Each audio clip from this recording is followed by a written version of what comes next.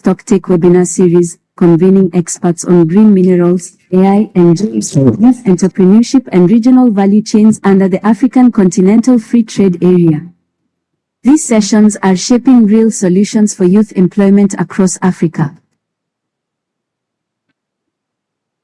Solutions will be discussed during the forum, and impact is tracked for scale-up.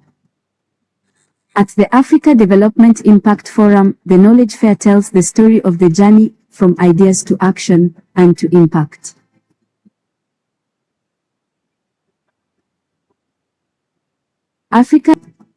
During the Africa Development Impact Forum 2026, policymakers, the private sector, youth, and researchers gather to discuss durable solutions and scalable initiatives that are building a new Africa, the bridge to a brighter future.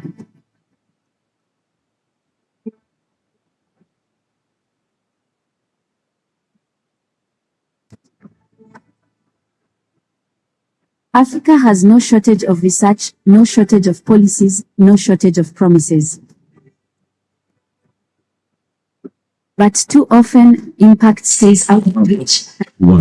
Okay.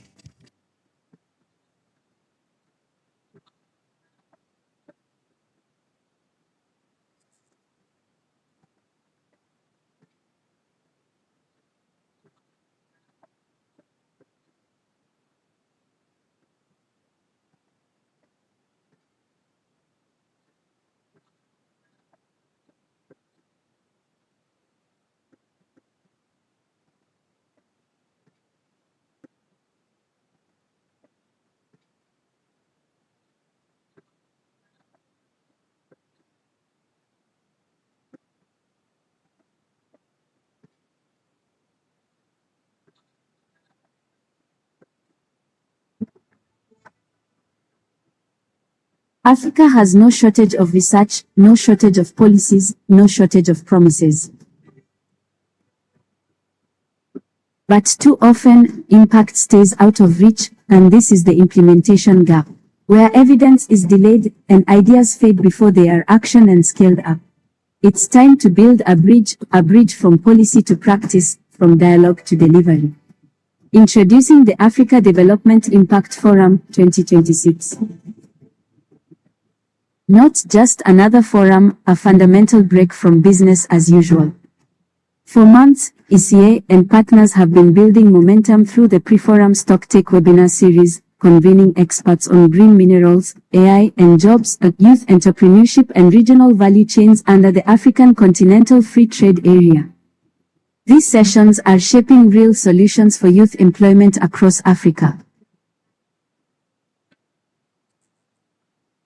One mission across 3 stages, where ideas compete before the forum, solutions will be discussed during the forum, and impact is tracked for scale-up. At the Africa Development Impact Forum, the Knowledge Fair tells the story of the journey, from ideas to action, and to impact.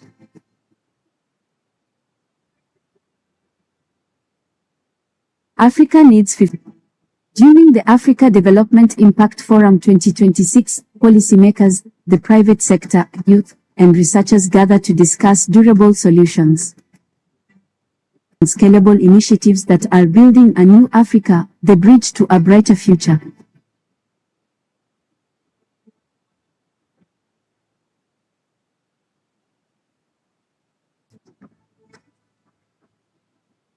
Africa has no shortage of research, no shortage of policies, no shortage of promises. Where evidence is delayed and ideas fade before they are actioned and scaled up. Introducing the Africa Development Impact Forum 2026. Not just another forum, a fundamental break from business as usual. For months, ECA and partners have been building momentum through the pre-forum Stocktake webinar series, convening experts on green minerals, AI and jobs, youth entrepreneurship and regional value chains under the African Continental Free Trade Area. These sessions are shaping real solutions for youth employment across Africa. One mission across 3 stages, where ideas compete before the forum, solutions will be discussed during the forum, and impact is tracked for scale up. At the Africa Development Impact Forum, the Knowledge Fair tells the story of the journey, from ideas to action, and to impact.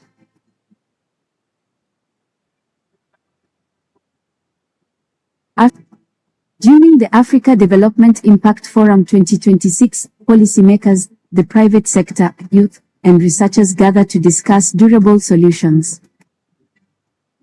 We aim scalable initiatives that are building a new Africa, the bridge to a brighter future.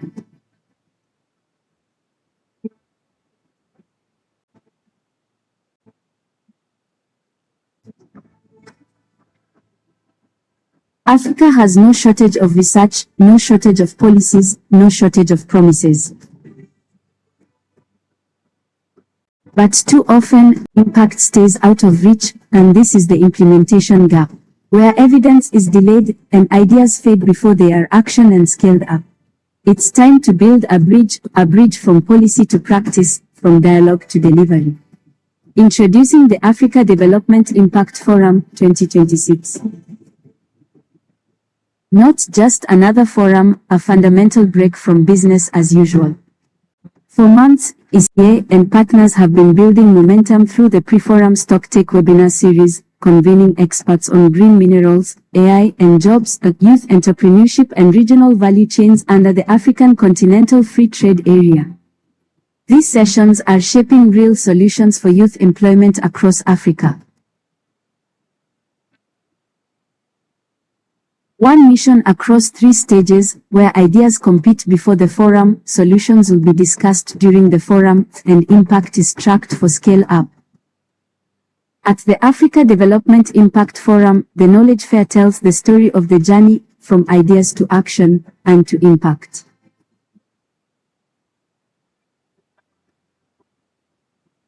Africa needs 15 million jobs every year, not pilots, not papers, proven and scalable solutions.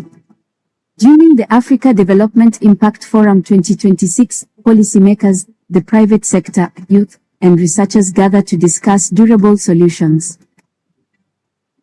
We invite you all to the Knowledge Fair exhibition area, where you will immerse yourself into a journey of success stories and scalable initiatives that are building a new Africa, the bridge to a brighter future.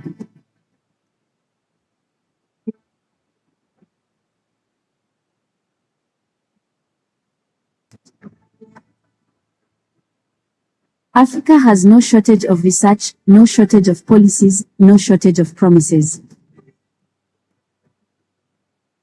But too often, impact stays out of reach, and this is the implementation gap, where evidence is delayed and ideas fade before they are actioned and scaled up. It's time to build a bridge from policy to practice, from dialogue to delivery. Introducing the Africa Development Impact Forum 2026.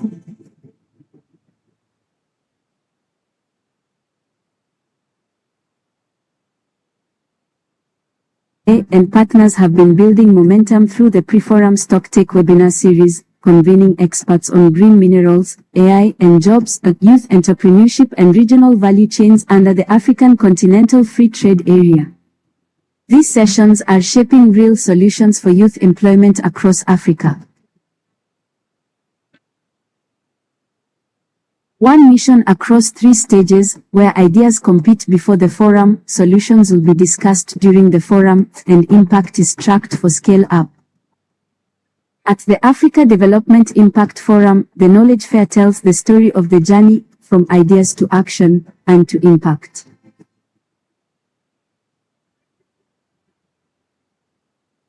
Africa needs 15 million jobs every year, not pilots, not papers, proven and scalable solutions.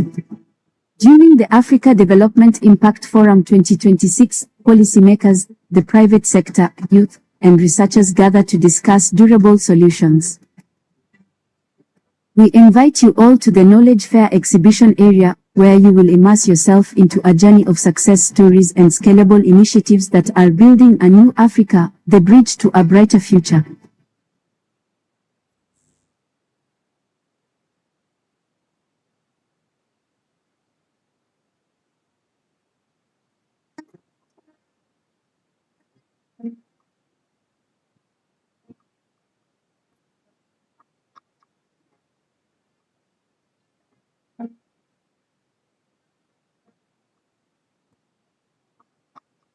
Alpha dit, plus qu'un styliste, une vision, un héritage. Entre création élégante.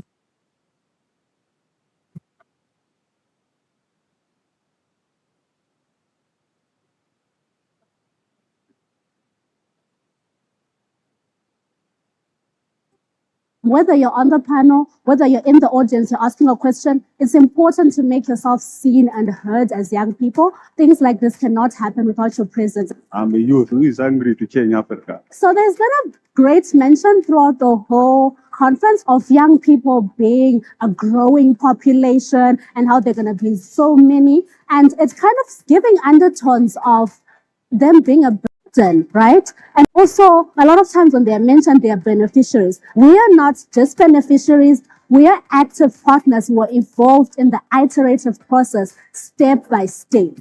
Places like this are very good for the youths because whatever decision is being made as of now, it gets to affect us. So I urge most of the youths out there to take part because whatever decision is made or policy is made is affecting us. So we need to be able to give out our voices. The youth can not only be just here to be heard, but also how we can actually collaborate with the youth to solve like many issues, but not only solve issues, but actually co-working with them on the ground. You are running a race and you're running as fast as you can and as strong as you can.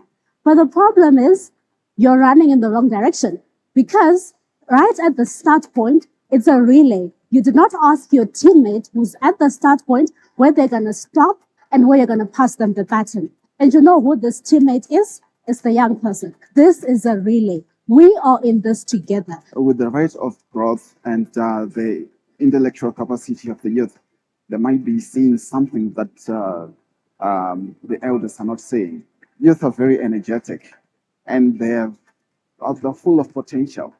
If they lead some of the initiatives with their energy, I'm sure there will be some positive changes. If the priorities that are decided on in this conference, in this forum, do not take into consideration the experiences of young women, it will be very difficult to achieve some of the goals. For a continent whose population is 70% are youth, and indeed of which 16% or more of those are youth with disabilities, it's imperative that youths are here, they are participating, and their voice and their agency is well represented.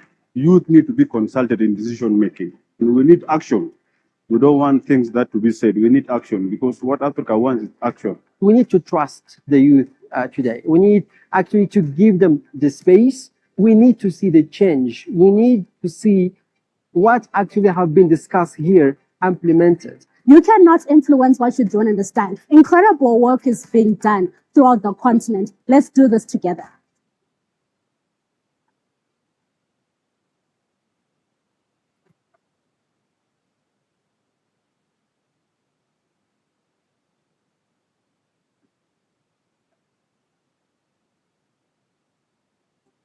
Whether you're on the panel, whether you're in the audience, you're asking a question, it's important to make yourself seen and heard as young people. Things like this cannot happen without your presence. I'm a youth who is hungry to change Africa. So there's been a great mention throughout the whole Testing 1, 2, 3. Testing 1, 2, 3. a growing Test 1, 2, 3. population and how they're going to be so many. And it's kind of giving undertones of them being a burden, right? And also, a lot of times when they're mentioned, they are beneficiaries. We are not just beneficiaries. We are active partners who are involved in the iterative process, step by step. Places like this are very good for the youths because whatever decision is being made as of now, it gets to affect us. So I urge most of the youths out there to take part because whatever decision is made or policy is made is affecting us. So we need to be able to give out our voices. The youth can not only be just here to be heard, but also how we can actually collaborate with the youth to solve like many issues, but not only solve issues, but actually co-working with them on the ground. You are running a race and you're running as fast as you can and as strong as you can. But the problem is Africa has no shortage of research, no shortage of policies, no shortage of promises. But too often, impact stays out of reach, and this is the implementation gap, where evidence is delayed and ideas fade before they are actioned and scaled up. It's time to build a bridge from policy to practice, from dialogue to delivery. Introducing the Africa Development Impact Forum 2026. Not just another forum, a fundamental break from business as usual. For months, ECA and partners have been building momentum through the pre-forum StockTech webinar series, convening experts on green minerals, AI and jobs, youth entrepreneurship and regional value chains under the African Continental Free Trade Area. These sessions are shaping real solutions for youth employment across Africa. One mission across 3 stages, where ideas compete before the forum, solutions will be discussed during the forum, and impact is tracked for scale-up. At the Africa Development Impact Forum, the Knowledge Fair tells the story of the journey, from ideas to action, and to impact.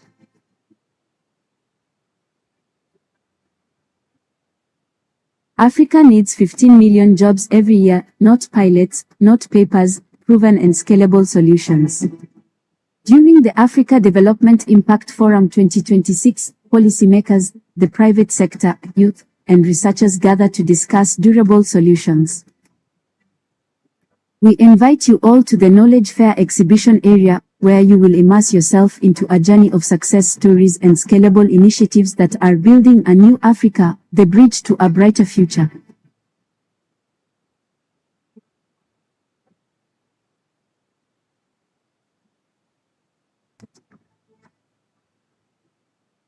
Africa has no shortage of research, no shortage of policies, no shortage of promises.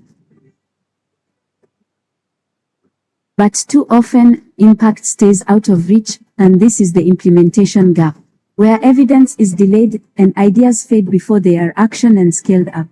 It's time to build a bridge from policy to practice, from dialogue to delivery.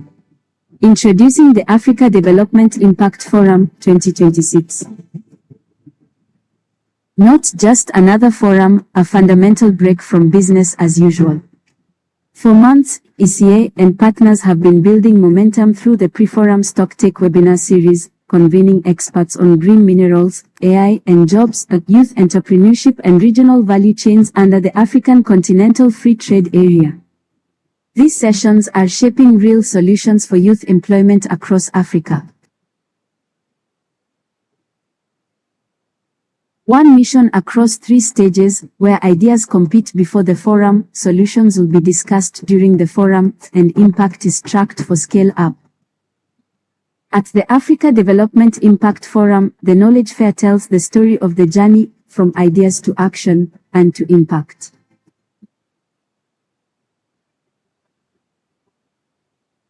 Africa needs 15 million jobs every year, not pilots, not papers, proven and scalable solutions. During the Africa Development Impact Forum 2026, policymakers, the private sector, youth, and researchers gather to discuss durable solutions. We invite you all to the Knowledge Fair exhibition area, where you will immerse yourself into a journey of success stories and scalable initiatives that are building a new Africa, the bridge to a brighter future.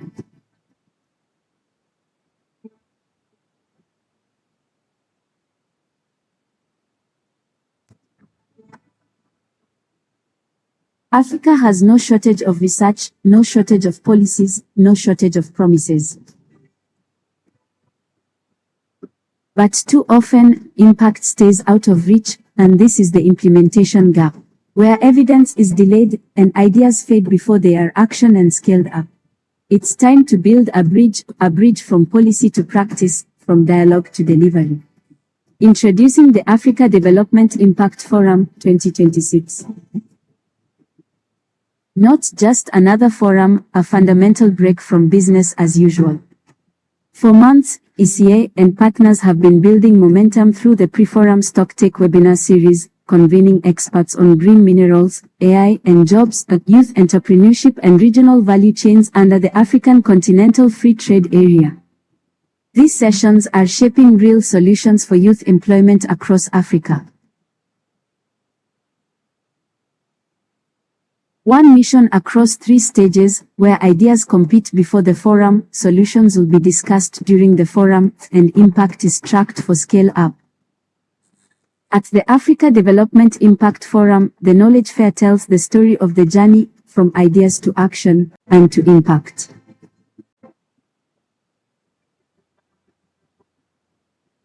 Africa needs 15 million jobs every year, not pilots, not papers, proven and scalable solutions.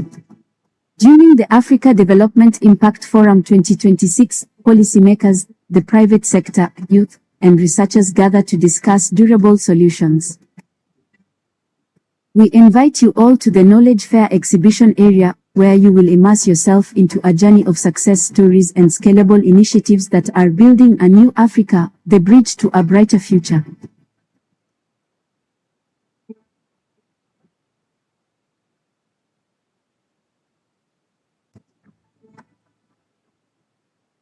Africa has no shortage of research, no shortage of policies, no shortage of promises.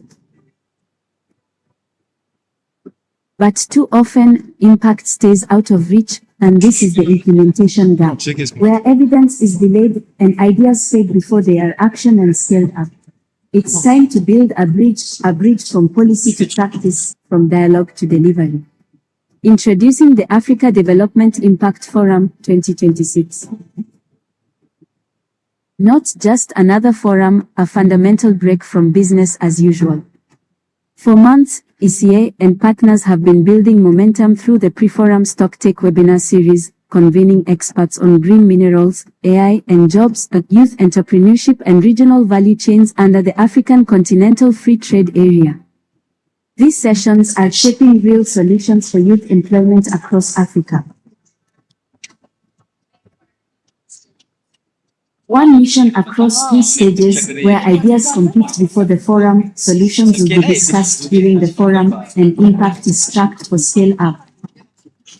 At the Africa Development Impact Forum, the Knowledge Fair tells the story of the journey, from ideas to action, and to impact.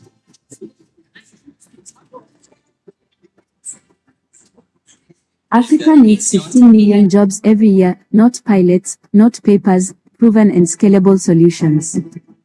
During the Africa Development Impact Forum 2026, policymakers, the private sector, youth, and researchers gather to discuss durable solutions.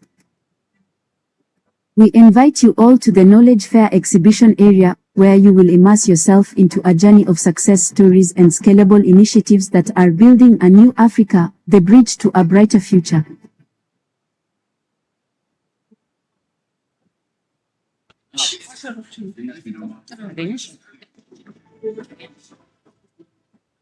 Africa has no shortage of research, no shortage of policies, no shortage of promises.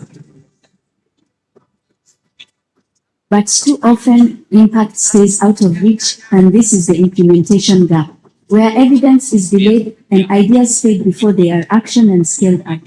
It's time to build a bridge from policy to practice, from dialogue to delivery. Introducing the Africa Development Impact Forum 2026. Not just another forum, a fundamental break from business as usual. For months, ECA and partners have been building momentum through the pre-forum StockTech webinar series, convening experts on green minerals, AI and jobs, youth entrepreneurship and regional value chains under the African Continental Free Trade Area. These sessions are shaping real solutions for youth employment across Africa. One mission across 3 stages, where ideas compete before the forum, solutions will be discussed during the forum, and impact is tracked for scale-up. At the Africa Development Impact Forum, the Knowledge Fair tells the story of the journey, from ideas to action, and to impact.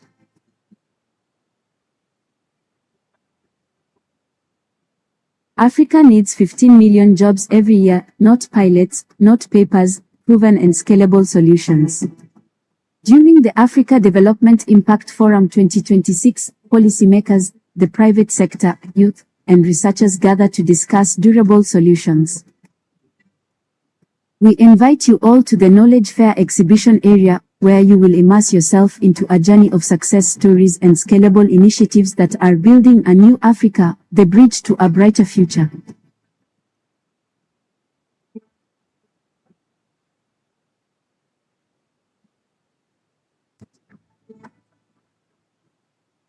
Africa has no shortage of research, no shortage of policies, no shortage of promises. But too often, impact stays out of reach, and this is the implementation gap, where evidence is delayed and ideas fade before they are actioned and scaled up. It's time to build a bridge from policy to practice, from dialogue to delivery. Introducing the Africa Development Impact Forum 2026. Not just another forum, a fundamental break from business as usual. For months, ECA and partners have been building momentum through the pre-forum Stocktake webinar series, convening experts on green minerals, AI and jobs, youth entrepreneurship and regional value chains under the African Continental Free Trade Area. These sessions are shaping real solutions for youth employment across Africa. One mission across 3 stages, where ideas compete before the forum, solutions will be discussed during the forum, and impact is tracked for scale-up. At the Africa Development Impact Forum, the Knowledge Fair tells the story of the journey, from ideas to action, and to impact.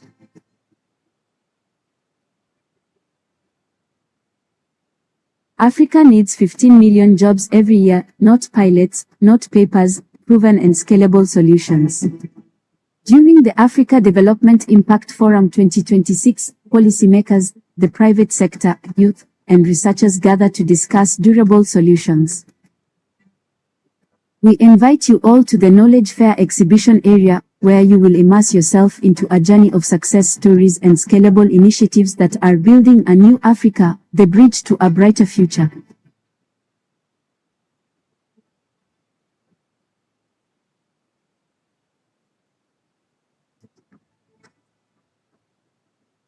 Africa has no shortage of research, no shortage of policies, no shortage of promises. But too often, impact stays out of reach, and this is the implementation gap, where evidence is delayed and ideas fade before they are actioned and scaled up. It's time to build a bridge from policy to practice, from dialogue to delivery. Introducing the Africa Development Impact Forum 2026. Not just another forum, a fundamental break from business as usual. For months, ECA and partners have been building momentum through the pre-forum Stocktake webinar series, convening experts on green minerals, AI and jobs, youth entrepreneurship and regional value chains under the African Continental Free Trade Area. These sessions are shaping real solutions for youth employment across Africa. Ladies and gentlemen, good morning. May I kindly invite you to take your seats so we can begin the forum. Thank you. Mesdames et messieurs, je vous invite à prendre place afin que nous puissions commencer le forum. Merci beaucoup.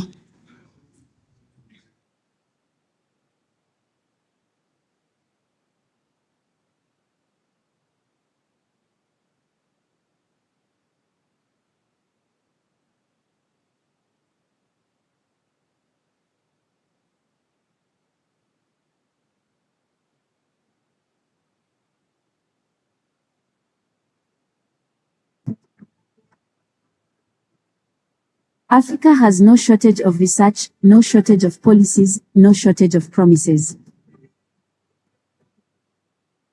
But too often, impact stays out of reach, and this is the implementation gap, where evidence is delayed and ideas fade before they are actioned and scaled up. It's time to build a bridge from policy to practice, from dialogue to delivery. Introducing the Africa Development Impact Forum 2026. Not just another forum, a fundamental break from business as usual. For months, ECA and partners have been building momentum through the Pre-Forum Stocktake webinar series, convening experts on green minerals, AI and jobs, youth entrepreneurship and regional value chains under the African Continental Free Trade Area. These sessions are shaping real solutions for youth employment across Africa. One mission across 3 stages, where ideas compete before the forum, solutions will be discussed during the forum, and impact is tracked for scale-up. At the Africa Development Impact Forum, the Knowledge Fair tells the story of the journey, from ideas to action, and to impact.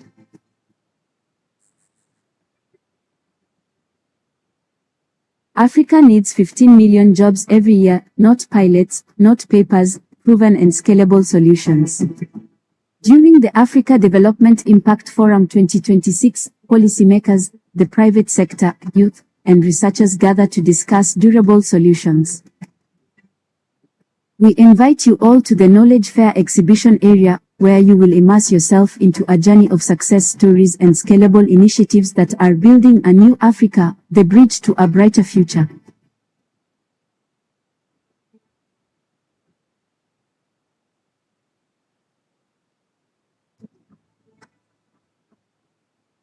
Africa has no shortage of research, no shortage of policies, no shortage of promises. But too often, impact stays out of reach, and this is the implementation gap, where evidence is delayed and ideas fade before they are actioned and scaled up. It's time to build a bridge from policy to practice, from dialogue to delivery. Introducing the Africa Development Impact Forum 2026. Not just another forum, a fundamental break from business as usual.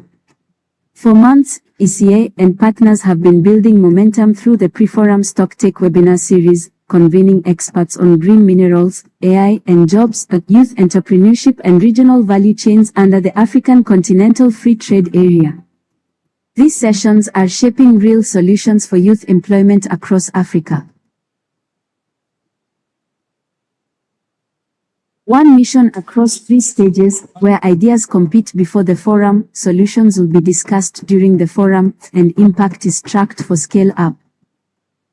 At the Africa Development Impact Forum, the Knowledge Fair tells the story of the journey, from ideas to action, and to impact.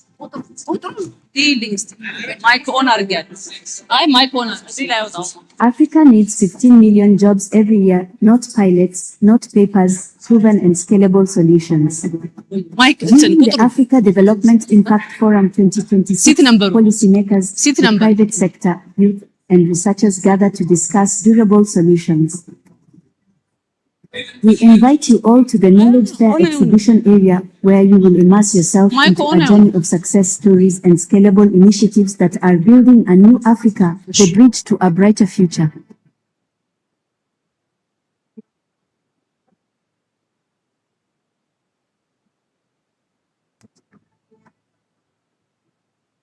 Africa has no shortage of research, no shortage of policies, no shortage of promises.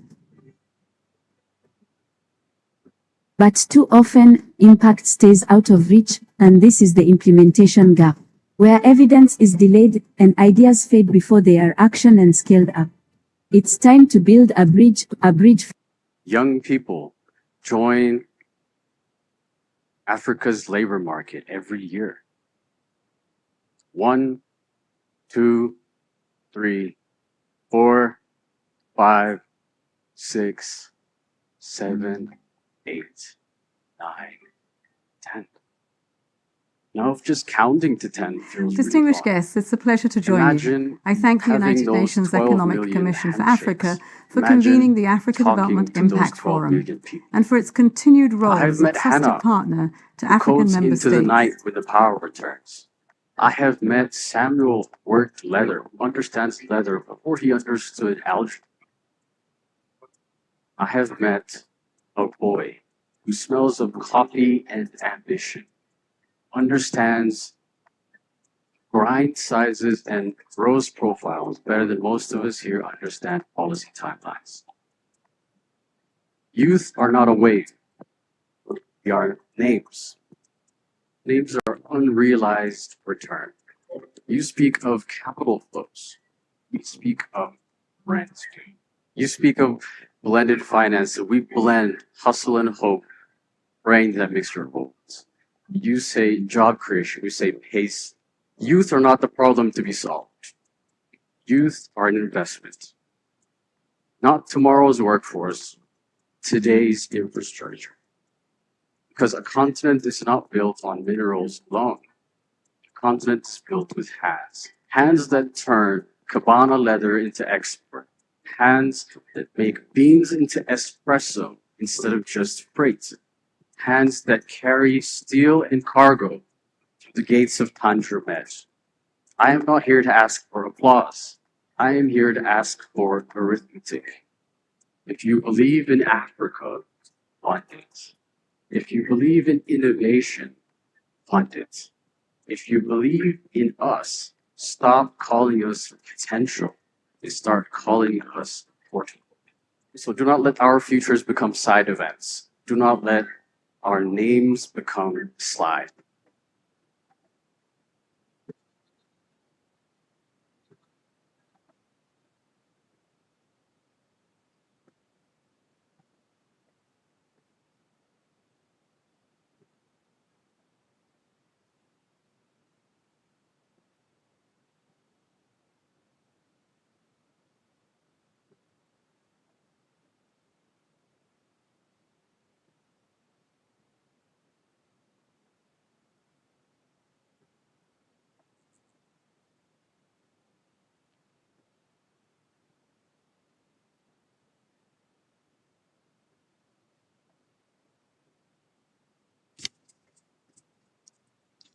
Excellencies, distinguished guests, ladies and gentlemen, all protocols duly observed. Good morning. Can you please tell the person next to you good morning? Let's be a bit cheerful in the room this morning. Thank you. All right. Okay, we're good? Okay. It is my great pleasure to welcome you to the Africa Development Impact Forum, ADIF. This forum provides a platform for both dialogue and action aimed at closing the gap between policy design, implementation, and tangible impact. This will be done through collaboration, accountability, and results-driven engagement. This year's forum focuses on a critical theme, job creation. Can everybody say job creation? Thank you. As a development economist and planner, I recognize that while many African countries prioritize job creation in their national strategies, unemployment and underemployment remain persistent challenges across the continent. Over the next 2 days, we will bring together voices from across sectors to explore practical solutions and, importantly, how we can move from policy to measurable impact. My name is Oyebanke Abejimi. I am an Economic Affairs Officer with the United Nations Economic Commission for Africa, and I'll be your moderator over the next 2 days. Given our tight and engaging program, I'll be guiding us closely to ensure we stay on time while allowing for meaningful exchanges. Before we proceed, allow me to briefly share a few housekeeping announcements. Wi-Fi is available via UNECA Guest, and the password will be displayed on the screen. Simultaneous interpretation is available. English is on channel 1 and French on channel 2. Please adjust your headsets to a comfortable volume for you. We have a prayer room available, and the ushers will show you to it if you need it. We also have a health booth available during the whole forum, and it is located below. For any questions or assistance, please feel free to approach the ushers at any time. Excellencies, distinguished guests, we will now proceed to the official opening of the forum, during which we will hear remarks from our esteemed speakers. I now have the pleasure of inviting Ms. Mona Idrisu, Head of Youth Employment and Skills at the African Center for Economic Transformation, to deliver her remarks. Ms. Idrisu.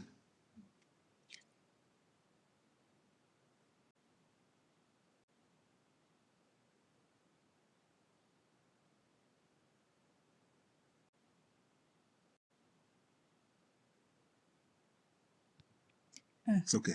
It's okay. Is it okay now? Okay, great. Excellencies, distinguished guests, colleagues, and friends, good morning. On behalf of the African Center for Economic Transformation, ASET, it's a pleasure to join you at the inaugural African Development Impact Forum 2026.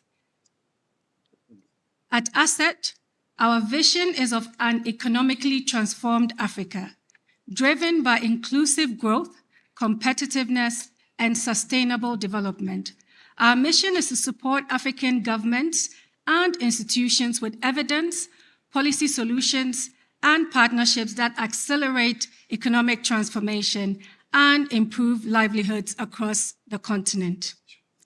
Over the years, ASET has worked with governments, regional institutions, development partners, and the private sector to address some of Africa's most pressing challenges, from industrialization and economic diversification to youth employment, skills development, and workforce readiness. Through this work, we have learned an important lesson. Evidence alone does not create change. Evidence must be translated into policies, partnerships, and actions that are implementable, scalable, and impactful. This is precisely why ADIF is such an important initiative. At a time when Africa must create millions of quality jobs for its growing youth population, ADIF provides a unique platform to move beyond discussion and focus on implementation. It brings together policymakers, researchers, innovators, development partners, and the private sector to identify solutions, build partnerships, and chart practical pathways to delivery. ASET is proud to have partnered with UNECA throughout the ADIF process, including contributing to the pre-forum webinar and thematic solutions session on skills, education, and workforce preparedness, as well as supporting the policy and strategy hackathon, which I'm keenly looking forward to. This collaboration reflects a shared commitment to ensuring that evidence informs policy and that policy translates into tangible outcomes for young people across Africa. I would like to commend UNECA for its leadership in creating a forum that places implementation at the heart of the development agenda. The true value of ADIF lies not only in the conversations we will have over the next 2 days, but in what happens afterwards. So as we look ahead, ASET is particularly excited about the implementation clock, which provides an opportunity to sustain momentum, track progress, strengthen accountability, and support the translation of commitments into measurable results. This long-term focus is exactly what is needed to ensure that promising ideas become real opportunities, jobs, and improved livelihoods. We look forward to productive discussions, strong partnerships, and most importantly, meaningful action. Thank you, and I wish you all a successful forum.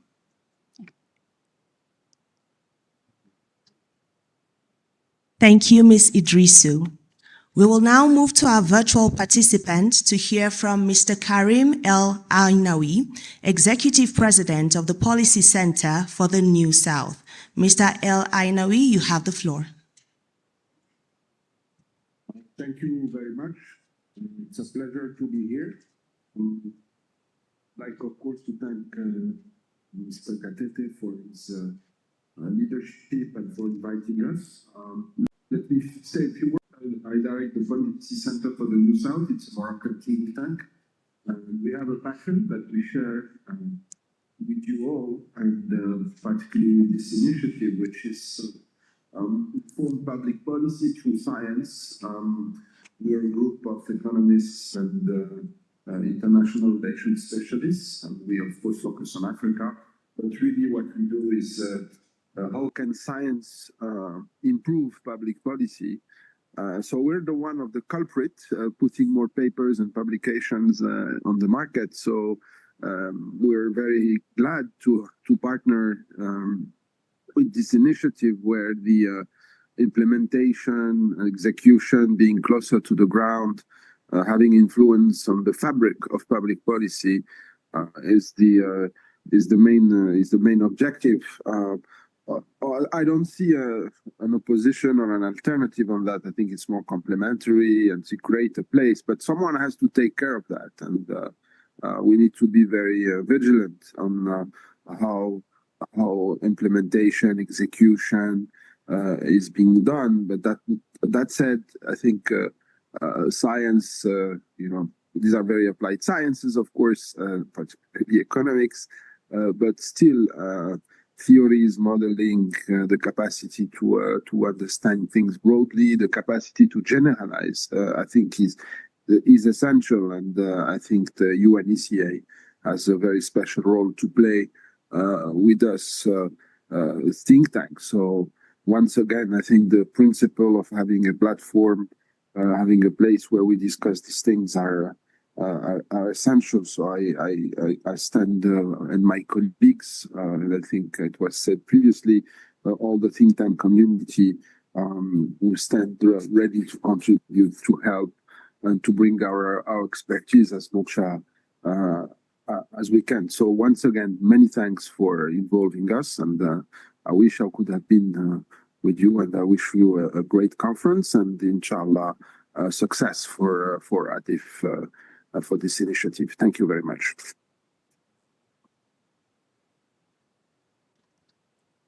Thank you so much, Mr. El Ainawi. It now gives me great pleasure to invite the Executive Secretary of the United Nations Economic Commission for Africa, Mr. Clave Gatete, to deliver his remarks. Mr. Gatete, you have the floor.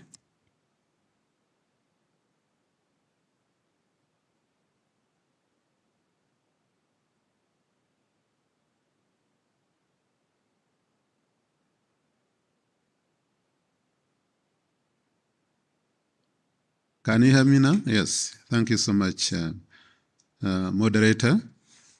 My dear colleagues, Mona and my deputy, and friends, colleagues, Dr. Karim, I thank you very much for, by the way, hosting us in your own wonderful center. And of course, for Mona, we work together in the Africa Center for Economic Transformation. We are great partners, and together with, of course, the African Union and others. So it's always a great pleasure for us to be together at this moment in time, talking about the employment. At this point, I'm delighted to welcome all of you to Addis Ababa for the inaugural Africa Development Impact Forum under the compelling theme, Best Practices and Innovative Solutions for Job Creation in Africa.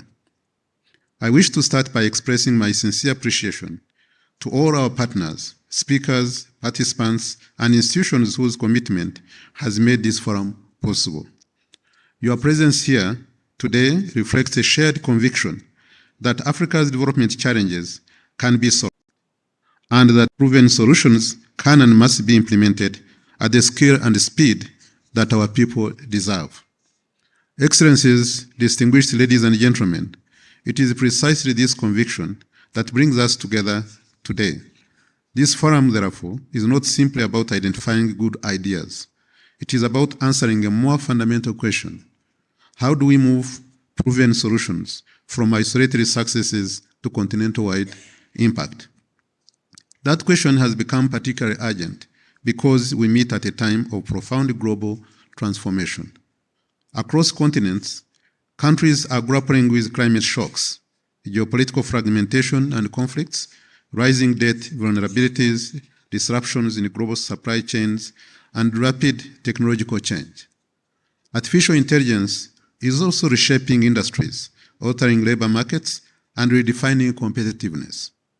In addition, official development assistance is declining, and development financing can no longer be assumed to be available at the scale many countries relied upon in the past, even as demands on governments continue to rise. But Africa's future will increasingly depend on its ability to mobilize domestic resources, attract investment, build competitive industries, and create sustainable employment opportunities for its growing population. So against this evolving backdrop, where does Africa stand? Are we merely reacting to global change, or are we positioning ourselves to reshape it? At a time when many regions are experiencing aging populations and shrinking workforces, Africa possesses one of the greatest strategic assets, its people. More than 60% of Africans are under the age of 25, making Africa the youngest continent in the world. By 2035, Africa is expected to have the largest workforce globally. But this demographic advantage is not automatic. Every year, more than 15 million young Africans enter the labor market in search of opportunity and a better future. According to the International Labour Organization, 53 million young people were not in employment, education, or training in 2023. And the vast majority of those who do find work remain concentrated in informal and low productivity jobs. So yes, the challenge is significant, but so too is the opportunity. Indeed, if Africa's greatest challenge is jobs, then Africa's greatest opportunity also has to be jobs. Why? Because Africa possesses many of the ingredients required for the transformation we seek. It has abundant entrepreneurial talent, vast renewable energy resources, critical minerals essential to the global energy transition, rapidly expanding digital ecosystems, growing urban markets, and the immense opportunities presented by the Africa Continental Free Trade Area. With a market of 1.5 billion people and a combined GDP exceeding 3.4 trillion US dollars, the Africa Continental Free Trade Area has the potential to increase intra-Africa trade by as much as 45% by 2045, creating new opportunities for industrialization, regional value chains, and millions of jobs across the continent. The evidence, therefore, tells us that solutions exist, but the question is, why are proven solutions not being adapted more broadly? Why do successful pilot projects remain pilots? And why do excellent policy recommendations too often remain reports on the shelves? These questions lie in the heart of why we have convened here today. Excellencies, far from lacking ideas, Africa is brimming with innovation, entrepreneurship, and practical solutions. Across our continent, governments, universities, think tanks, entrepreneurs, development institutions, and the private sector are generating innovative solutions daily. From Morocco's emergence as a major automotive manufacturing hub, to Rwanda's innovative-driven entrepreneurship ecosystem, Ethiopia's industrial and agro-industrial parks, Kenya's globally recognized digital economy, and Egypt's expanding manufacturing base, examples of success are already exist across Africa. So the challenge is not identifying what works, but in ensuring that successful experiences are replicated, adapted, and expanded across the continent. This is precisely why the Africa Development Impact Forum was established. ADIF builds on ECA's long-standing efforts to connect ideas, research, policy, investment, and implementation. It complements platforms such as the Africa Business Forum, which has successfully brought together policymakers, investors, and development partners to advance practical solutions for sustainable development. Crucially, ADIF addresses how to bridge the gap between evidence and implementation, and how to expand proven solutions that create jobs and improve lives. It is about identifying what works, understanding why it works, and mobilizing the partnerships, financing, and institutions needed to scale impact across the continent. Therefore, Excellencies, if Africa is to create jobs at the scale required, then we must build a complete enabling ecosystem for inclusive and job-rich growth. Allow me to highlight 5 priorities. First, we must invest in skills and capabilities that match the demands of a changing economy. Africa's young people are our greatest asset. As such, we must strengthen education systems, expand technical and vocational training, deepen digital competencies, and equip young people with the skills needed to thrive in both existing and emerging industries. Second, we must shift from supporting only startups to scaling enterprises. Africa does not simply need more businesses that survive, but businesses that grow, innovate, compete, and create jobs. This requires stronger public-private partnerships to expand access to finance, markets, technology, and business services to help promising enterprises flourish. Third, we must accelerate industrialization and value addition. Africa cannot create sufficient jobs for by exporting raw commodities while importing finished products. Whether in agriculture, manufacturing, critical minerals, tourism, pharmaceuticals, logistics, digital services, or creative economy, greater value addition must become central to our development model.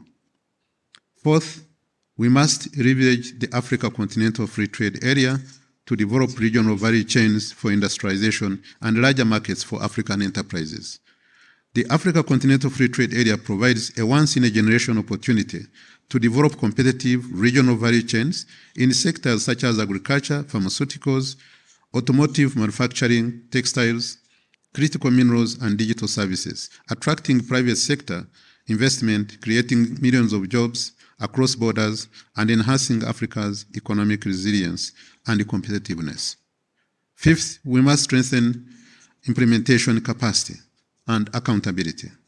This means policies must be anchored in delivery, institutions must be empowered to execute, and outcomes must be measured rigorously. Because without effective implementation, even the best ideas will fail to produce results. Excellencies, ladies and gentlemen, over the next 2 days, this forum will move beyond dialogue to action. Through thematic discussions, innovation showcases, hackathons, and collaborative engagements, participants will test ideas, forge partnerships, and identify practical solutions capable of delivering measurable impact. The Africa Development Impact Forum is about building a new model of development cooperation, one that connects evidence to policy, investment, enterprise growth, and job creation. The good news is that we already have the ideas, the talent, the resources, a dynamic private sector, innovative entrepreneurs, and investors who are increasingly demonstrating that African solutions can compete globally as well as the market to transform our economies. What we need now is just execution. Africa's future depends on the choices that we make here today. Together, we can use this forum as a turning point to create opportunities for our young people, transform our economies, and convert Africa's immense potential into shared prosperity. I wish you productive deliberations and every success. Thank you very much for your kind attention.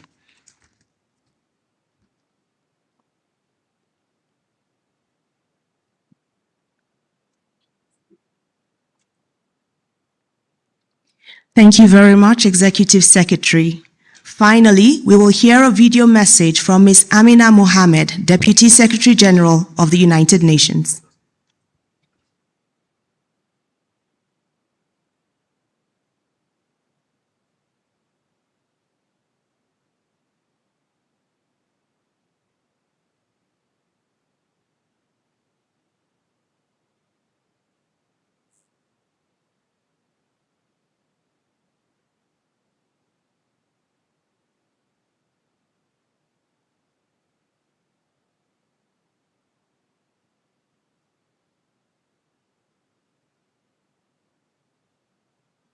We cannot hear.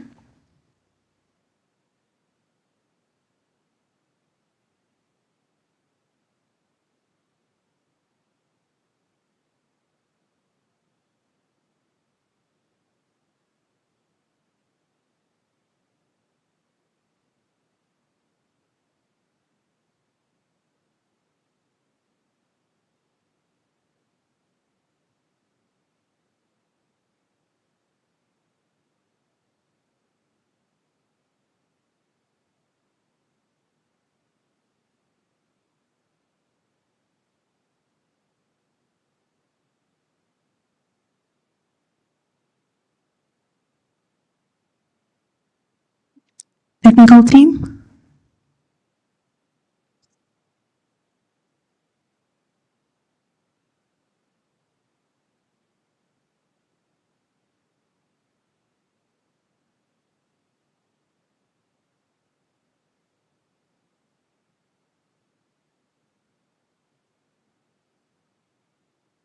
Evidence convening.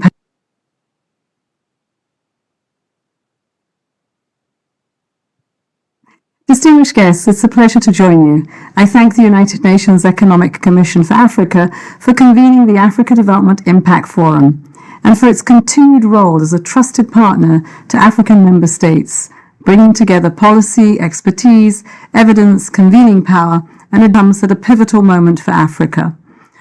The challenge before us is implementing promising pilots. This is where our focus must be. Africa's development goals and the Pact for the Future provide assurance do not create jobs, commitments doomed by delivery. This is especially urgent for Africa's young people. Our youth is our greatest asset, but realizing their promise means invest and enable young women and men to shape digital public infrastructure, can help Africa expand its access to services, open new markets, increase productivity, and create new pathways to decent work, and rooted in Africa's own priorities. Across Africa, successful models already exist in agriculture, manufacturing, services, the digital economy, green jobs, creative industries, micro, small, and medium enterprises, and beyond. But too often, these become long-term transformation. The works mobilize genuine partnerships, pilots to policy, from policy to implementation. In fact, we do need stronger coalitions around national priorities. Governments must lead with vision and commitment. The private sector must bring innovation, investment, and entrepreneurship. Development partners must align support behind national and regional priorities. Researchers and think tanks the solutions that will shape their future. ECA, our resident coordinators and country teams, commitments into concrete action on the ground. The discussions alone, it will be measured by the partnerships that are formed, the solutions that are scaled, the accountability that is strengthened, and ultimately by the jobs, livelihoods, economic opportunities, and inclusive development delivered for our people. Let us move together from ideas to implementation, from dialogue to delivery, and from ambition to impact. Thank you, and I wish you fruitful discussions.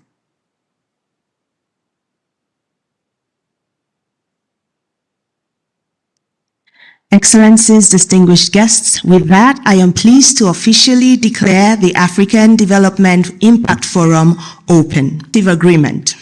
And I'll provide some context.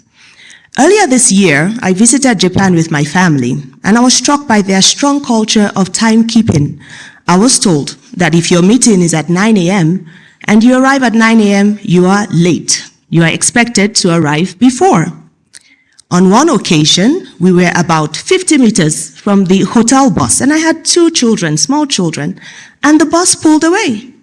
I thought to myself, where I come from, they might have kindly waited for us. You know, the African family, my brother, my sister. But while that would have been considerate, it would reduce the overall efficiency of the system. Colleagues, we have a very packed agenda over the next 2 days. So, may I kindly ask that we all agree to adopt Japanese time for this forum? If you're in agreement, say aye. Aye? All right. So, now, this will require all of us, moderators, speakers, presenters, and participants. So, with that agreement, we will proceed with strict Japanese-style timekeeping, not African time. Okay? D'accord, d'accord? D'accord. All right. So, now we move on to the youth dialogue on the global financial architecture. Moderating this on the stage. To set the scene and dialogue with the youth is the Executive Secretary of the United Nations Economic Commission for Africa, Mr. Clave Gatete. I would further like to invite the first group of youth participants to the platform. So the first group of participants, can you please come on stage? Mr. Rom, can you please come on the platform as well to moderate this session, for which You have 60 minutes and the clock will be ticking.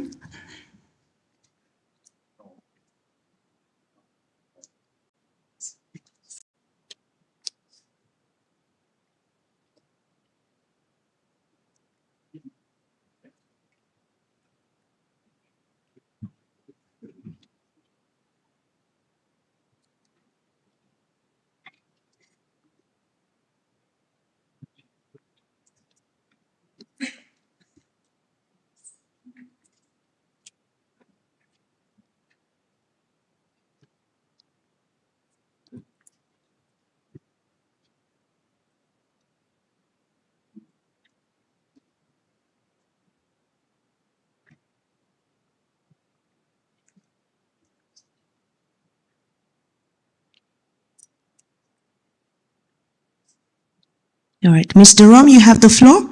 The session will run for 60 minutes. Thank you.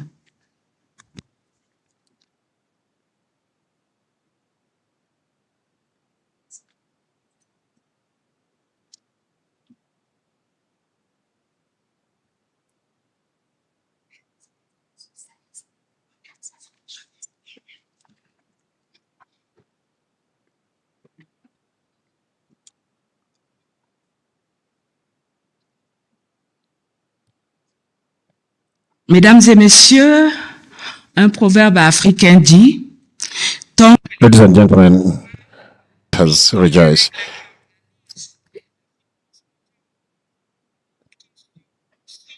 Having organized the meeting by involving the youth is a good thing. Today, this reality continues, might find themselves at the menu of the decision taking. Welcome here in the right place. Good morning, everyone. I have the great pleasure to invite you to this session on Dialogue of Youth on Financial Mechanisms. This is an opportunity for the African youth in a global, inclusive, and adaptable financial system with regard to our people. Because behind the notion of debt, the cost of capital, and climate financing, we have opportunities for our youth to create employment, to ensure resilience for our communities, and ensure the future of our continent, the Africa that we want.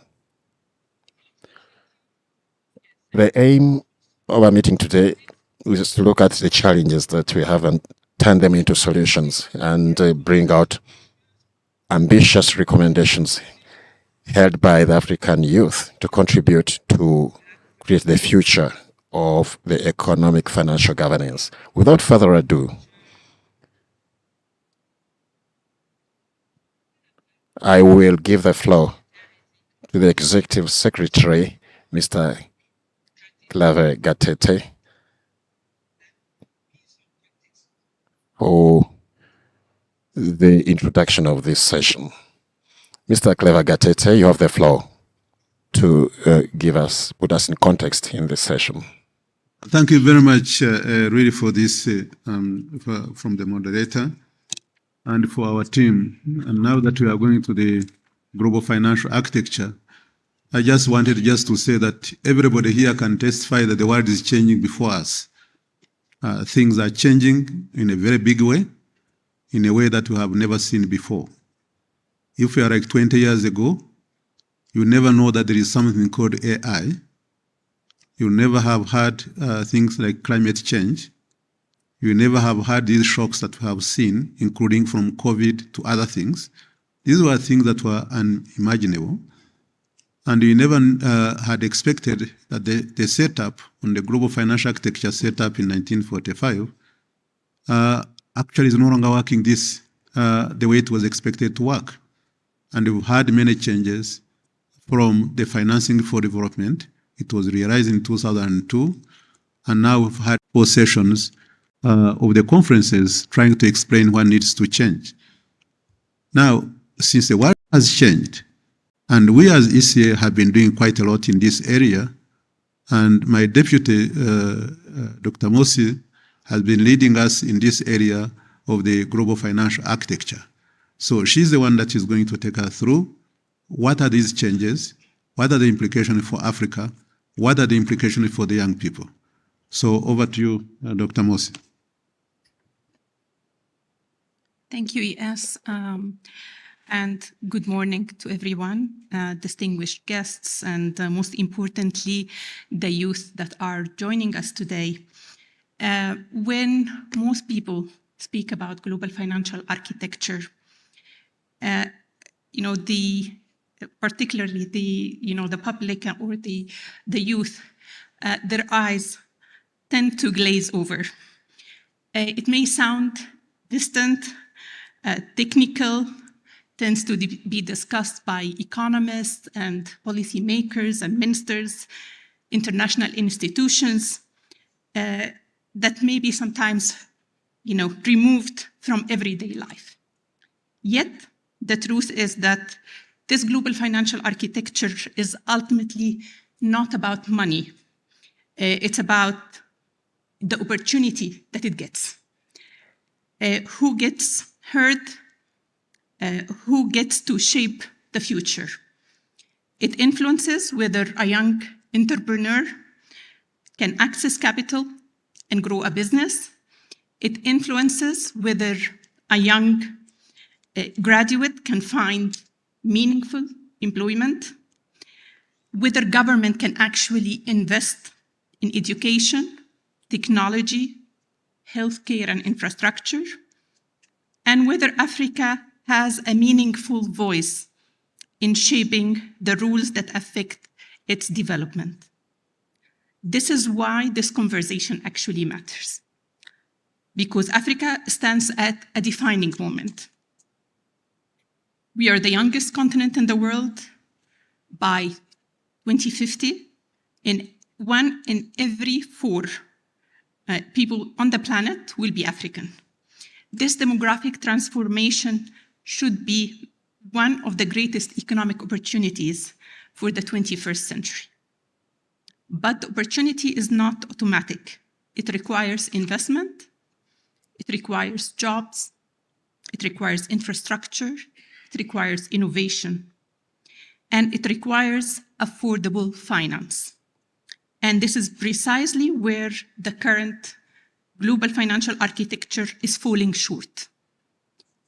Today, the global economy is operating in an environment of slower growth, heightened uncertainty, geopolitical fragmentation, and significantly higher cost of capital. For Africa, these global challenges are further compounded by long-standing structural inequalities in the international financial system. Despite our immense potential, Africa accounts for less than 3% of global trade. At the same time, the continent faces an annual financing gap estimated at nearly $1 trillion to achieve the Sustainable Development Goals and respond effectively to climate change. Many African countries are confronting severe debt pressures.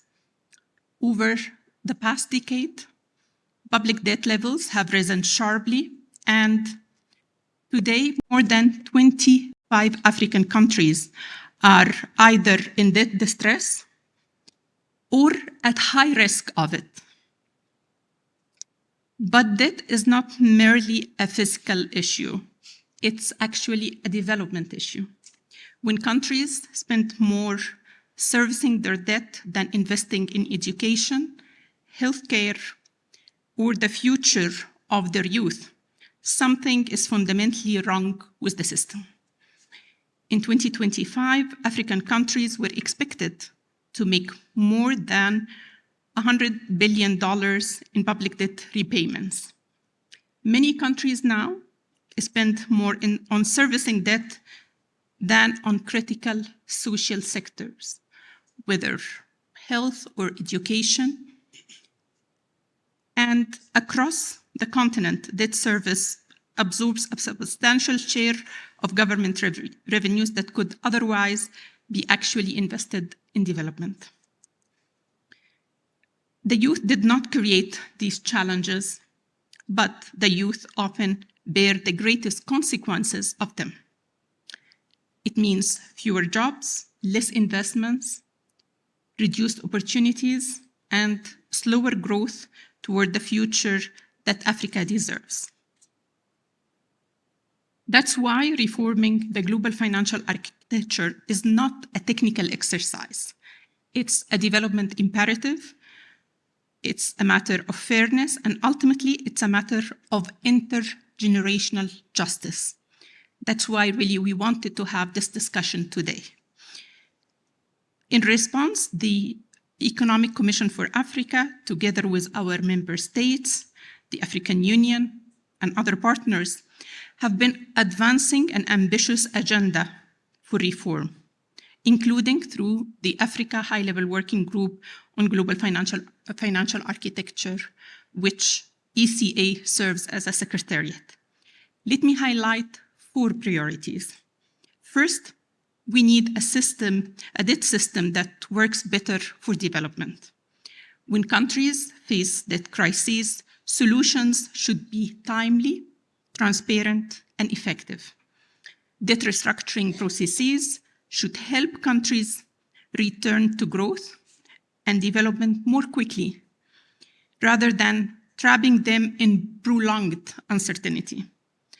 Africa recently adopted a robust common African position on debt, which is an important step in ensuring a stronger and more unified voice on this global debate and in shaping these reforms. Second, we must lower the cost of capital. Africa is often perceived as riskier than it actually is. As a result, African countries and businesses frequently pay significantly more to borrow than their peer countries do. This is not simply a financing problem. It's a jobs problem. It's entrepreneurship problem. It's an innovation problem, and it's a development problem. Correcting these distortions, actually, by improving risk assessments, strengthening data systems, and mobilizing greater investments are essential if Africa is to unlock its economic potential. Third, climate finance must work for Africa. Young Africans contribute the least to global emissions, yet often face some of the most severe consequences of the climate change. Climate finance must therefore support adoption, resilience, and green industrialization. It must help countries build stronger economies, create new industries, and generate opportunities for future generations. Africans should not simply export raw materials for green transition. Africa must participate fully in building the industries and value chains of the future. And fourth, Africa must retain more of its own resources. Every year, the continent loses enormous resources through illicit financial flows, tax avoidance, corruption, and other forms of financial leakages. Every dollar lost is a dollar that cannot be invested in schools, hospitals, infrastructure, innovation, and entrepreneurship. This is why strengthening international tax cooperation remains so important. And it's also why Africa's engagement and leadership in the negotiations toward a UN framework convention on international tax cooperation represents a historic opportunity to build a fairer and more inclusive international tax system. Dear youth, the rules governing the global economy are not fixed. They are created by people, and what people created, people can reform. The question is not whether these issues affect your future, they actually do. The question is whether young generation will have a voice in shaping the decisions that determine that future. Too often, discussions about debt, climate finance, taxation, development finance take place without active participation of those who will live longest with the consequences. I'm often reminded by my own children. So that must change, because you are not merely stakeholders in Africa's future, you're the authors of it. So you're the entrepreneurs that will be creating businesses, innovators developing solutions, researchers generating knowledge, advocates shaping public finance, and leaders transforming communities. The future of Africa will not be determined only in ministries, boardrooms, or international institutions. It will also be determined by young Africans who are prepared to challenge old assumptions, propose new ideas, and demand a fairer place in the global system. Your generation has an opportunity not only to participate in reforming the global system, but also to redefine it and to advocate for Africa's voice for these reforms. So today, I encourage you to be bold, challenge conventional thinking, ask difficult questions, bring forward innovative solutions, and help shape a vision of global financial system that works not only for the few, but it works for all. Because the future of Africa should not be decided for young people, it must be decided with them, and it should be shaped with them. I look forward to hearing your ideas, your perspective, and your vision for the Africa you want to build. Thank you.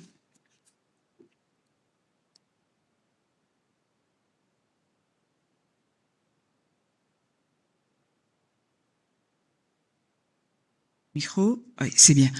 Désolée. Merci beaucoup. Thank you so much for shedding light on this. As you said, today's Africa, tomorrow's Africa will be built for the youth, by the youth. Thank you. So without any further delay, let us go into the first discussion session, the interactive discussion with our panelists, the panelists seated here before you. There are three themes: climate finance and resilience. This will be dealt with by Madame Aficia Legrissi. My apologies if I don't pronounce your name very well. You will be the one to start, and you'll talk to us about climate finance and resiliency. Please, I'm afraid we don't have that much time. I really count on you to ensure that you make a concise presentation so that everybody will be able to participate. Thank you.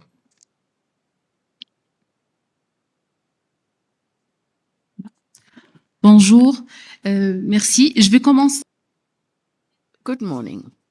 I'm going to start this topic, climate finance and resilience, with a very brutal fact. The reality is that African countries are facing the type of climate crisis which they did not create. And the funding they receive often comes in the shape of loans, which further worsens the debt burden. It's not an issue of global resources. The problem is more one of governance. Who is deciding? Under what conditions are the decisions made? What are the local contributors actually doing? We can't just talk about a technical transfer from the north to the south. We have to think more in terms of leveraging finance, governance, so that local actors can pilot their own transition. Africa does not need to be a subsidiary to anybody's tutelage.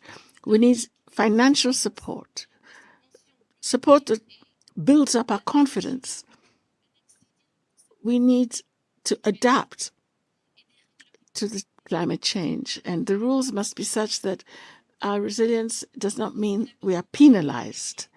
We need viability rules for the type of debt that means investing in resilience. and we need soft concessional financing.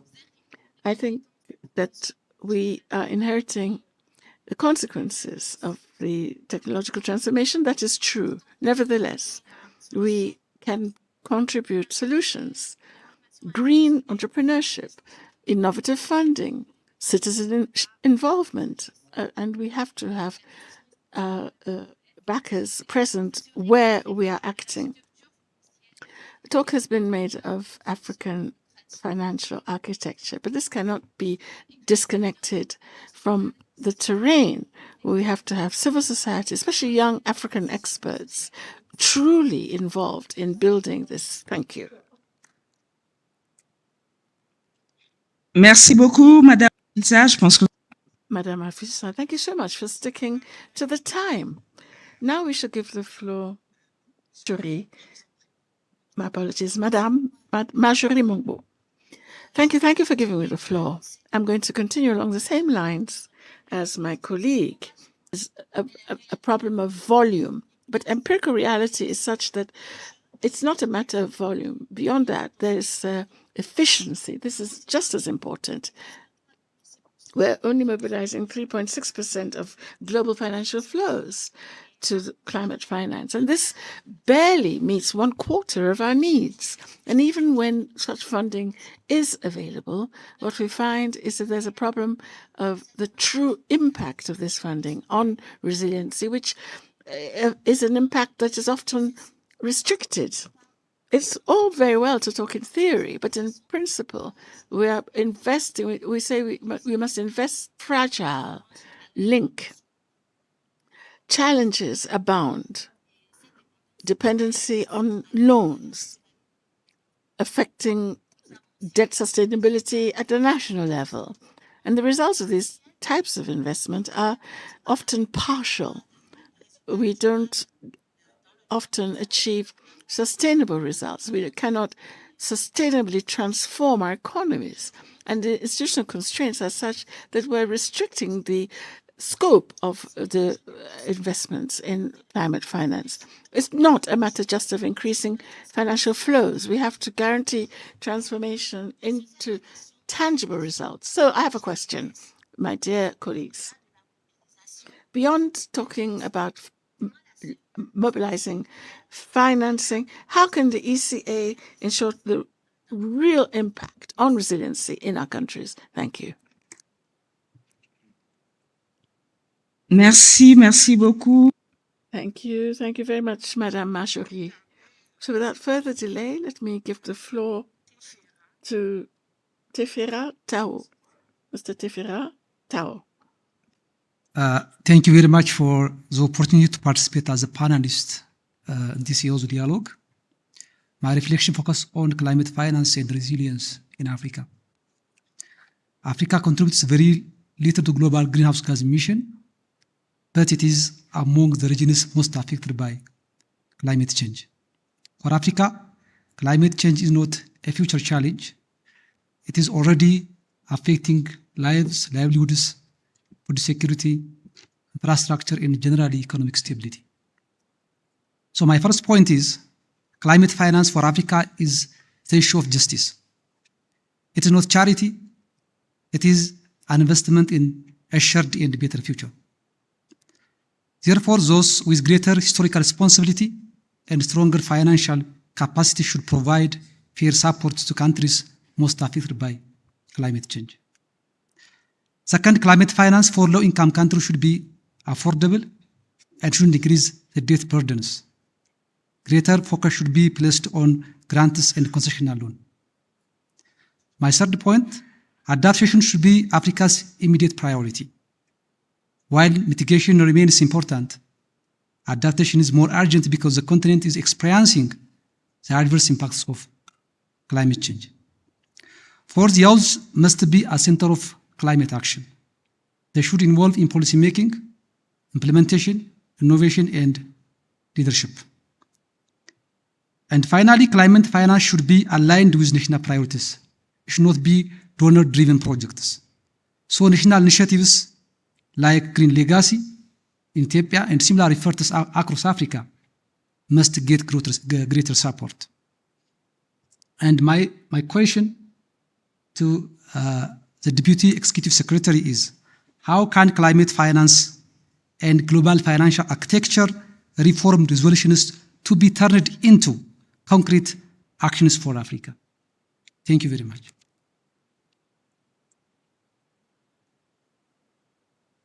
Merci à vous, merci infiniment. Thank you so much. Thank you to all the participants who have contributed on this panel. I think for questions, you'll answer later, won't you? Or should I give it to you now? Should I give you the floor now?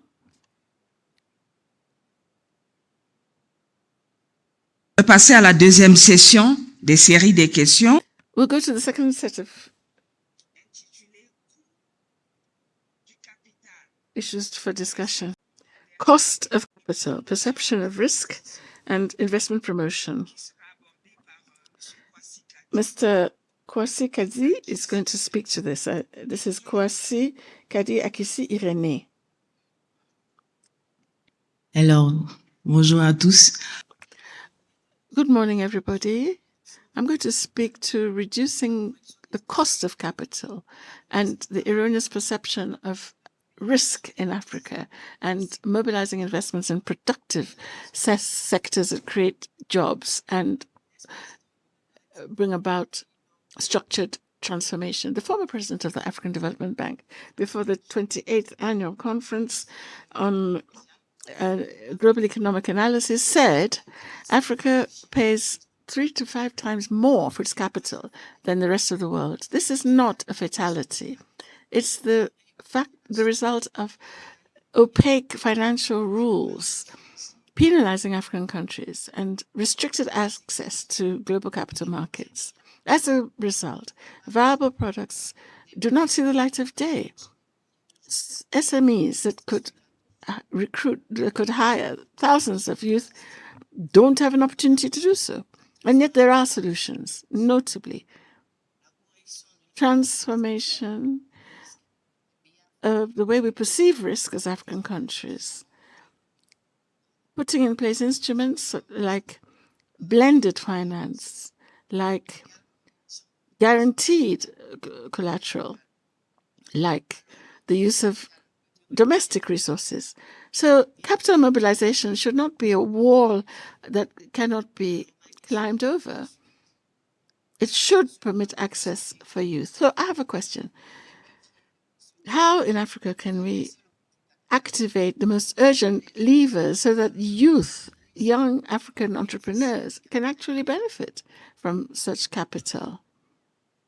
How can they use it to contribute to the employment for youth? Thank you.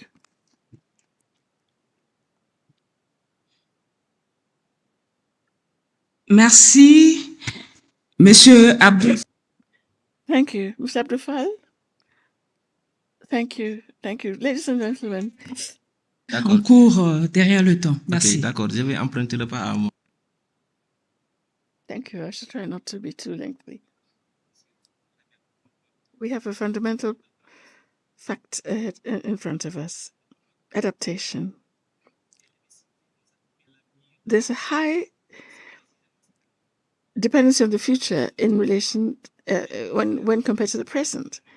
And this sheds light on the problem we're facing here today. The cost of capital in Africa makes states pay much more to finance the present than it should for the future. This is a measurable economic fact, and we can do something about it. Sub-Saharan Africa borrows at 3 to 4 times more rates than comparative economies elsewhere. And this is because of structural dysfunctioning in the African systems. Poor calibration. My country, Senegal, gives us a very recent example. 12 months ago, Moody's devalued the rating by 4 points for Senegal. Literature on economic transformation and links with climate change and intergenerational advancement depend on these rankings and on the way international finance rates our economies. We're not asking for indulgence. No, ladies and gentlemen, we call for rigorous analysis. We ask that Africa uses levers to bring about its own financial transformation. So I have a question for the Deputy Executive Secretary. How can Africa demonstrate its financial sovereignty by affecting global markets? How does the ECA intend to put in place independent financial mechanisms for assessing sovereign risk in Africa? Thank you. Alors, sur la dernière question, l'action, le plaidoyer. Thank you very much. The last point is action, advocacy, and international cooperation in Africa. Mr. Evans? Okay, thank you very much. So I'm going to speak about Africa's agency, advocacy, and role in international cooperation. Africa must not enter in international cooperation as a petitioner, but as a partner, an agenda setter, and a rule shaper. Yet the current system still works against the continent. Africa faces a financing gap of about $1 trillion each year to meet the SDGs and the climate needs. It pays a high cost of capital, carries rising debt pressures, and remains underrepresented where key global financial decisions are made. Too often, Africa pays more, receives less, and is heard too late. That is why Africa's agency matters. Agency means moving from being spoken for to helping shape the rules, and from fragmented voices to common African positions on debt, climate finance, credit ratings, and representation. It also means strong advocacy.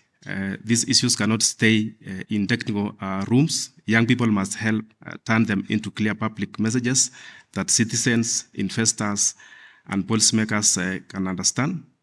And international cooperation must be based on partnership, not dependency. Africa should deepen South-South alliances and work with reform-minded partners to secure fairer debt solutions, affordable long-term finance, and climate finance at scale. The future of global finance should not be written for Africa. Africa must help write the rules. And the question to DES, Madam DES, what one practical step can Africa governments and youth take now to turn common positions into bargaining power? Thank you.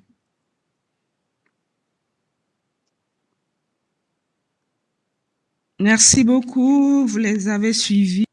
Thank you very much. So you've gone through very important points, and I think we've all taken good note of these critical points. Thank you to the speakers. Now, the time constraints are such that we're going to now move to the next set of speakers. Maybe questions will come afterwards, if you don't mind. Il y a le public. I think the participants in the hall have prepared questions and would like to ask them. Let me ask the next set of panelists to come up, please.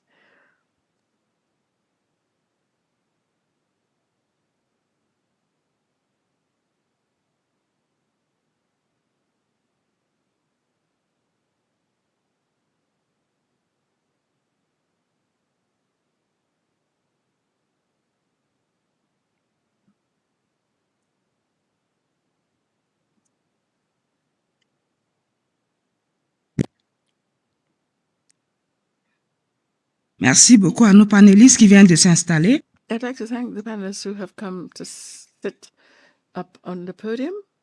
Together, we're going to discuss illicit financial flows. Madame Estelle Désiré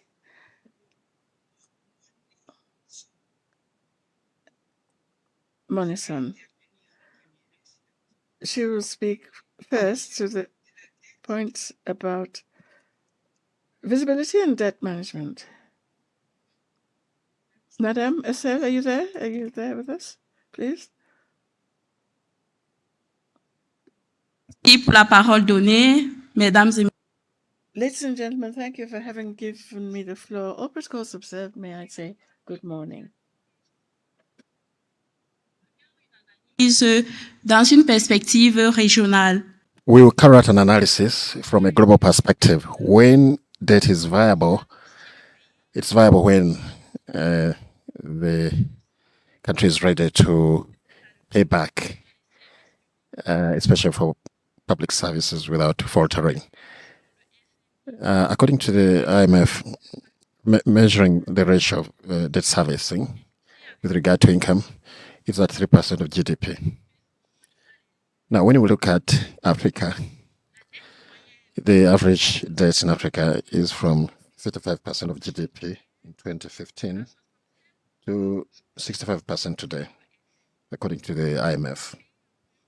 The countries borrow less from the World Bank and more from the market, between 8 and 10% through bonds. So what's happening at the global level? There's need to strengthen budgetary reconciliation and develop markets, financial markets at the regional level through regional so that we can borrow locally. And thirdly, we should set up mechanisms of faster restructuring compared to the current situation. So, by way of conclusion, the viability of debt is not judged on a country-by-country basis, but it's based on regional tools. So, the question that I would like to pose to the DES: how do we ensure that development policies take on board the interests of the global trend today? Thank you. Merci, Madame. Many thanks, Madame Esther. So let's now move to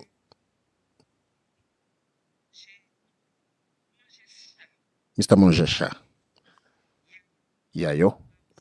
He's going to speak on visibility and debt management, autonomy, advocacy, and international cooperation in Africa.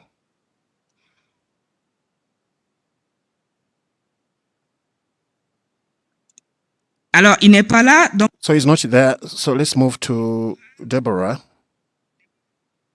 Deborah Umba is going to speak on the same theme. Merci.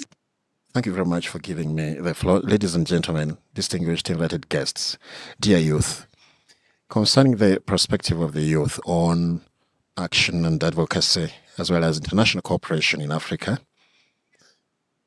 we need to note that in an increasingly fragmented world where we have a new financial architecture, a new global financial architecture, and when we look at the challenges that African countries face, notably the high cost of capital, the smaller space, the budgetary space for most of them, and many other challenges, Africa must, first of all, build its action capacity through the fast tracking of the implementation of reforms, because it's not just about designing new reforms.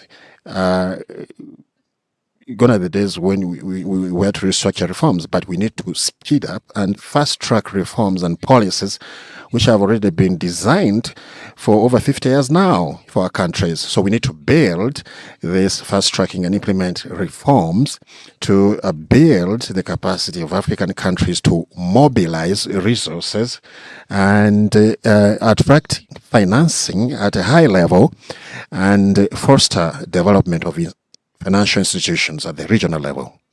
Secondly, Africa must build its advocacy around the issue of the role and the place that these financial institutions and regional institutions must have in the new global financial architecture. And finally, Africa must build its intra-regional cooperation between countries before talking about occupying an influential position in the decision-making spheres of the world without strengthened cooperation between African countries by adopting a common position, by speaking the same voice. It would be difficult for countries to say that they would influence and contribute their voice in the global decision-making spheres.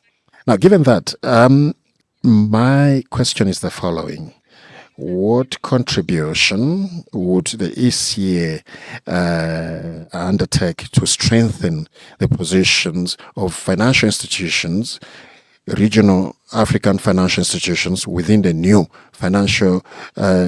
global financial architecture? In the same perspective, how would the ECA would use the youth or involve the youth in achieving that mission, because the youth represent over 60% of the African population? Thank you. Alors, merci beaucoup. Thank you very much, the different speakers that have taken the floor. Now, before giving the floor to Madame Agathe Gani, I hope I've pronounced your name well.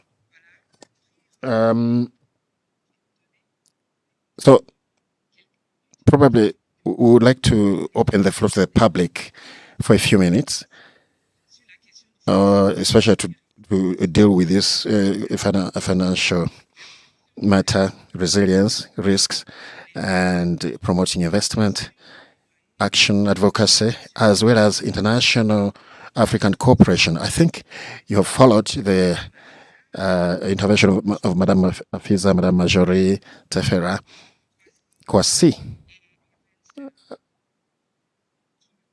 and Kerry. I hope I pronounce your name well. So they have spoken on that theme. We will start with them. We will give the floor to the public. We have 10 minutes for this session of taking the floor by the public. We shall take 3 minutes before giving back the floor to the Madame Agathe. Yes. Derrière?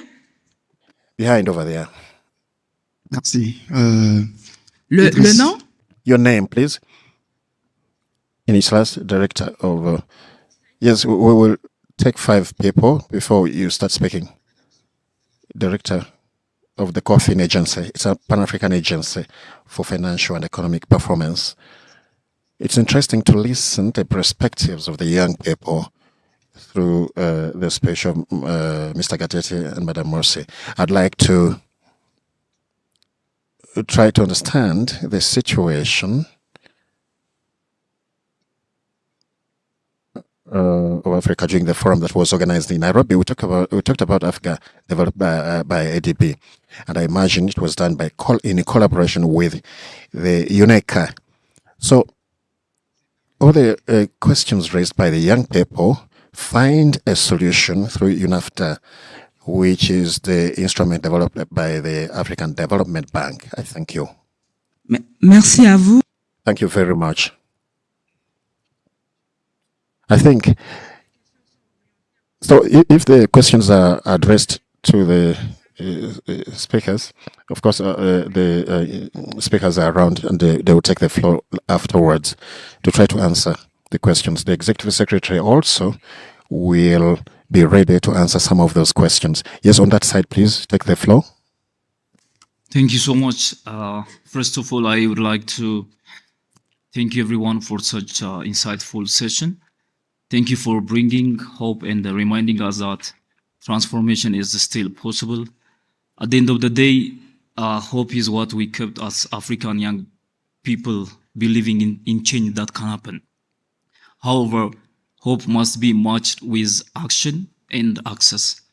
For a decade, Global Financial Institute have spoken a lot of reformation, yet many African countries continue to face unsustainable debt burden, high borrowing costs, and limited access to development finance. As a young African, we are repeatedly told that we are the future of the continent. My question is, what is the fate of African youth if the country continue to inherit growing debate while having a little access to affordable capital investment, and economic opportunity. If development finance is intended to improve lives, why do so many African young entrepreneurs, innovators, and community leaders struggle to access it directly?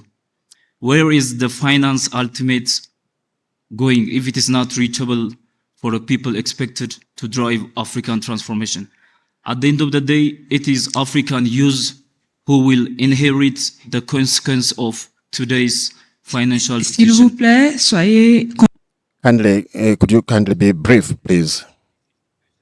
Are we building the continent for opportunity, or are we simply passing a debate from one generation to next while denying young people access to resources needed to create opportunity? Thank you so much. Merci. Thank you. In the middle. Oui, 1 minute, s'il vous plaît. You have a minute, please. Everyone. Good morning, everyone. I'm happy for the insightful opening session and also the first sections of the panel. My name is Melaku. I'm a founder and executive director for the Model Africa Union Ethiopia. But my question is directed to the presenters and also the ECA team as well. So it's very simple. What is the role of the African youth in advancing the African common position on climate change and also negotiations? Thank you. Merci. I thank you. The last one there. Well, thank you. I think our panelists have listened to the questions. Given the time constraint, they will start responding. So those that have answers can raise their hands to be able to react to the questions. Otherwise, the executive secretary is around. He can also chip in.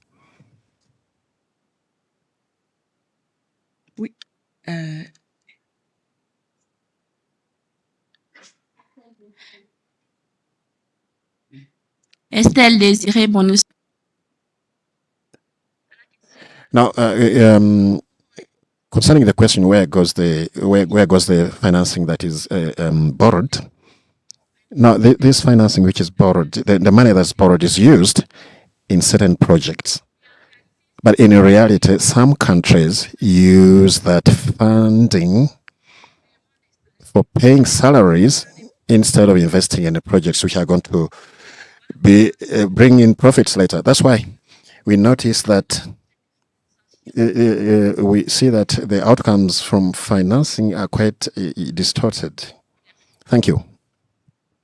Merci pour la Thank you for the answer. Let me give the floor to Madame Agani. I hope I have pronounced your name well. Can you now take over?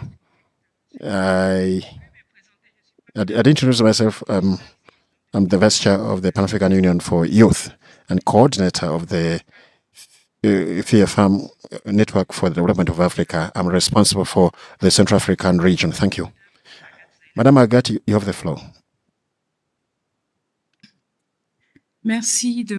Thank you for giving me the floor. So I'd like to speak on the theme of the illicit financial flows. Now, the illicit financial flows are about $80 million that goes out of Africa, according to the ECA data. $80 million. This is the amount that we receive almost every year for development. So this is not just statistics. This is reflected in schools which are not built, health centers which are not built, and infrastructure that doesn't reach its completion, and employment which is dodgy as far as youth are concerned. We have abundant natural resources on the continent, but the paradox is that while the continent wants to mobilize more resources to finance its development, a share of that goes into illicit financial flows. In 2026, we had a dialogue, and we want to reflect on a fundamental matter. How do we move from How do we make sure that we walk the talk so that we can use the leverage of this financing to ensure sustainable development?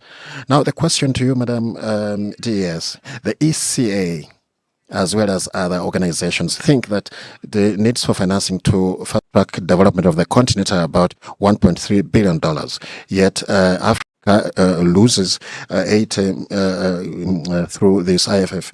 Now, within the framework of the global financial agenda, don't you think that the main issue here, or matter question, is to mobilize financial resources?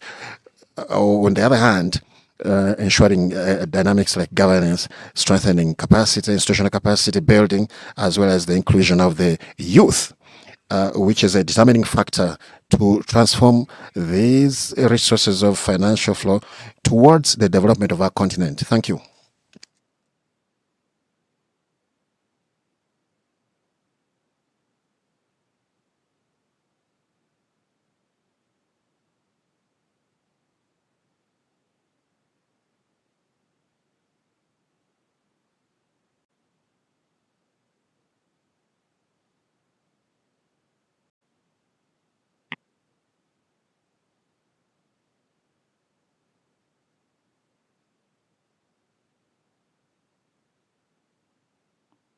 Okay. Merci. Thank you very much. Without further ado, let me give the floor to the Executive Secretary so that he can give us some feedback with regard to the questions raised. Thank you very much. I think because it was moderated by the Deputy Secretary, Executive Secretary, I think you can go first, dear Senate, and then I come back later. Thank you. Thank you. I'd like to just start by saying that I'm really thrilled and really energized by the the level of engagement, insightful remarks and questions, and I think in the future we'll need to perhaps make more room for these discussions. Many questions have been asked. Let me start by how do I see the role of the youth in this agenda? Because it's really about, we talked about why it matters. We talked about why you should care. And we need to talk about what does it mean for you? What is your role going forward? I see that as, carrying and amplifying Africa's voice beyond just, the official policymakers, ministries. You're, the heart of the continent. The present and the future. So your engagement, awareness, and advocacy for this agenda will determine what happens next. So you need to be engaged at a national level, at a regional level, and at a global level on this. It's not just, the job of the governments, it's not the jobs of international institutions, it's your future. You need to own it, you need to advance it, and you need to support progress toward it. And that comes through, all the, voices, also your role in linking with the communities, African communities and African public, to understand the importance of this agenda, to make it really beyond kind of like, the ivory tower discussions. It's the discussions of your future, so it needs to be discussed at public forums, understood, and then advocated in different forums, also connecting with youth in other regions that, influence these decisions, be it, with youth outside the continent, and understanding and explaining how this affects and what is required is key, because at the end, we need, accountability on this agenda globally, accountability at a national level, at a regional level, but also globally. So your voice is critical. We would like you to be not just, observers, but we'd like you to be part of the force advancing this. So having said that, there are a number of questions that have been asked. Let me just maybe put them in few buckets. One of them is the issue of the role of the continent and how it has been changing. I believe we have made significant progress from moving to be just observers, rule taker, to actually coming to be part of the rule making. And this is really illustrated actually by the fact that the African Union now have a seat in the G20. So before we used to just be a rule taker. Now we have a voice at the table to actually shape what comes out. We need to utilize this. We need to engage and to support, as all of us are, and ECA is a strategic partner of the African Union in their participation for the G20. We need to stand behind that to advance and push for the type of reforms that Africa needs. We have also other progress that have been made that is quite substantial. We have things that is now institutionalized. So for example, in the G20 processes, now under the leadership of South Africa, under their G20 presidency, there was institutionalizing of the G20 Africa engagement framework, which means that there is a way by which this will remain on the agenda to monitor commitments that are made and progress also that is made by the continent. So it's a way to keep accountability of both sides that did not exist before. And it's very important because with all what many of you have mentioned, the global changes, the fragmentation, a lot of things are changing. So having something that provides some stability and a mechanism that is institutionalized give us continuity, which is very important. And it's important to highlight that this was really done under the leadership of an African country, South Africa, heading G20 presidency. Same thing we've seen the African leadership, for example, with the UN International Tax Cooperation. It was thanks to the African negotiators that led this process, and now that is working. So Africa has really, I see Africa as taking the lead rather than being a bystander. And that's what we would like you at your level to do the same, similar to what has been done institutionally by, within these frameworks, to take the lead, for this agenda to advance globally as well and continentally. There was also issues that were raised on issues of risk premium and what it means. Of course, there is a lot of work that has been done that shows that Africa bears an unfair risk premium relative to countries that have, similar fundamentals. It's a perception issue, which means that there are, two elements. One is by the rating agencies and how consistent the rating are, but also by us, meaning that we need to make sure that the data is available so that we are judged based objectively and not, by subjective assessments. So that part means accountability, means data being released, which as part of the, the African public, you have a role in calling for accountability for these data to be better released so that assessment can be challenged.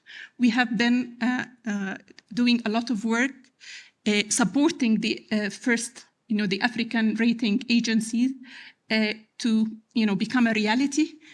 This is a positive step, but we have to also, manage expectations that this helps in having a baseline, but this is not a silver bullet point. We need to still work with existing and other rating agencies to make sure that it's done better, that we have, data, reliable data that we can use to challenge assessments, and that we also are communicating better about, the stories, the reforms, the progress that African countries are making. I think there was also questions regarding climate and resilience. ECA has been doing also a lot of work on that area, being through studies, trying to change narratives, but evidence shows that actually investing in resilience can save $1 invested in resilience can save $10 to $14 in future losses. So we need to think of resilience as an investment. We need to also, make sure that the quantity and the quality of climate finance that's flowing is appropriate. It needs to be more toward adaptation, because this is what our country is going through. And what we have seen is that most of the finance does not go to that. So we need to reform that. We need to reform also the cost of that financing, because, the continent contributes very little, less than 4% of global emissions, yet it bears the brunt of the damages. So these are some of the things that we have to pursue. And ECA, for example, has been supporting, and particularly for Uganda, to change the narrative of investment in resilience, to showcase how investment in resilience can change future reduce risk, but also increase growth potential. So we have been working on a number of areas, including that. We've been supporting African negotiators.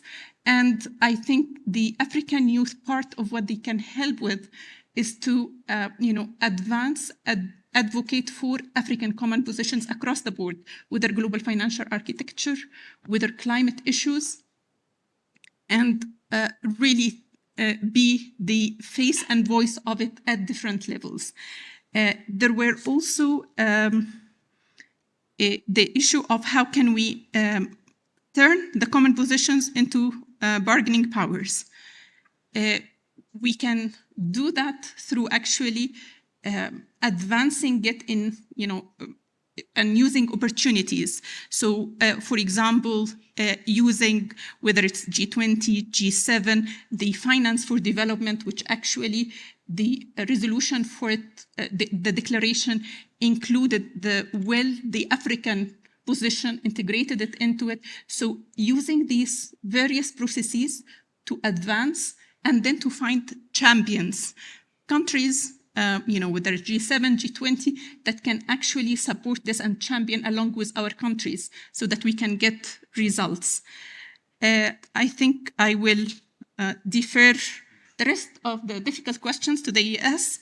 Thank you very much for your engagement and engagement and enthusiasm, and we look forward to continuing the conversation. Yes. Merci, merci, merci beaucoup, mesdames et messieurs. Nous arrivons au terme. Thank you very much. We have come to the end of this specific session. Yeah. Yeah, thank you very much, really. Really, when I heard the discussions here, I remembered when I was the Minister of Finance, and we were always talking among ourselves as ministers and other high-level people. But one day we started testing what we are doing in terms of budget with the civil society. And we had a session for the youth. Oh my God. After that session, we realized we were doing things wrong, because there is information that was out there that the young people have that we didn't have. And yet we are the one determining their future. And I think from what they are discussing here, it really gives us an impression that we need to empower the youth. Because at the end of the day, when we travel, we go and meet governments. That means ministers, senior officials. From there, we go and meet in our conference rooms. They are the same people that we are talking to. But without the youth, whose future is at stake, if we don't empower you, it's not just involving you. Involving you is not enough, but also we need to empower you.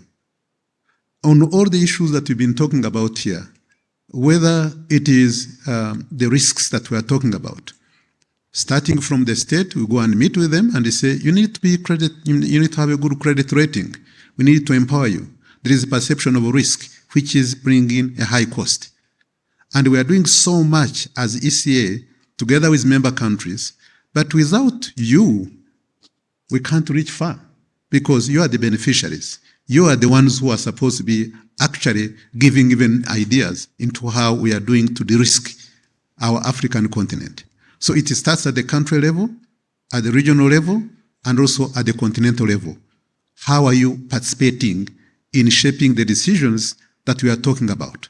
When we sit in New York or in Washington, are you part of it? Because, just to give you an example, when after the COVID, when the IMF triggered the resources that are supposed to support the world of 650 billion, Africa as a whole continent, they only got 34. They did not make a mistake. It's because our shareholding is just equivalent to one country, Germany. And if you want to change that element of the shareholding alone, your voice becomes very important.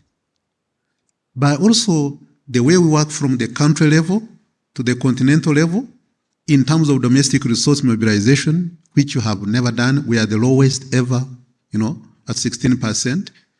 And we need to go way up. But because we are looking for money from outside, we are not doing much at home. You have a big influence. In terms of climate, you are the one who has a big influence, but you need our support to tell you what are the financial products that can help the young people. If you are talking about blue bonds, green bonds, sustainability-linked bonds, are you aware of that? How do they work? How do you access them? How does it help which area? And there are many other areas. I don't want to take much of your time, but what I think now from the questions they have asked, you have to participate in all areas. Our job is to empower you.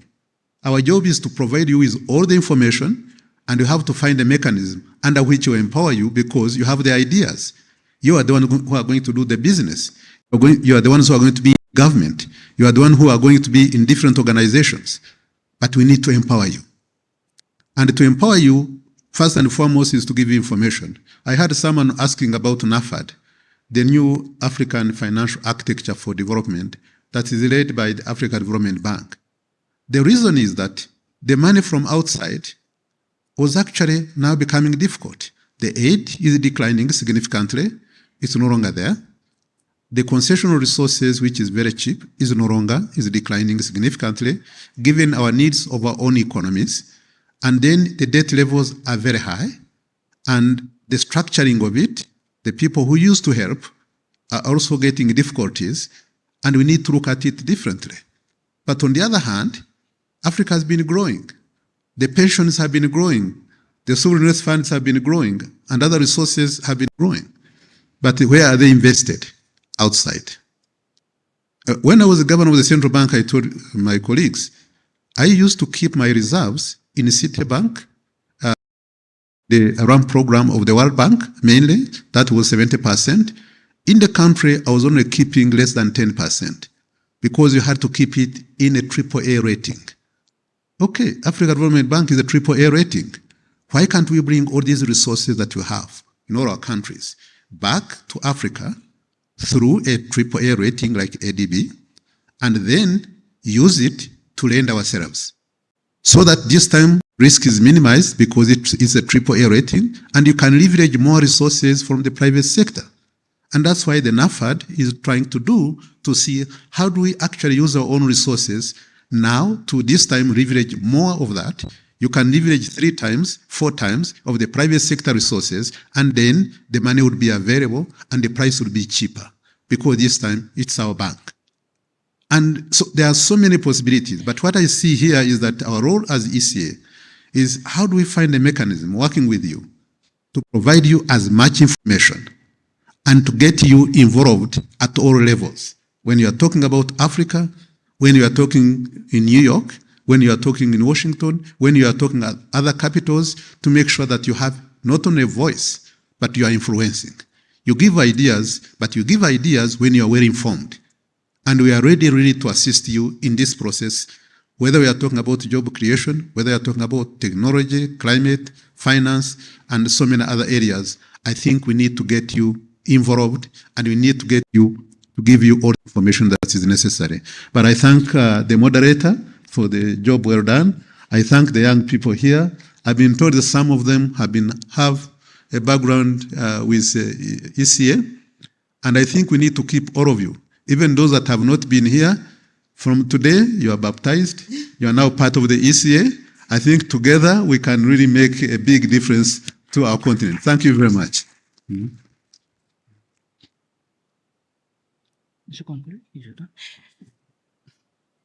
Merci, mesdames et messieurs. Thank you, ladies and gentlemen. Thank you, Deputy Executive Secretary, dear participants. This brings us to the end of this extremely enriching session. There are several key messages. First of all, we need to have architecture for a more transparent, equitable debt system that is adapted to African realities. Secondly, we must reduce the cost of capital. Thirdly, there's stimulus for economic transformation on our continent, and we have to have climate financing that improves on resilience. We have to combat illicit financial flows, which prevents Africa from getting the resources that are essential for Africa's development. Finally, there's a central role that youth play as actors of development, making proposals for global reform. The various contributions that we have heard today show that African youth do not just wish to be consulted, they want to actively contribute to defining solutions. Thank you. And I would also like to warmly thank all the speakers, everybody who has participated, and all our partners present here. Thank you. ECA, thank you, everybody.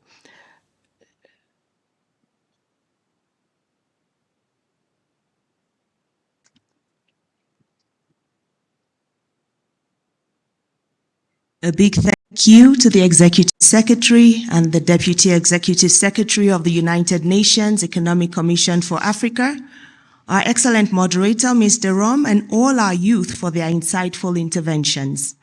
There's much more to be said, and I encourage you to please reach out and engage with the leadership and newly baptized ECA staff during the breaks. Please give them another round of applause.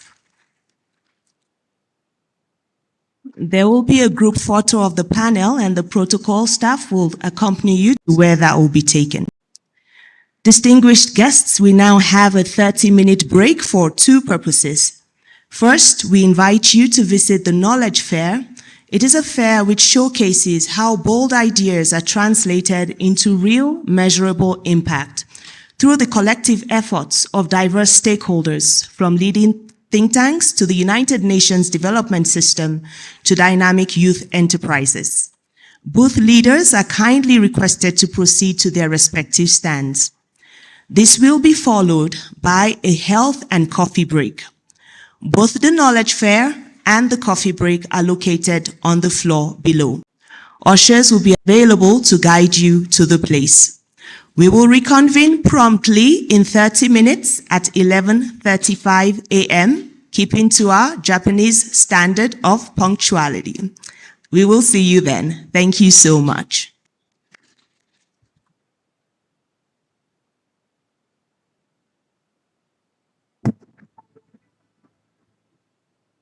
Africa has no shortage of research, no shortage of policies, no shortage of promises. Too often, impact stays out of reach, and this is the implementation gap, where evidence is delayed and ideas fade before they are actioned and scaled up. It's time to build a bridge from policy to practice, from dialogue to delivery. Introducing the Africa Development Impact Forum 2026. Not just another forum, a fundamental break from business as usual.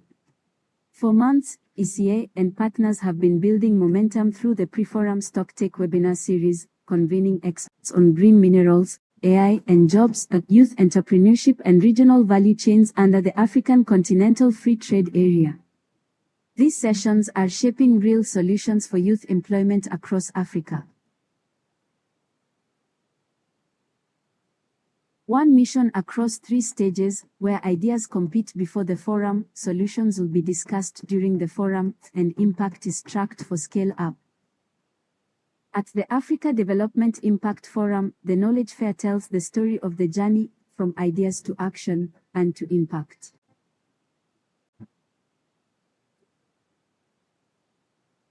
Africa needs 15 million jobs every year, not pilots, not papers, proven and scalable solutions. During the Africa Development Impact Forum 2026, policymakers, the private sector, youth, and researchers gather to discuss durable solutions. We invite you all to the Knowledge Fair exhibition area, where you will immerse yourself into a journey of success stories and scalable initiatives that are building a new Africa, the bridge to a brighter future.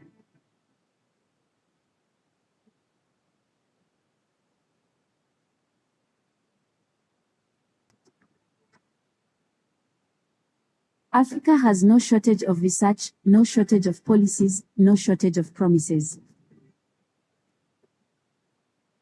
But too often, impact stays out of reach, and this is the implementation gap, where evidence is delayed and ideas fade before they are actioned and scaled up. It's time to build a bridge from policy to practice, from dialogue to delivery. Introducing the Africa Development Impact Forum 2026. Not just another forum, a fundamental break from business as usual. For months, ECA and partners have been building momentum through the pre-forum Stocktake webinar series, convening experts on green minerals, AI and jobs, youth entrepreneurship and regional value chains under the African Continental Free Trade Area. These sessions are shaping real solutions for youth employment across Africa. One mission across 3 stages, where ideas compete before the forum, solutions will be discussed during the forum, and impact is tracked for scale-up. At the Africa Development Impact Forum, the Knowledge Fair tells the story of the journey from ideas to action and to impact.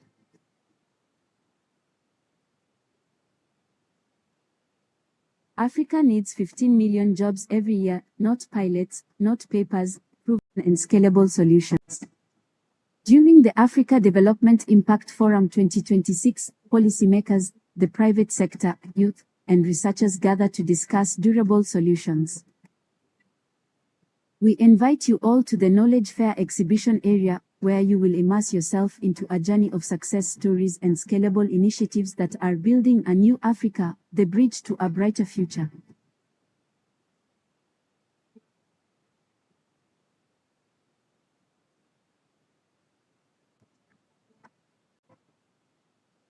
Africa has no shortage of research, no shortage of policies, no shortage of promises.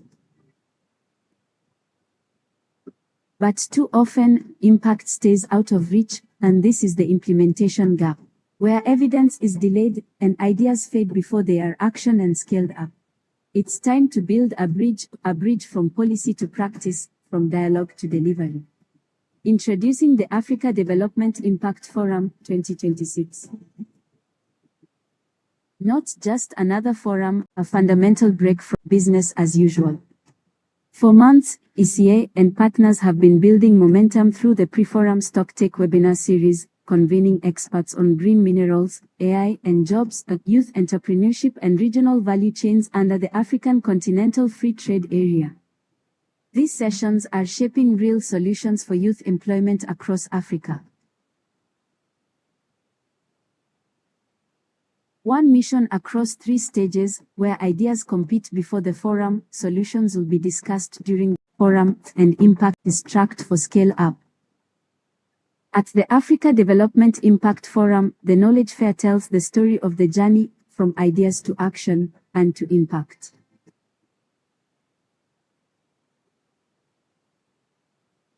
Africa needs 15 million jobs every year, not pilots, not papers, proven and scalable solutions.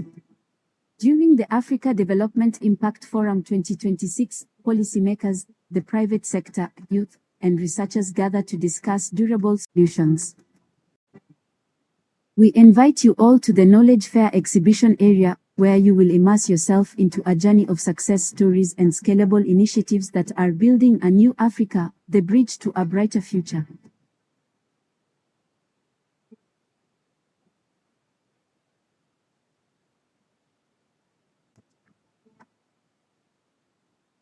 Africa has no shortage of research, no shortage of policies, no shortage of promises. But too often, impact is out of reach, and this is the implementation gap, where evidence is delayed and ideas fade before they are actioned and scaled up. It's time to build a bridge from policy to practice, from dialogue to delivery. Introducing the Africa Development Impact Forum 2026. Not just another forum, a fundamental break from business as usual.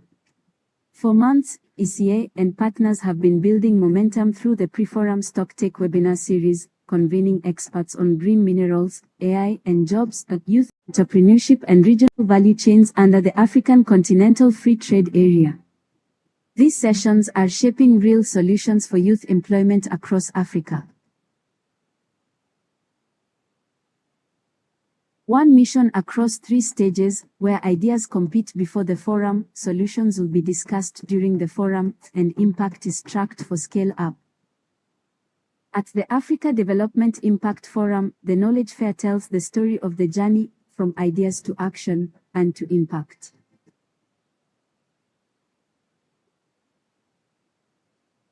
Africa needs 15 million jobs every year, not pilots, not papers, proven and scalable solutions. During the Africa Development Impact Forum 2026, policymakers, the private sector, youth, and researchers gather to discuss durable solutions. We invite you all to the Knowledge Fair exhibition area, where you will immerse yourself into a journey of success stories and scalable initiatives that are building a new Africa, the bridge to a brighter future.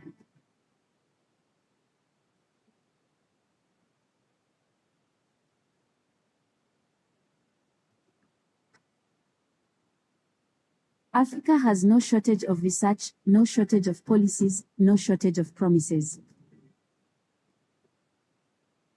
But too often, impact stays out of reach, and this is the implementation gap, where evidence is delayed and ideas fade before they are actioned and scaled up. It's time to build a bridge from policy to practice, from dialogue to delivery. Introducing the Africa Development Impact Forum 2026. Not just another forum, a fundamental break from business as usual. For months, ECA and partners have been building momentum through the pre-forum StockTech webinar series, convening experts on green minerals, AI and jobs, youth entrepreneurship and regional value chains under the African Continental Free Trade Area. These sessions are shaping real solutions for youth employment across Africa. One mission across 3 stages, where ideas compete before the forum, solutions will be discussed during the forum, and impact is tracked for scale-up. At the Africa Development Impact Forum, the Knowledge Fair tells the story of the journey, from ideas to action, and to impact.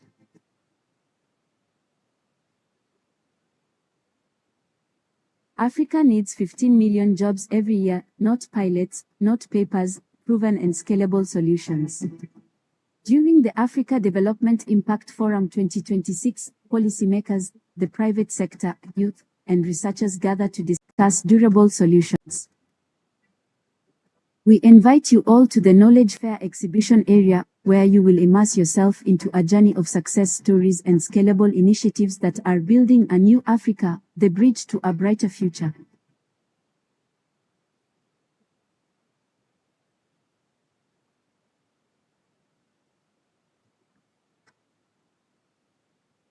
Africa has no shortage of research, no shortage of policies, no shortage of promises. But too often, impact stays out of reach, and this is the implementation gap, where evidence is delayed and ideas fade before they are actioned and scaled up. It's time to build a bridge from policy to practice, from dialogue to delivery. Introducing the Africa Development Impact Forum 2026. Not just another forum, a fundamental break from business as usual. For months, ECA and partners have been building momentum through the Pre-Forum Stocktake webinar series, convening experts on green minerals, AI and jobs, youth entrepreneurship and regional value chains under the African Continental Free Trade Area. These sessions are shaping real solutions for youth employment across Africa. One mission across 3 stages, where ideas compete before the forum, solutions will be discussed during the forum, and impact is tracked for scale-up. At the Africa Development Impact Forum, the Knowledge Fair tells the story of the journey, from ideas to action, and to impact.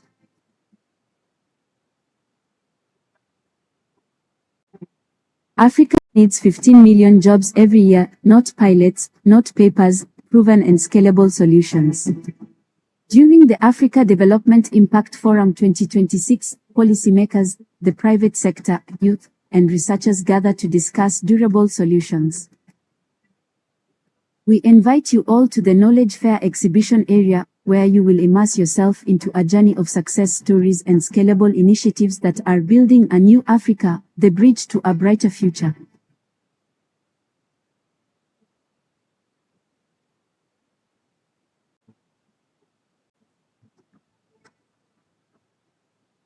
Africa has no shortage of research, no shortage of policies, no shortage of promises.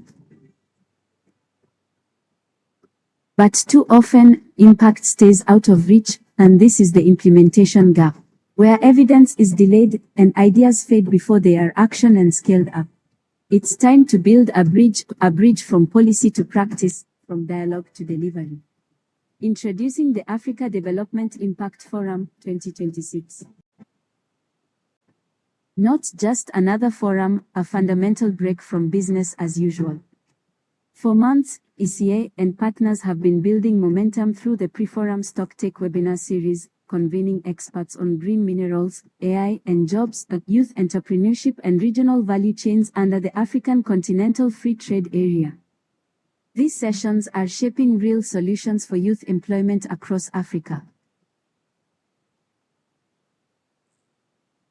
One mission across 3 stages, where ideas compete before the forum, solutions will be discussed during the forum, and impact is tracked for scale-up. At the Africa Development Impact Forum, the Knowledge Fair tells the story of the journey, from ideas to action, and to impact.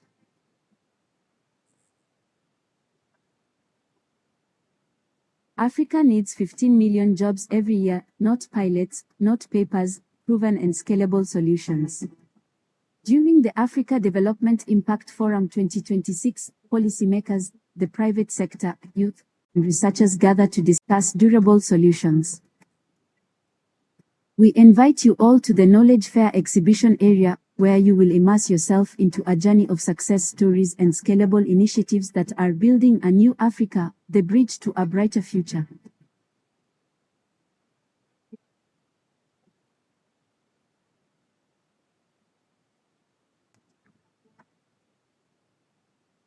Africa has no shortage of research, no shortage of policies, no shortage of promises. But too often, impact stays out of reach, and this is the implementation gap, where evidence is delayed and ideas fade before they are actioned and scaled up. It's time to build a bridge from policy to practice, from dialogue to delivery. Introducing the Africa Development Impact Forum 2026. Not just another forum, a fundamental break from business as usual. For months, ECA and partners have been building momentum through the Pre-Forum Stocktake webinar series, convening experts on green minerals, AI and jobs, youth entrepreneurship and regional value chains under the African Continental Free Trade Area.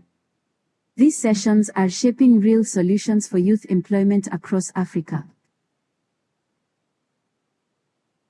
Solutions will be discussed during the forum, and impact is tracked for scale-up. At the Africa Development Impact Forum, the Knowledge Fair tells the story of the journey, from ideas to action, and to impact.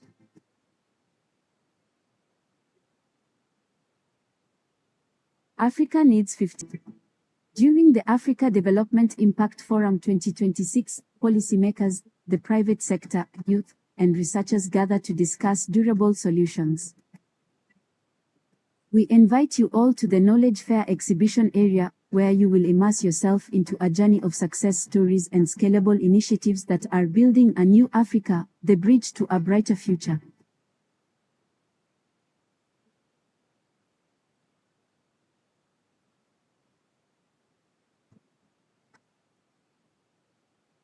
Africa has no shortage of research, no shortage of policies, no shortage of promises.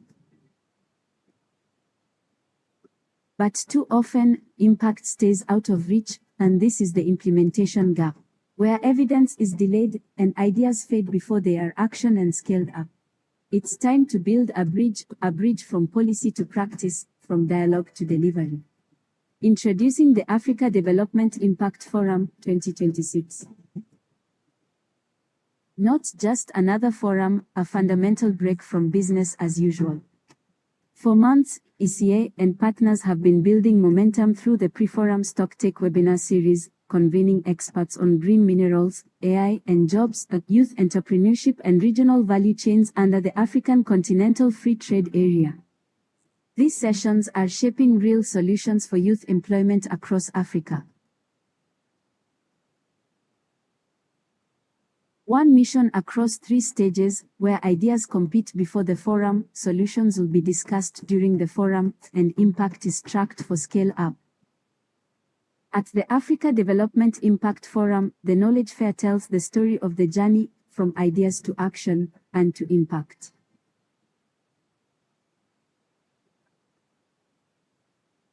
Africa needs 15. During the Africa Development Impact Forum 2026, policymakers, the private sector, youth, and researchers gather to discuss durable solutions. We invite you all to the Knowledge Fair exhibition area, where you will immerse yourself into a journey of success stories and scalable initiatives that are building a new Africa, the bridge to a brighter future. Africa has no shortage of research, no shortage of policies, no shortage of promises. But too often, impact stays out of reach, and this is the implementation gap, where evidence is delayed and ideas fade before they are actioned and scaled up. It's time to build a bridge from policy to practice, from dialogue to delivery. Introducing the Africa Development Impact Forum 2026. Not just another forum, a fundamental break from business as usual. For months, ECA and partners have been building momentum through the pre-forum Stocktake webinar series, convening experts on green minerals, AI and jobs, youth entrepreneurship and regional value chains under the African Continental Free Trade Area. These sessions are shaping real solutions for youth employment across Africa. One mission across 3 stages, where ideas compete before the forum, solutions will be discussed during the forum, and impact is tracked for scale-up. At the Africa Development Impact Forum, the Knowledge Fair tells the story of the journey, from ideas to action, and to impact.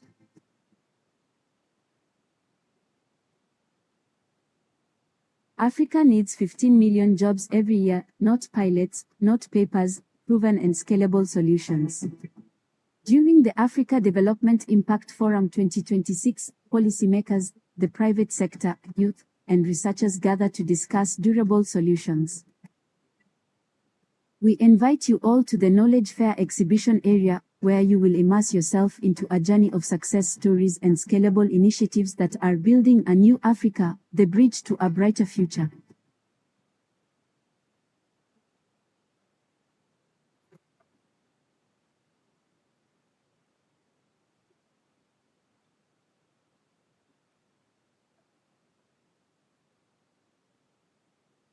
Whether you're on the panel, whether you're in the audience, you're asking a question, it's important to make yourself seen and heard as young people. Things like this cannot happen without your presence. I'm a youth who is hungry to change Africa. So there's been a great mention throughout the whole conference of young people being a growing population and how they're going to be so many. And it's kind of giving undertones of them being a burden, right? And also, a lot of times when they're mentioned, they are beneficiaries. We are not just beneficiaries. We are active partners who are involved in the iterative process, step by step.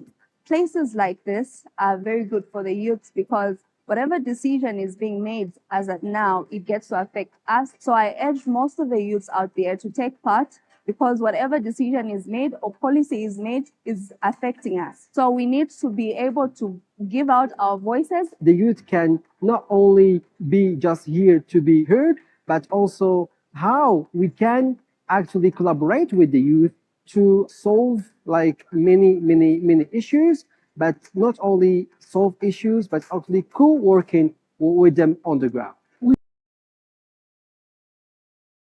As you can and as strong as you can. But the problem is you're running in the wrong direction because right at the start point, it's a relay. You did not ask your teammate who's at the start point where they're going to stop and where you're going to pass them the baton. And you know who this teammate is? It's the young person. This is a relay. We are in this together. With the rate of growth and the intellectual capacity of the youth, they might be seeing something that the elders are not saying. Youth are very energetic and they're full of potential. If they lead some of the initiatives with their energy, I'm sure there will be some positive changes.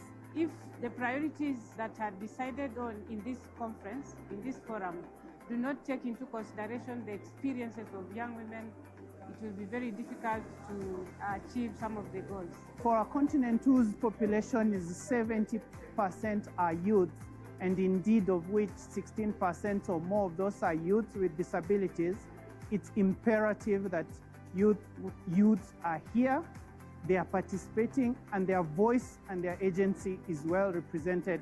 Youth need to be consulted in decision making. We need action. We don't want things that to be said. We need action because what Africa wants is action. We need to trust the youth today. We need actually to give them the space. We need to see the change. We need to see what actually have been discussed here implemented. You cannot influence what you don't understand. Incredible work is being done throughout the continent. Let's do this together.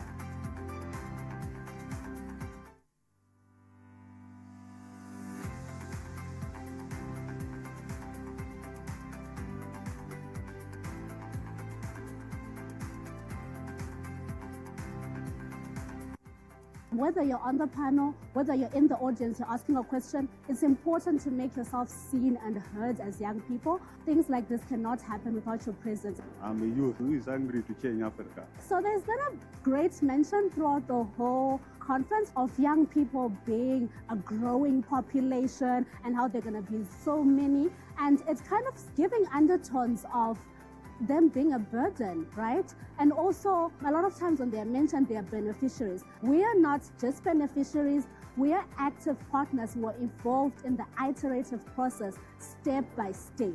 Places like this are very good for the youths because whatever decision is being made as of now, it gets to affect us. So I urge most of the youths out there to take part because whatever decision is made or policy is made is affecting us. So we need to be able to give out our voices. The youth can not only be just here to be heard, but also how we can actually collaborate with the youth to solve like many issues, but not only solve issues, but actually co-working with them on the ground. You are running a race. And you're running as fast as you can and as strong as you can. But the problem is you're running in the wrong direction because right at the start point, it's a relay. You did not ask your teammate who's at the start point where they're going to stop and where you're going to pass them the baton. And you know who this teammate is? It's the young person. This is a relay. We are in this together. With the rate of growth and the intellectual capacity of the youth, they might be seeing something that the elders are not saying. Youth are very energetic, and they're full of potential. If they lead some of the initiatives with their energy, I'm sure there will be some positive changes. If the priorities that are decided on in this conference, in this forum, do not take into consideration the experiences of young women, it will be very difficult to achieve some of the goals. For a continent whose population is 70% are youth, and indeed of which 16% or more of those are youth with disabilities, it's imperative that youths are here, they are participating, and their voice and their agency is well represented. Youth need to be consulted in decision making. We need action.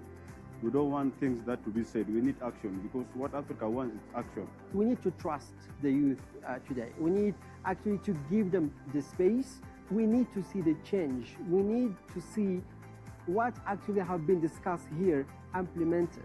You cannot influence what you don't understand. Incredible work is being done throughout the continent. Let's do this together.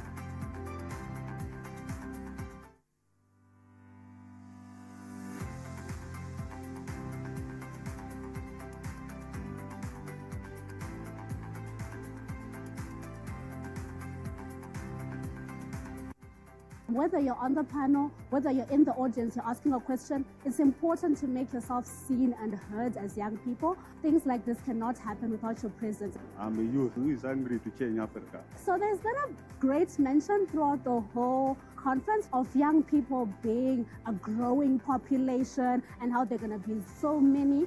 And it's kind of giving undertones of them being a burden, right? And also, a lot of times when they are mentioned, they are beneficiaries. We are not just beneficiaries, we are active partners who are involved in the iterative process, step by step.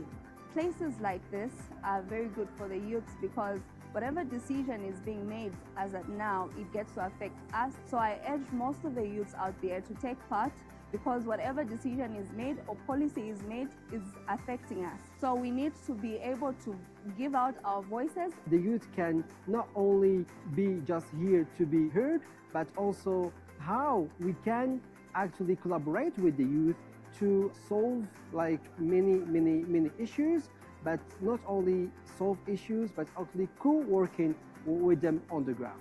You are running a race, and you're running as fast as you can and as strong as you can.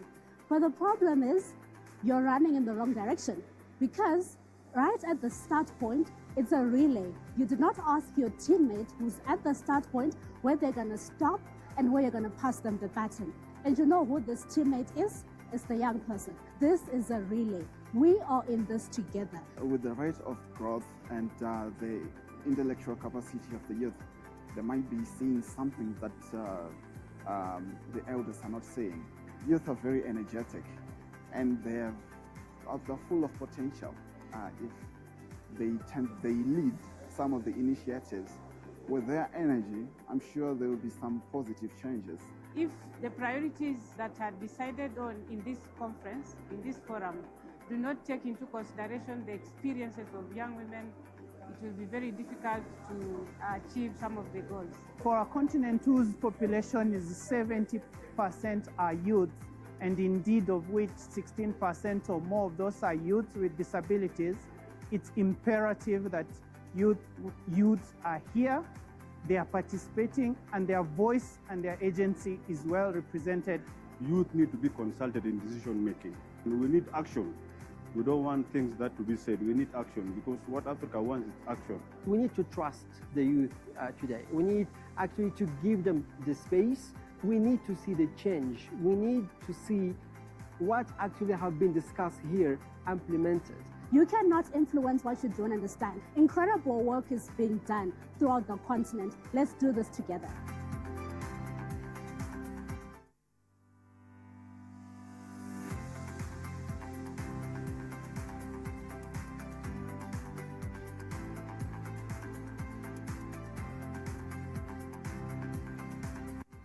Whether you're on the panel, whether you're in the audience, you're asking a question, it's important to make yourself seen and heard as young people. Things like this cannot happen without your presence. I'm a youth who is hungry to change Africa. So there's been a great mention throughout the whole conference of young people being a growing population and how they're going to be so many. And it's kind of giving undertones of them being a burden, right? And also, a lot of times when they're mentioned, they are beneficiaries. We are not just beneficiaries, we are active partners who are involved in the iterative process, step by step. Places like this are very good for the youths because whatever decision is being made as of now, it gets to affect us. So I urge most of the youths out there to take part because whatever decision is made or policy is made is affecting us. So we need to be able to give out our voices. The youth can not only be just here to be heard, but also how we can actually collaborate with the youth to solve like many issues, but not only solve issues, but actually co-working with them on the ground. You are running a race and you're running as fast as you can and as strong as you can. But the problem is you're running in the wrong direction because right at the start point, it's a relay. You did not ask your teammate who's at the start point where they're gonna stop and where you're gonna pass them the baton. And you know who this teammate is? It's the young person. This is a relay. We are in this together. With the rate of growth and the intellectual capacity of the youth, they might be seeing something that the elders are not seeing. Youth are very energetic and they're full of potential. If they lead some of the initiatives with their energy, I'm sure there will be some positive changes. If the priorities that are decided on in this conference, in this forum, do not take into consideration the experiences of young women, it will be very difficult to achieve some of the goals. For a continent whose population is 70% are youth, and indeed of which 16% or more of those are youth with disabilities, it's imperative that youths are here, they are participating, and their voice and their agency is well represented. Youth need to be consulted in decision making. We need action. We don't want things that to be said. We need action because what Africa wants is action. We need to trust the youth today. We need actually to give them the space. We need to see the change. We need to see what actually have been discussed here implemented.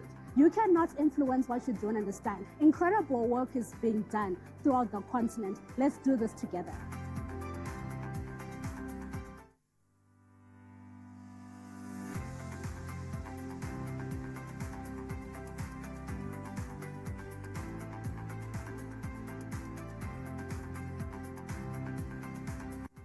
Whether you're on the panel, whether you're in the audience, you're asking a question, it's important to make yourself seen and heard as young people. Things like this cannot happen without your presence. I'm a youth who is hungry to change Africa. So there's been a great mention throughout the whole conference of young people being a growing population and how they're going to be so many. And it's kind of giving undertones of them being a burden, right? And also, a lot of times when they're mentioned, they are beneficiaries. We are not just beneficiaries, we are active partners who are involved in the iterative process, step by step. Places like this are very good for the youths because whatever decision is being made as of now, it gets to affect us. So I urge most of the youths out there to take part because whatever decision is made or policy is made is affecting us. So we need to be able to give out our voices. The youth can not only be just here to be heard, but also how we can actually collaborate with the youth to solve like many issues, but not only solve issues, but actually co-working with them on the ground. You are running a race and you're running as fast as you can and as strong as you can. But the problem is you're running in the wrong direction because right at the start point, it's a relay. You did not ask your teammate who's at the start point where they're gonna stop and where you're gonna pass them the baton. And you know who this teammate is? It's the young person. This is a relay. We are in this together. With the rate of growth and the intellectual capacity of the youth, they might be seeing something that the elders are not saying. Youth are very energetic and they're full of potential. If they lead some of the initiatives with their energy, I'm sure there will be some positive changes. If the priorities that are decided on in this conference, in this forum, do not take into consideration the experiences of young women, it will be very difficult to achieve some of the goals. For a continent whose population is 70% are youth, and indeed of which 16% or more of those are youth with disabilities, it's imperative that youths are here, they are participating, and their voice and their agency is well represented. Youth need to be consulted in decision making. And we need action. We don't want things that to be said. We need action because what Africa wants is action. We need to trust the youth today. We need actually to give them the space. We need to see the change. We need to see what actually have been discussed here implemented. You cannot influence what you don't understand. Incredible work is being done throughout the continent. Let's do this together.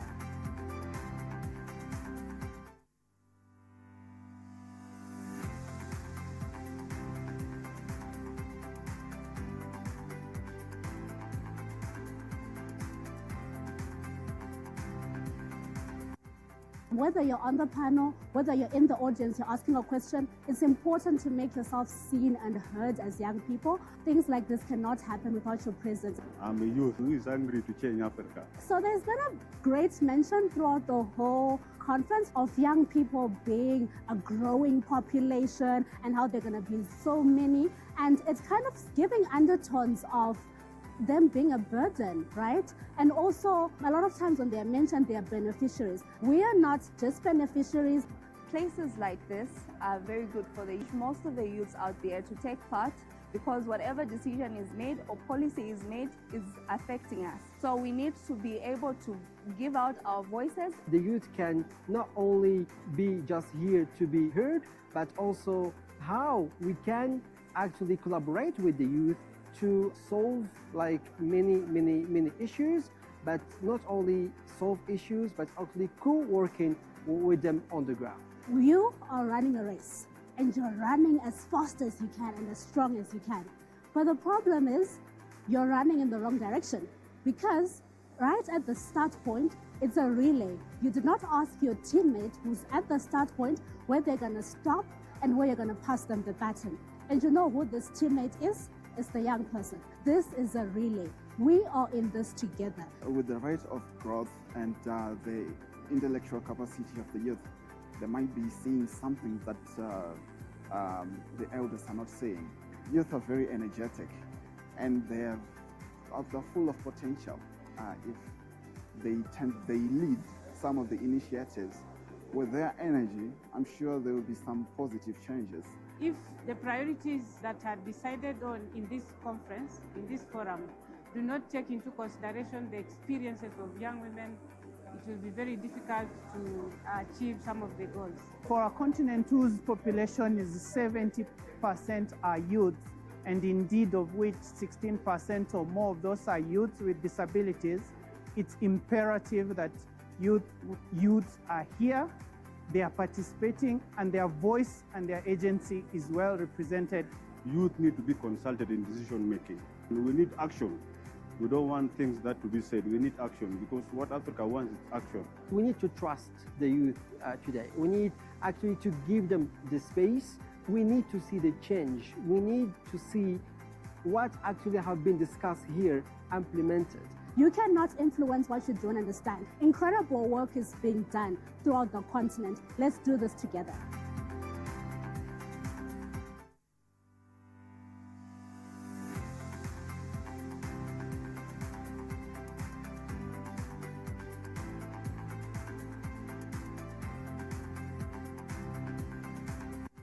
Whether you're on the panel, whether you're in the audience, you're asking a question, it's important to make yourself seen and heard as young.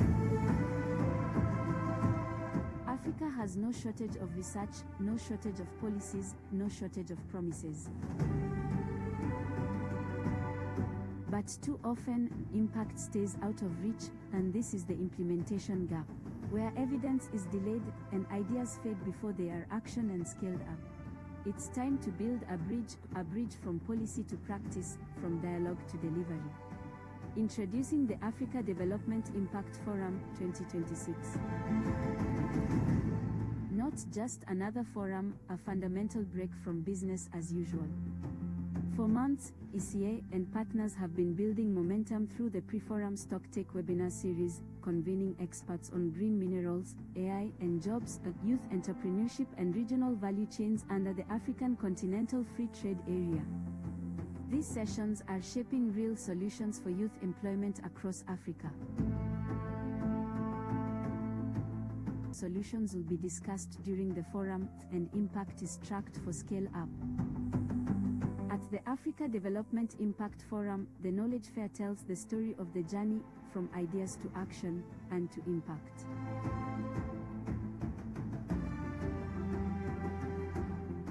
Africa needs 50. During the Africa Development Impact Forum 2026, policymakers, the private sector, youth, and researchers gather to discuss durable solutions. We invite you all to the Knowledge Fair exhibition area, where you will immerse yourself into a journey of success stories and scalable initiatives that are building a new Africa, the bridge to a brighter future.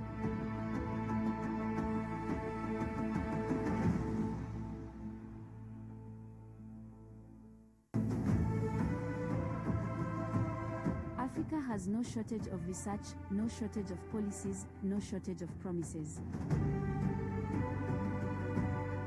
But too often, impact stays out of reach, and this is the implementation gap, where evidence is delayed and ideas fade before they are actioned and scaled up. Introducing the Africa Development Impact Forum 2026. Not just another forum, a fundamental break from business as usual. For months, ECA and partners have been building momentum through the Pre-Forum Stocktake webinar series, convening experts on green minerals, AI and jobs, youth entrepreneurship and regional value chains under the African Continental Free Trade Area. Ladies and gentlemen, may I kindly invite you to take your seats so we can begin the forum. Thank you. Mesdames et messieurs, je vous invite à prendre place afin que nous puissions commencer le forum. Merci beaucoup. If you have a friend, if you have a colleague who is not yet here, please give them a call and ask them to come back in so we can begin. Thank you.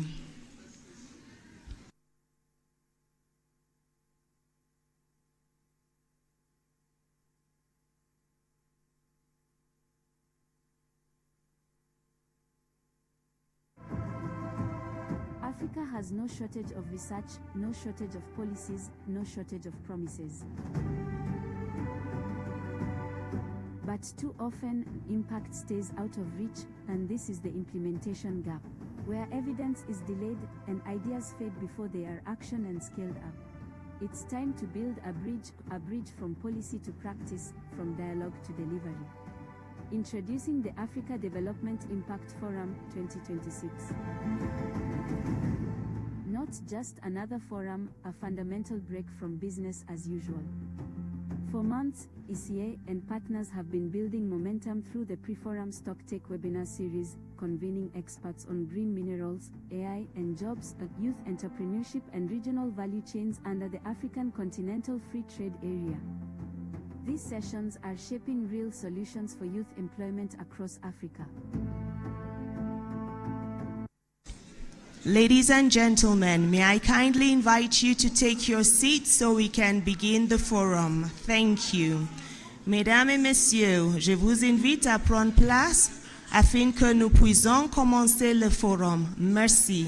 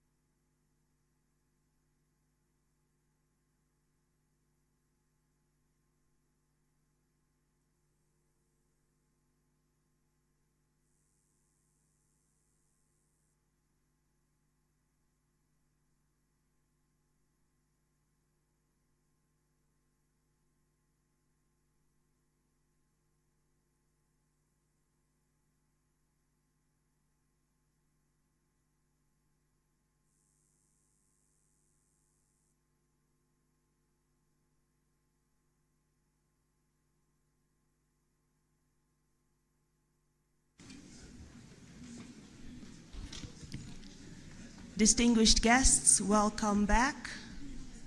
We hope you enjoyed the knowledge fair and had engaging conversations over the coffee break.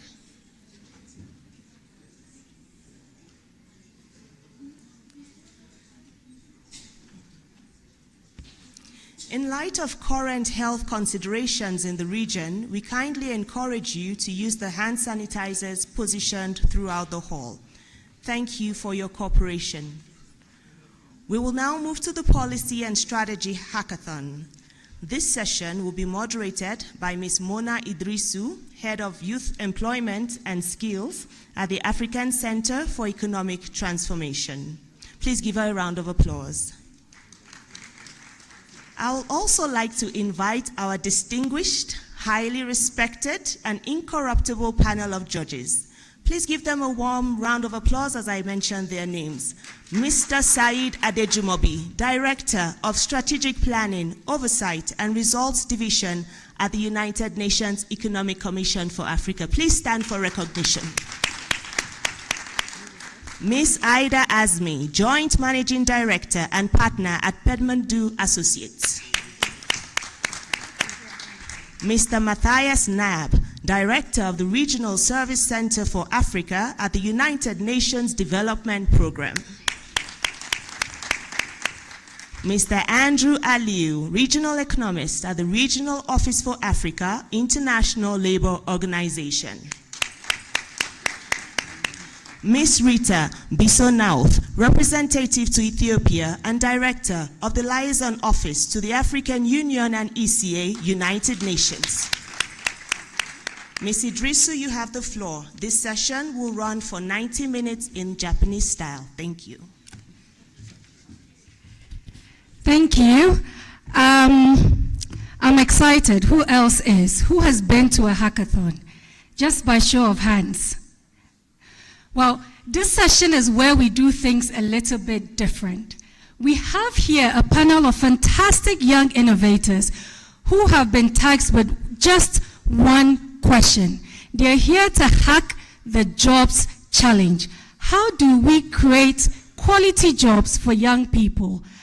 And I'm always amazed when we do these policy hackathons, some of the amazing ideas that reminds us that some of the solutions we need on this continent, we have them. We have the human capital. We just need to ensure we continue creating platforms like this to make sure that young people are ahead, and not just ahead, but they themselves are part of the co-creation process for some of the solutions we need. So this is how this is going to go. I'm going to give each contestant here 5 minutes. It's an elevator pitch style. 5 minutes, and my esteemed panel of judges are going to have the difficult task of telling us who wins. But not today. Tomorrow is when we announce the ultimate winners. So after the first 3 pitches, I'll take questions from our judges very briefly and then move on to the next. So without wasting more time, Sadiki, are you ready? Are you ready? Okay, round of applause for Sadiki. They need the energy. Let's go. So Sadiki is from Rwanda, and he will be presenting on what he calls the Africa Works platform. All right, your clock starts now.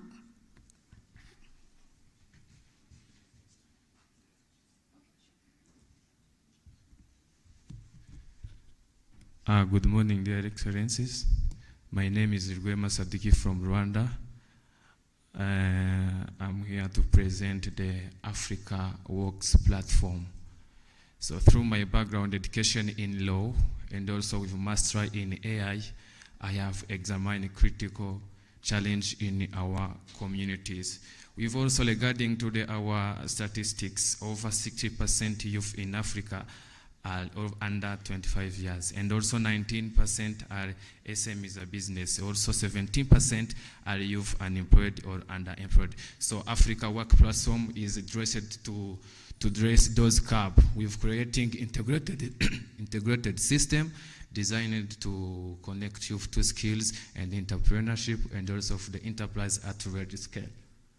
So as you see there is about a challenge. And also in 2050, in 1 in 3, there will be an African. That is a big challenge, so we have to look on it. And also a big challenge is an education which mismatch in the skills needed in the market. Also with the SMEs challenge, there is 19% out of African critical challenge, and also poor connection of the investors and the renders. So what is the root of those problems? First is a skills match, limited access to finance, poor institutional fragmented job, weak SME digitalization, high informal employment. And then we are just bringing a solution. Our solution is found in 4 pillars. The first one, skills development, AI-powered dropping, entrepreneurial support, financial and market access. That is our solution. Everyone, they can see our solution, how it's good. And the second one, what we make us unique. We are just focused in the 4 things: youth, SMEs, government, and also investors. But the best thing one is our Africa platform is Pan-Africans. So Pan-Africa, we have to love our Africa, we have to develop our Africa. And also we combine education, employment, entrepreneurship, finance in one platform. Do you think this is a big thing for all Africans? There is big impact. Over 50,000 youth directly engaged, and also 10,000 over SM will be supported, and also 5,000 jobs will be also created. And the second one, which is good, the economic of Africa will be developed as youth have the energy, have the power of to develop economic of Africa, and also the poverty will be decreased. That is the big impact to our Africa Impact Forums. And then youth employment over 30-50 through certificate skilled, and also 240 will be also living in place. So allow me to access about key partners. The partners also government, youth, ICT, education, as in private, as financial institution, technology, and civil society. So inclusivity, we have about rural and urban access, low cost, and also youth digital informal, multi-language platform that is good for Africans. Disability sensitive interface design. So there is resources required. Digital platform development, training, content mentorship, seed founding, AI, and also data management. So about scalability and also sustainability, employer recruitment, placement service, premium digital tools, and for SMEs, training certificate, credit revenue, and also market attention, commission fees, data extinguishing, analytic, and third institution. So thank you so much, allow us to stop by here. I would like to welcome everyone here to support Africa Work Platform. Africa Work Platform is not for a job, but also is for loving our Africa. Thank you so much.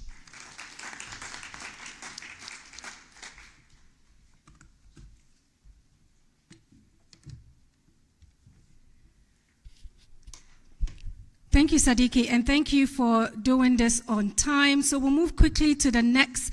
We have Krishan Sukla from Ethiopia, who will be pitching on an integrated industrial ecosystem model. So a round of applause.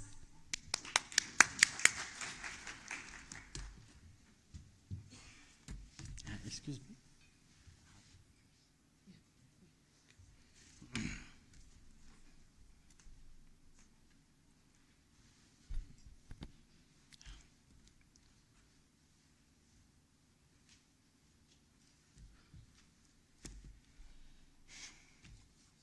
Good morning, members of the jury. Africa does not lack industrial potential, lack of ecosystem to connect workforce, production, and market into scalable job. I'm Krishan Sukla, Managing Director of CS Textile Limited, 25 years experience across Africa. Today, I'm pitch the industrial activation ecosystem, a battle-tested platform, rapid scalable, creation job. The problem, Africa needs 72.6 million jobs by 2030. Our industrial system is failing. We have over 60% of the factories sit idle. Market depend on expensive import. We have a skill program produce graduate without job. We have workforce factory and market integrated fragment no work, no scalable impact. Our solution is integrated industrial activation. We connect what Africa already has. No new infrastructure required. We activate existing, underutilized industrial asset into permanent employment engine.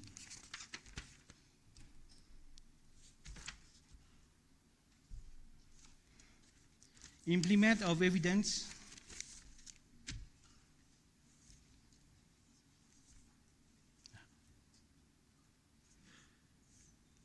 Implement of evidence, 25 years of field tested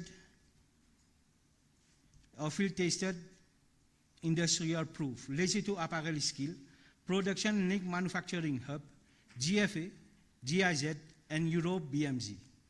Development Bank of Ethiopia, full factory activation and skill transfer for no picture manufacturing. GFA Consulting Group explicitly endorses our technical expertise and reliability. Job impact, our model is scaled predictably. Procon 1,000 youth per 90 days cycle. Free annual cycle, 3,000 people ready youth per year. This model is different. Sorry, this model is different. It is SDG 9, the strategy. Traditional program you have is skill transfer. From this model you having production integrated. No temporary workshop, permanent skill transfer, activating SDG 4, SDG 8, 9, and 10. Conclusion.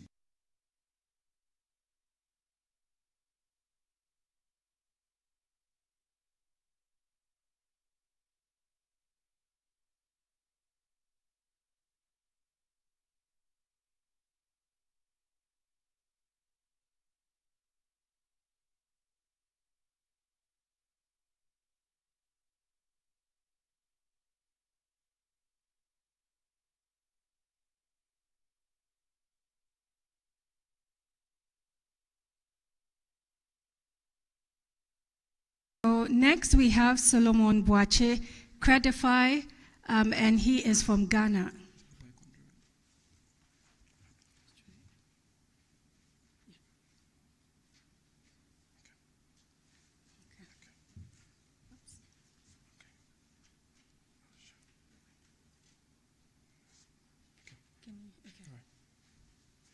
Good morning, everyone. My name is Solomon, presenting on Credify. Now, the challenge, please, the slide. All right. So we have, this is Samuel, and Samuel keeps applying for jobs, but the responses he gets is that he does not have the experience.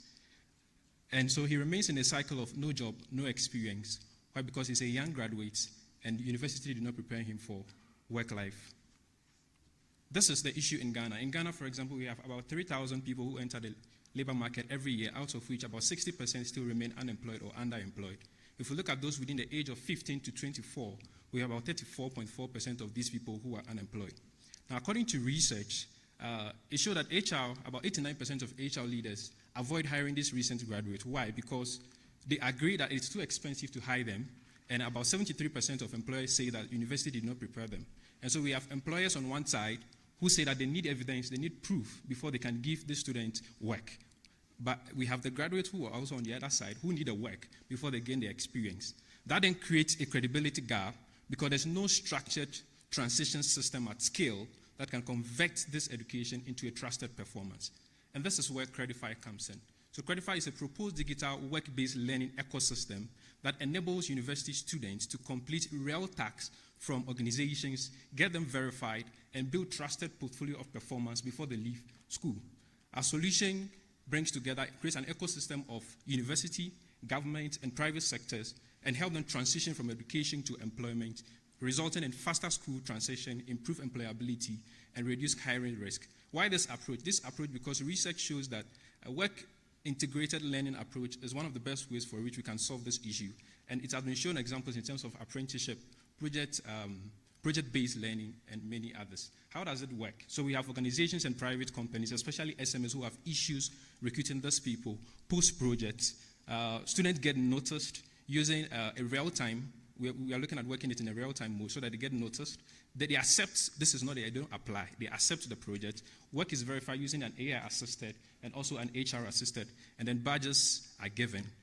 With that, the student builds a portfolio of work. Who benefits? The students benefit, employers and organizations benefit, universities benefit, and government also get access to real data for them to be able to track the mismatch between scale and all that. In terms of employers, they are able to contribute to the future of youth development because the skills they give out also determines what, it shows that this is the area that the world is going, and so universities can inculcate these things into their planning. Credify, we have existing platforms like LinkedIn, Job, but these people are not specifically built for students. They don't focus on transition to work. They are not real work-based. They don't verify proofs. And also, students must apply, and so it does not work general for somebody who is not within Accra or somebody who is not within a particular place. And so with Credify, it creates an ecosystem bringing all these people together. And so with one work, it can access, a lot of students can access just by accepting a project and get it worked on. In terms of impact, it will increase employment transition by 25 to 35%. It will reduce employment cost by 20 to 40%. Access to work rate will also increase by 3 to 5 times, and then faster graduate job search transition. This is based on work that has been done by Singapore that show that this project is actually workable, and also research that also show that when we combine this, it will actually work. It aligns with SDG 8, decent work and growth, 9, and then SDG 4.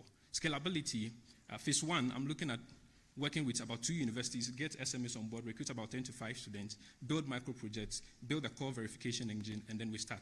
We'll expand about 10 universities, and then we are able to expand after within 18 to 36 months about to West Africa and all that. Is it scalable? Yes.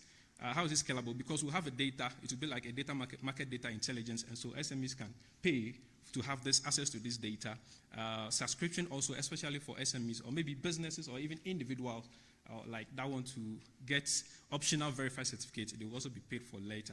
The resources we need an MVP, deployment phase 1, phase 2, we build an MVP, we launch, and then we pilot. If this had been in place, this system had been in place, I'm not sure Samuel's first day in university to the day he leaves university, he wouldn't have been invisible in the labor market. So join us in building a system where the story of young Africans is changed. Thank you. Fantastic. So many innovative ideas, and we're just 3 pitches in.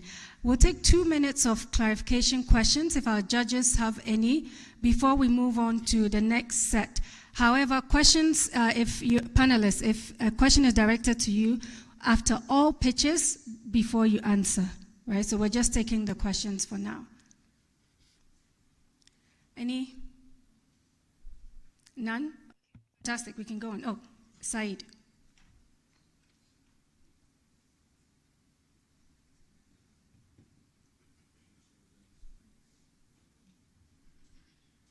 Okay, thank you very much, and thank you very much to the contestants. I think you've done very well. My question is to Chandrika. Can you kindly tell us how your model is different from the industrial park? What is different from what you are presenting to us from the industrial parks, existing industrial parks that we have on the continent? And being from Ethiopia, this is something that you must be familiar with in terms of the Ethiopian experience with industrial parks. What is different with your integrated industrial ecosystem model? Thank you. Yes, thank you very much. Mine is to Solomon. It would be helpful to hear from you whether there is already a prototype of what you talked about. I know you mentioned Singapore, or whether there is a pilot currently in Ghana, and also how tasks will be verified, how employers will recognize the badges, because the badge system is quite interesting, but how will all that be linked in terms of verification by employers, and how the platform will ensure enough quality projects for youth. I hope I'm clear. I'm saying how would, is there a prototype currently in place? You mentioned Singapore, but in terms of Ghana, is there a pilot that you have tested? And my concern is also how the task will be verified. You talked about badges, and how will employers recognize these badges? Yes, please. Okay, so we'll take the answers after a round of. So I'll take the last question from Rita. Thank you very much, dear colleagues. My question goes to the colleague from Rwanda. I'm just thinking about how I was not very clear about how this Africa Works platform is going to work in practice. How did you set it up? How was the collaboration with the different entities of the government, with the private sector? Because you talked a lot about skilling, about working in education. We have a lot of educational platforms. So how are you referring to those to improve yours and really make it sustainable and useful for what you are planning? Thank you. Great, thank you. So we'll go back to our pitches, and at the end, our contestants will have a chance to respond to our judges' questions. So let's get back to it. Next, I have Christian from Cameroon, who is pitching on the idea of IT Cola. A round of applause.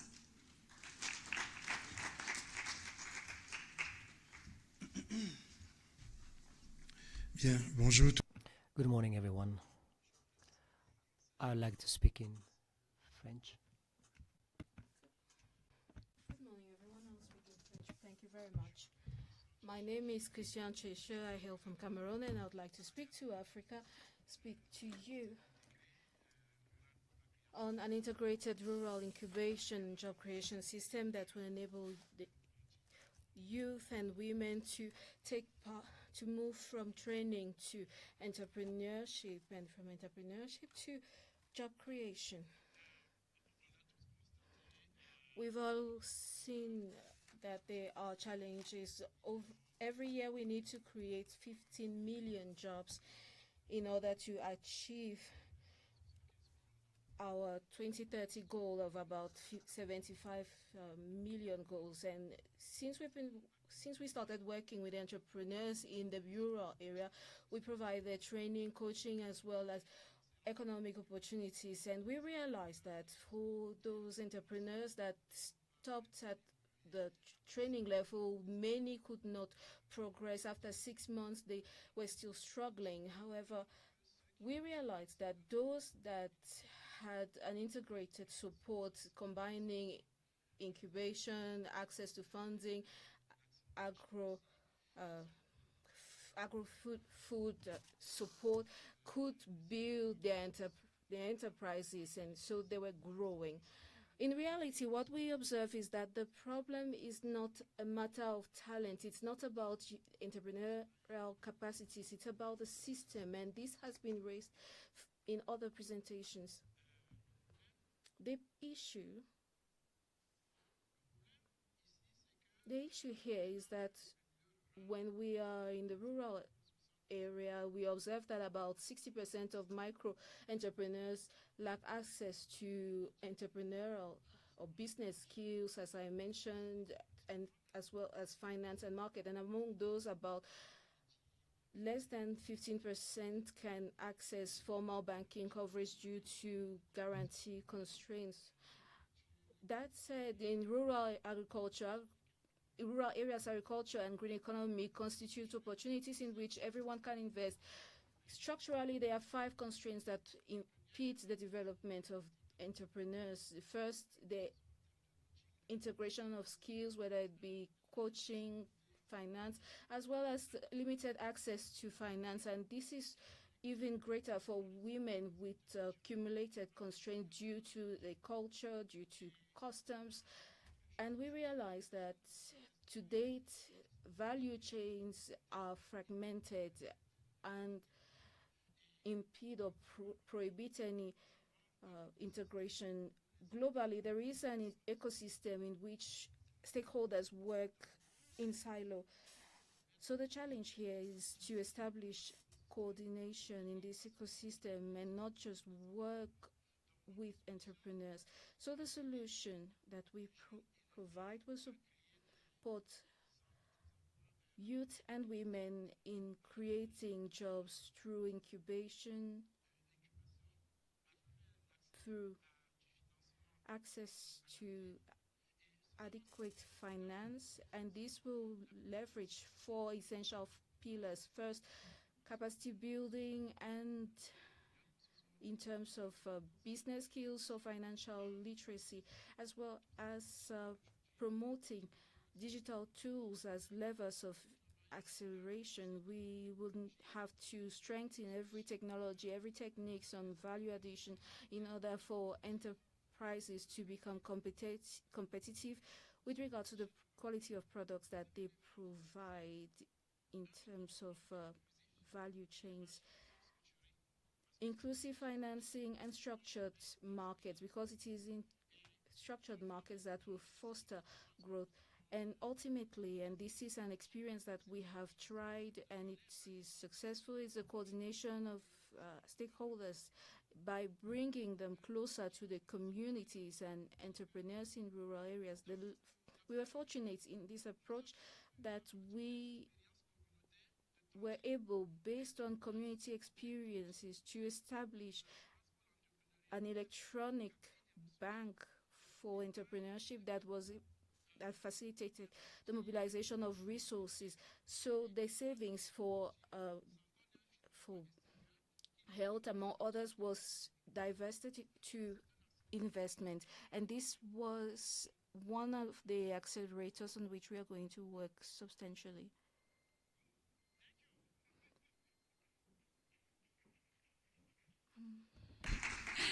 Thank you. So next, we're going to hear from Burkina Faso. Luke is going to be talking to us around green and inclusive employment creation. A round of applause, please, for Luke.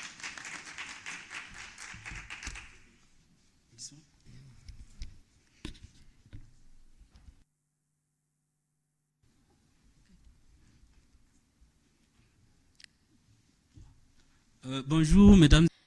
Good morning, ladies and gentlemen. Thank you for the opportunity to discuss our project.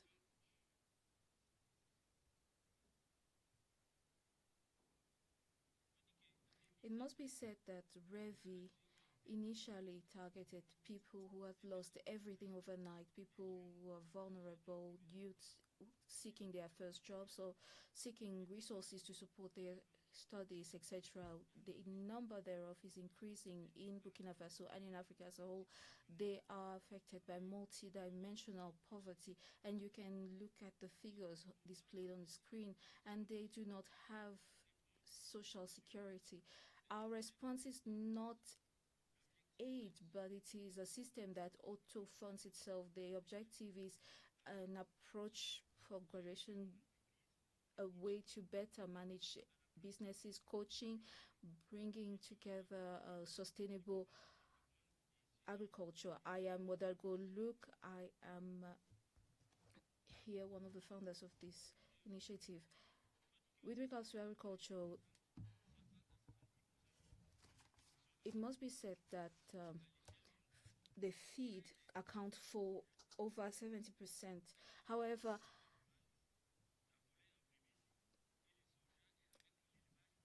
we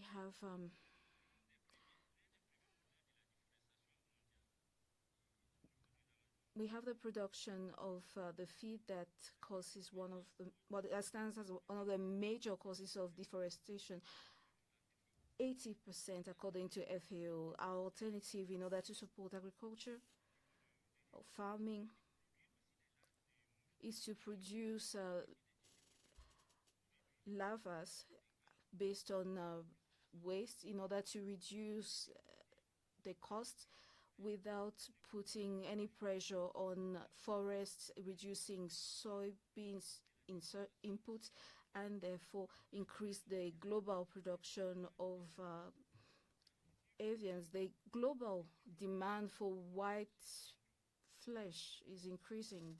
Bio farming demand is increasing across the world. It must be said with regards to scalability is that the maximum cost is $330 for a net revenue of $600 for the first year.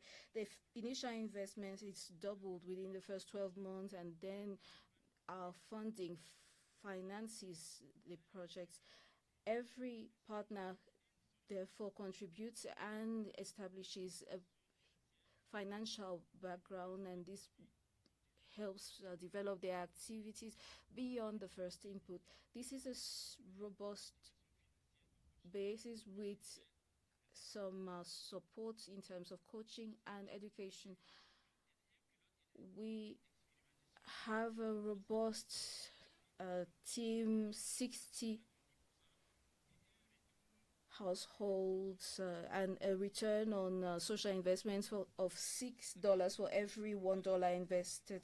We are currently supported by 2 international incubators, Bridge for Billions, among others. We aim to support about 50 million successful entrepreneurs, and we seek partnerships across Africa. We are setting the foundations for employment in Africa and sustainable development for everyone. Our approach seems to be the most cost-friendly alternative. BRAC has demonstrated it in Bangladesh. We support it. Becoming an entrepreneur and independent requires a lot, and what matters most is discipline and support. What matters is that you start, not that you start big. This is what we're doing. The poor can therefore give back. Nobody must be left aside. We need ADIF. Thank you very much.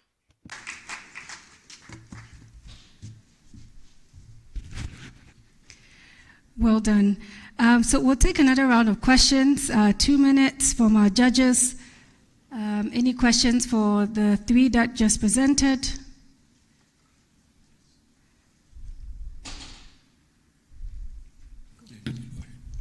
Okay, go on. Yep. Yeah. My question is to Mr. Christian from IT Cola. The freemium to premium conversion model. So at what point does the beneficiary transition from free to paid services? And what conversion rate have you observed in the pilot stage? And how viable is this program without donor funding? Thank you. Any more questions? Andrew.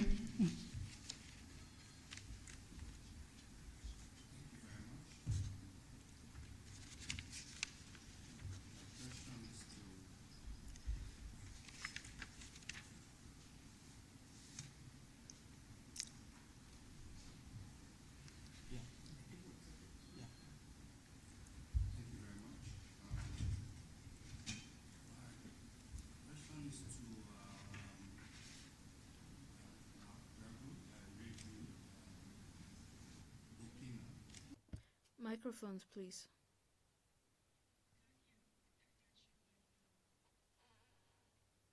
Thank you, and apologies. Yes, my question is to Mr. Wadrago, Ravi Bokina. In the submission, you spoke about AI credit scoring. I just some clarity around the appropriateness of that in a fragile setting. Thank you. Thank you, Andrew. Matthias? Oh, you're fine. Okay, great. Said?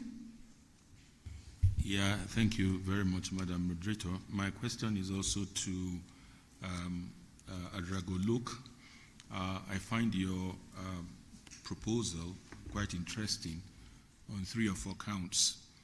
One, you are looking at waste to wealth. How do we create wealth out of waste? I think that's extremely important. Also, your focus on IDPs. I think oftentimes that's a forgotten category that we don't really look at in terms of issues of entrepreneurship. And finally, you are focusing on women.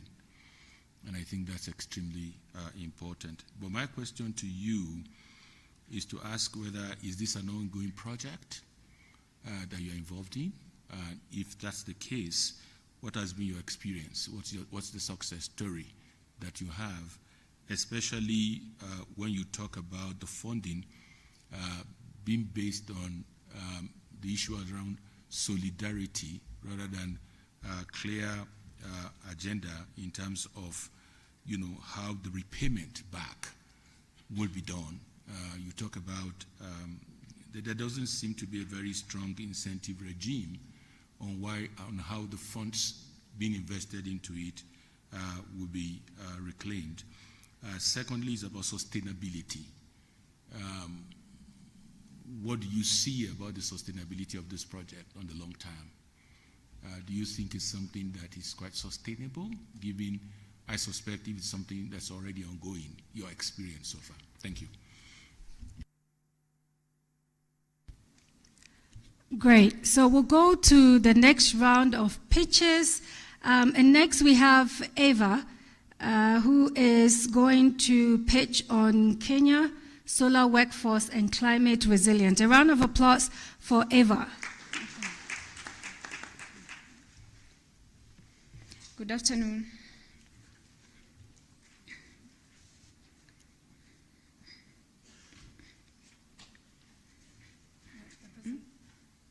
Her presentation isn't up yet.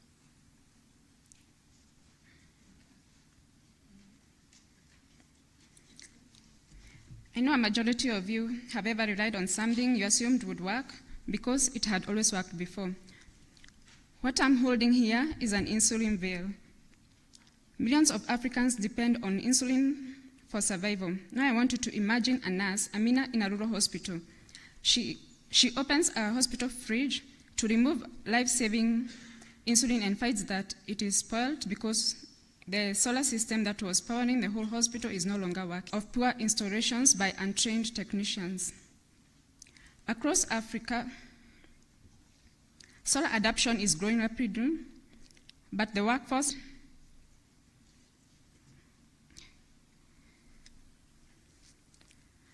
leading to poor installations. Industry reports consistently show high rates of system underperformance within the first 12 to 24 months. When solar systems fail, people lose trust, not only in the technician, also a problem of limited enterprise growth. Talented technicians lack business infrastructure, such as financing tools, preventing them from scaling into sustainable solar enterprises.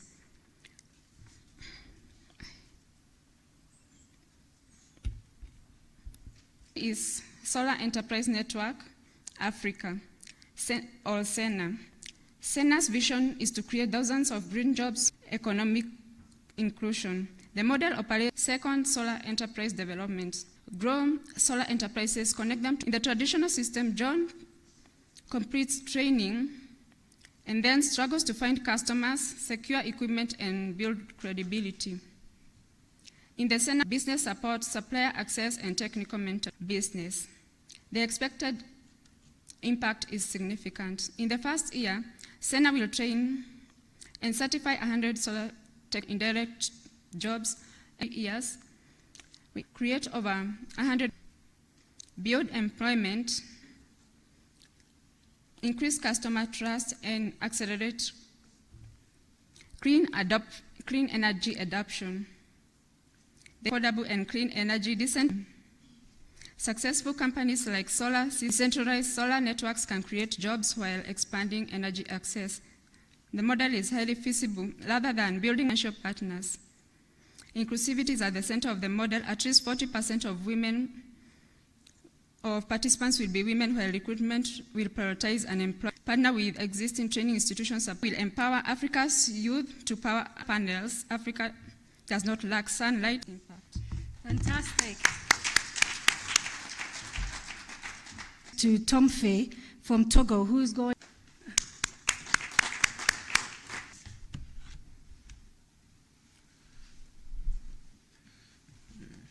Please.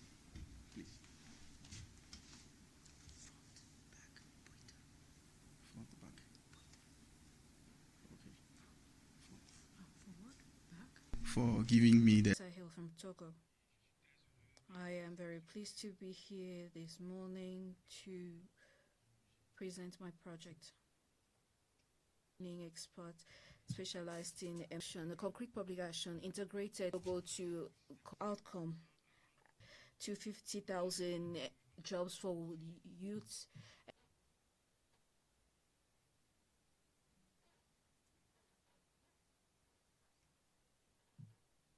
Problem. Let's decent jobs in Togo. 60% of our youth are unemployed or are in precarious informal jobs, as well as our main lever are called young industrial farmers, small-scale farmers with limited access to inputs and facing pests after harvest. The problem is the complete disconnect between rural production and industrial value chains.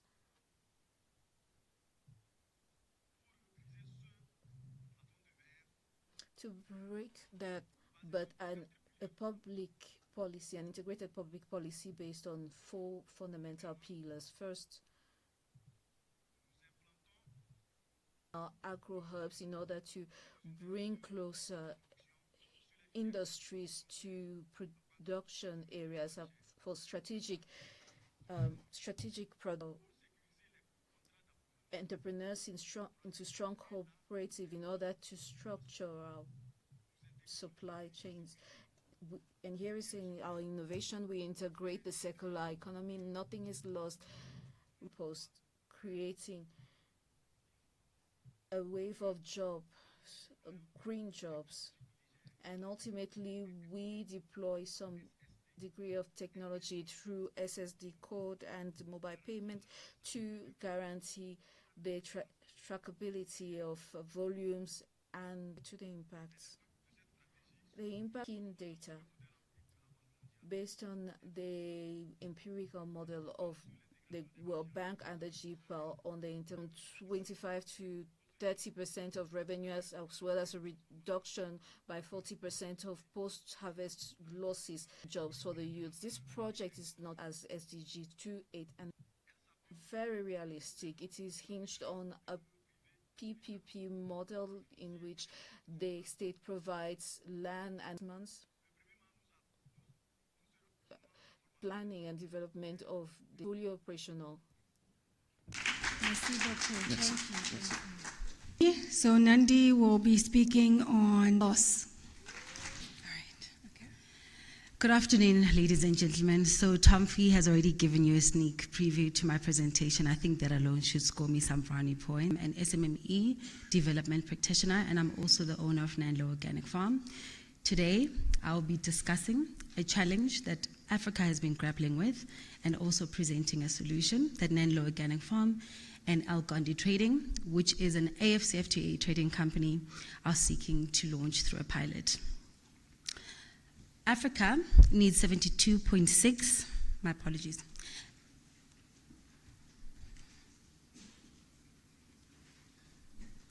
Okay.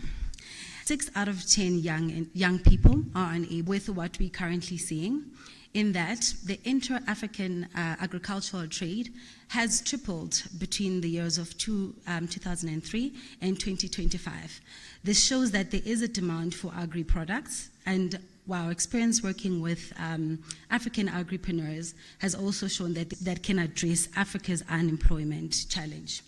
What we've seen is that a lot of agri-SMMEs have little to no trade knowledge, and unfortunately this means that they also don't have access or don't adequately know about the already existing B2B platform transaction value when they're looking to trade and domestically operating in order to meet the compliance trade programs that have looked to bridge the gap. Only export ready, understand, and we do know that there are a lot, these businesses are already compliant and they understand all the legal requirements that they have to fulfill. Now, our initiative is different in that a lot of the programs that are currently in the market are operating at either a training level or a policy level. Our initiative seeks to operate at the transactional level. We will be basing our initiative on 4 pillars. Firstly, it's the cross-MS MEDA that's based in Egypt to help the entrepreneurs that are already on board on their programs and already trained and already have compliance domestically to be able to get the compliance that they need. Existing PAPS, digital payment system. Again, this system helps entrepreneurs get a compatible rate and also entrepreneurs leverage and close deals without that we are bringing as El Gandhi and Nanloy means that we're operating at either side of the corridor, so we have the necessary connections. Now, we will be implementing this in 4 phases, with the first phase already in action. We've it formalized across the border, which will be between 2028 and 2029. We're going to be onboarding 500 entrepreneurs. Of course, so that we ensure that we are not donor reliant, the model is designed to have 4 income streams for the initiative. Firstly, it's trade margins. Secondly, it's financing spreads, as well as services fees. And through one of our partners, Aerial for Africa, we are looking at Aerial Advisory, who will formalization of the businesses. And currently, we are in conversations with Youth Entrepreneurs Network, as well as the Rotary Club in both Egypt and South Africa, so that we ensure that those who operate at the grassroots level are not left behind. Speaker who unfortunately isn't able to join us in person, but is ready to join us online. So if we can have Madochi, who is speaking from DRC and will be pitching on decentralized productive transformation framework.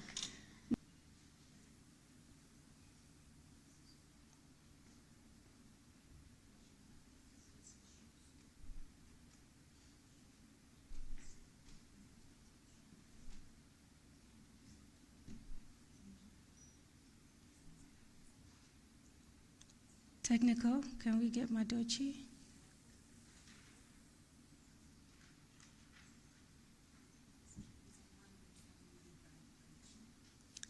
I understand he's online, but he has really bad connection.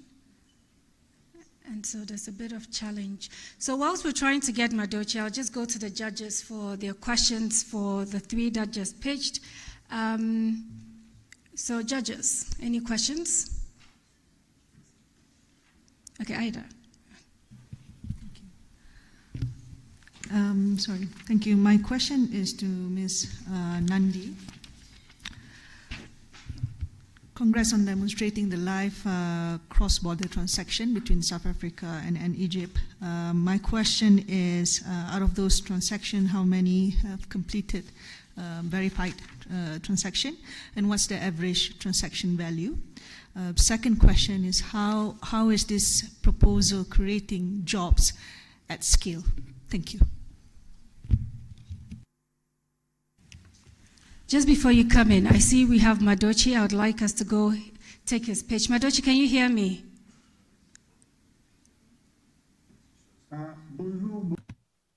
Good afternoon, Excellencies. Good afternoon, the panelists and participants. My name is Mardoche from the Democratic Republic of Congo. I hope you are able to hear me. I have currently connectivity issues. Apologies for that. Let me present my work, which is a decentralized productive transformation framework. This idea came out from the groundwork in the eastern part of the DRC,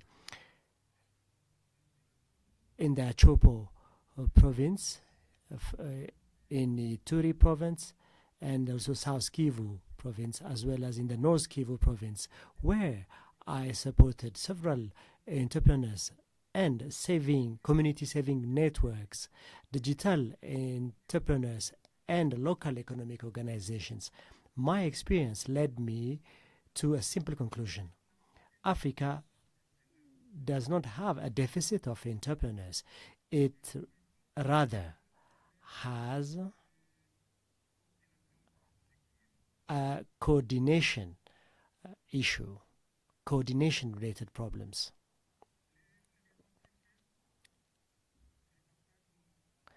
Let me share my screen.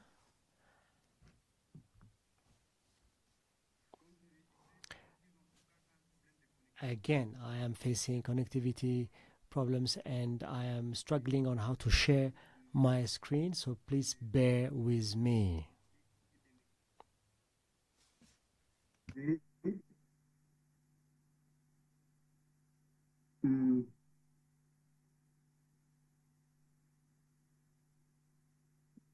J'espère que là vous me voyez. I hope you are able to see my screen.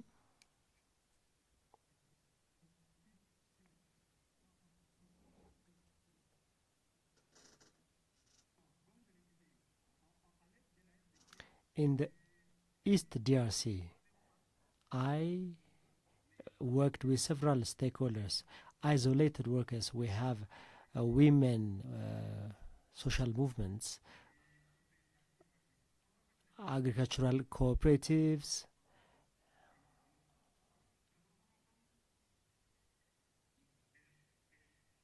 apologies, we are struggling to hear the speaker. Very difficult to translate, to interpret the speaker.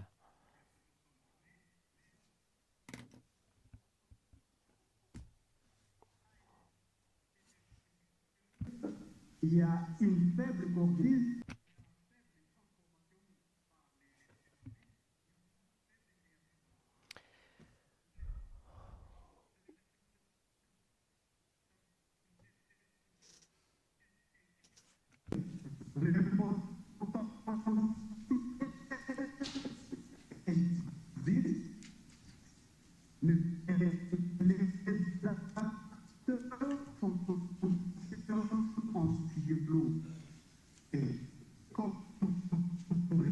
Very bad connectivity, unable to interpret.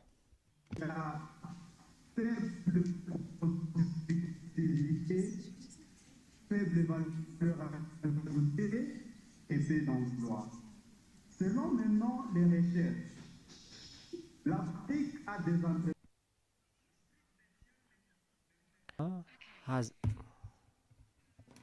Obviously, Madochi is experiencing some technical hitches, but to ensure that he gets a fair chance at being judged, he's going to tape his pitch and we will send it to the judges so that they include his pitch will be submitted directly to the judges. So thank you. So let's go back to the questions. Matthias.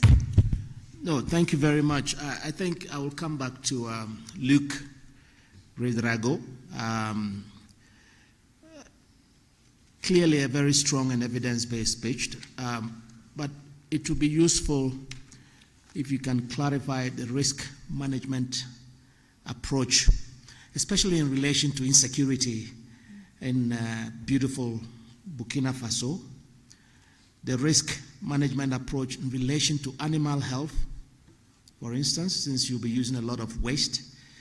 And then, of course, Solomon did talk about the issue around AI. I would be interested in looking at the risk in relation to the ethical use of AI in terms of credit scoring. And to Nandi, my sister from South Africa, again, very concrete and implementation-ready pitch. But it would be very useful, for instance, if you can really also convince us about the job creation logic. You put some numbers out there about 50, then 150, then 500. But our ambition is bigger than that in terms of getting us to a projected 10,000 and 50,000 jobs. So with your estimation of 50, 500, and if you can also clarify the financing model that you have, and also the confirmed request questions for Tom Faye or Eva, and then I can come to if there are any questions for the two. I don't note any questions that's been directed to them. My question, first question is to Eva. Eva, I think this is a very straightforward model that you've presented to us. It focuses on technical training on solar panels. For this to be much renewable energy, I think this is quite good. Anchored, Second question, how will it be sustained, as it were? because the sustainability is extremely important to make sure that this, is able to have a life of its own. Madam Moderator, who is the second person you wanted us to speak to? Tom Fay from Togo. Let me give the floor to... Okay. Thank you so much. My question to Mr. Tom Fay, the industrial cold chain and infrastructure. So what is the project intended anchor investor for your first hub? Thank you. Okay, great. So I'm going to come back to my panelists to take the questions that our judges have asked them to respond to. So I'm going to go in order, so no need to come back to me at time. So Sadiki. Let me just answer the question from about scalability and about sustainability. About scalability, Africa Work Platform also, the pilot will focus in 1 and 2 countries for the first time. And also we have a partnership, and we have the partnership from the AU and the ESA and COASA and even SADC. So that will be a partner of the Africa Work Platform. And also for the sustainabilities, there is an employer recruitment plus and placement. As I say before, in our solution, if it's possible, they can just show my slide. In our solution, there is what we call AI match job, where we will use AI for recruiting, for applying for the job. It's a master AI, where the youth, they can put their CV, they can also put all information in order to see the employer will just go to the Africa Work Platform for searching the employer who is competent. That is about AI. And also, as I say before, and the mastery in AI. That's why I have to design AI like that in order to solve the problem of job in Africa for the youth. And about skills, there's some panel who asked me about education. Normally they have is a skills which is matched in the market. So as I tell you before, Africa Work Platform is to design to address those gaps between skills, between education and skills needed in the market. Where in our solutions about the agriculture, it means those skills, those can help a youth to get a job and also to make their own job. So partnership with a government, exactly the laws and regulations regarding to the employer and employment. And also we have seen that the big problem we have, there is high informal employers. So when we say high employer informer, as lawyer, I just understand what is the meaning. So we have that to have will be also reduced as a big gap.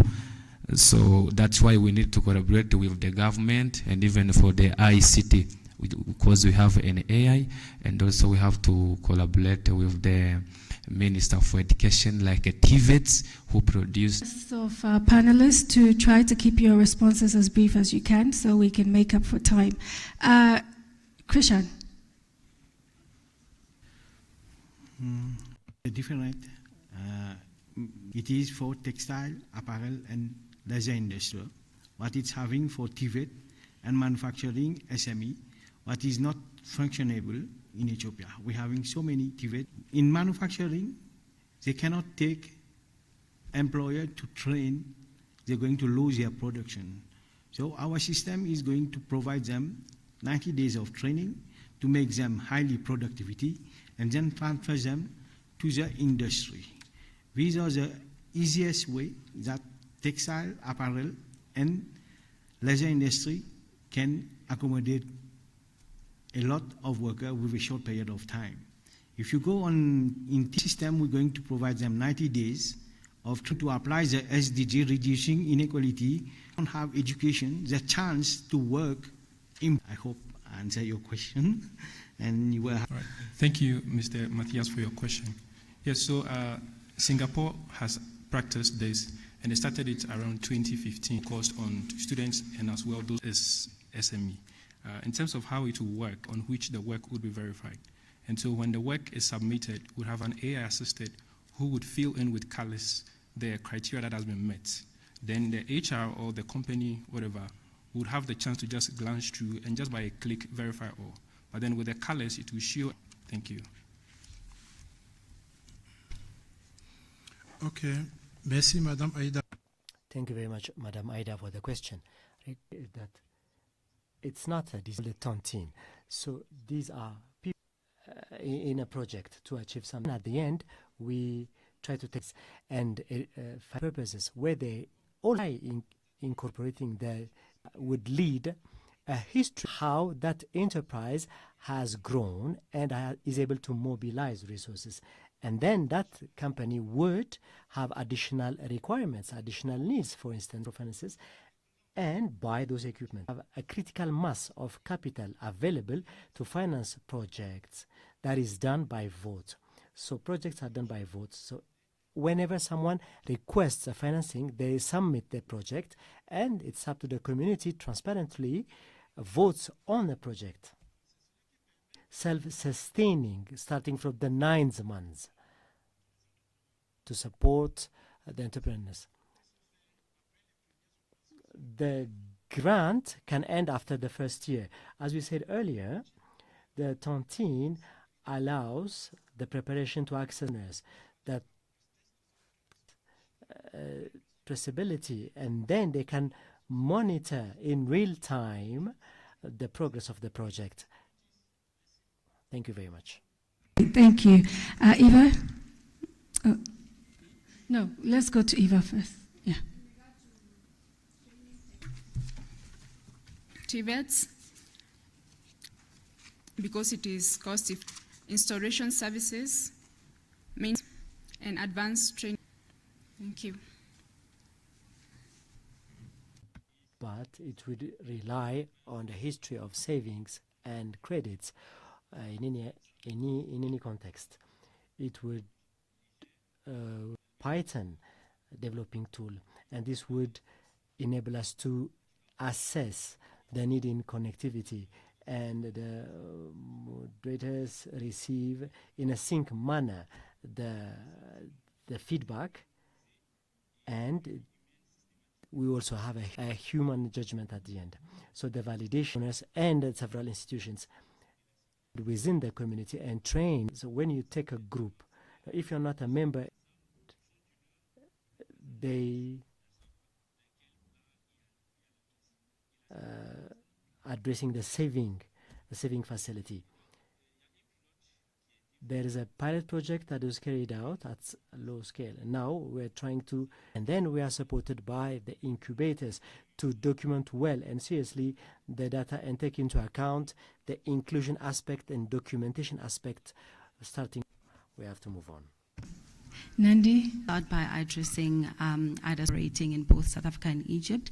So in November, currently in a process to get to that. Then secondly, I think there was a 150 and 500. So those are not the number of jobs that we're looking to create. But in the first phase, those are the businesses that we're looking to onboard onto the pilot. It's going to run up until the end of 2026, T30. We're looking to onboard 500. So there's the network level. So when you move, normally that business then gives the capacity to other value chain players, and you create anywhere between 4 to 6 roles within just one enterprise.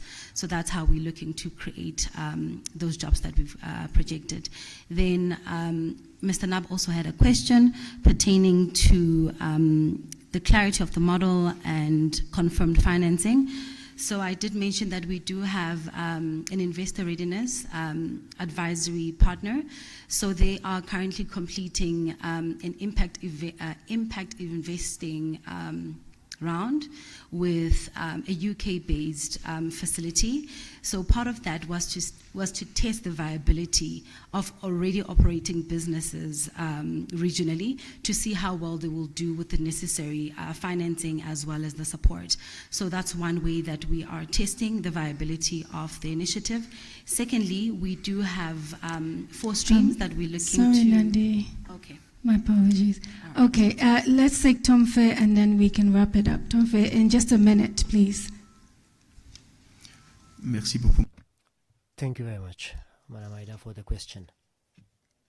The AgroPol project, funded by a bank and other source of financing. Regarding the question, let me address it in two ways: on return of investment at micro and macro level. For the micro level, I can say that the ROI revolves around a PPP model, which would achieve its financial profitability soon. So we have developed a roadmap of 4 months. So between the 18th and 24 months, and this microeconomic reliability relies on the revenue flows based on commercialization of the product with high added value. We have the use of technology on B2B transactions and also the use of the circular economy principle. So we have insisted in our presentation by converting agricultural waste and transforming them into tradable products. So livestock is also one of our strategic points. The hub transforms the products and has high profitability rate for investors, private investors. Second, at macro level and social level, macro has an impact on the social. The ROI for the state is considerable in this regard. I know I'm standing between lunch, so we're going to wrap up. We didn't have an opportunity to hear from or to take questions from the audience, but they're amongst us. And so feel free to mingle, network, and ask your questions to our finalists. Now, our judges have the tough task of deliberating and coming back to us with both who is the winner, but also our top 5 finalists. This will be announced tomorrow, and the winner of this competition will have their idea as part of the simulation labs that we're having tomorrow. So I'm looking forward to hearing who the winner is. I wish we could put out a poll just to see what our audience also think, which would be a fun interactive exercise if we can build it in. But thank you all, and a round of applause for all our finalists. Making it this far in itself is commendable. And from Asset, we have hosted our hackathons, what we call the Asset Youth Policy Lab. We will have another one this year. So if there's any young person here who wants the opportunity to also hack at challenges faced on the continent, we will go live in August, and you will have another opportunity to partake. Thank you very much, and it's been a pleasure moderating.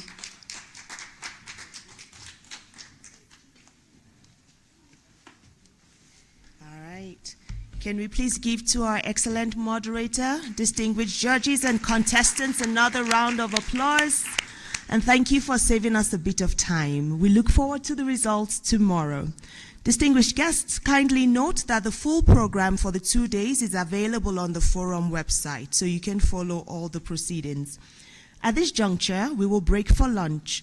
Lunch will be served on the upper level, and our ushers will be available to guide you. The Knowledge Fair remains open, and we encourage you to visit. Despite our best efforts at Japanese time, I think we're still African inside. We're running slightly behind schedule. We'll therefore aim to resume, please, at 2:10 prompt to continue with the forum. Thank you so much for your engagement so far.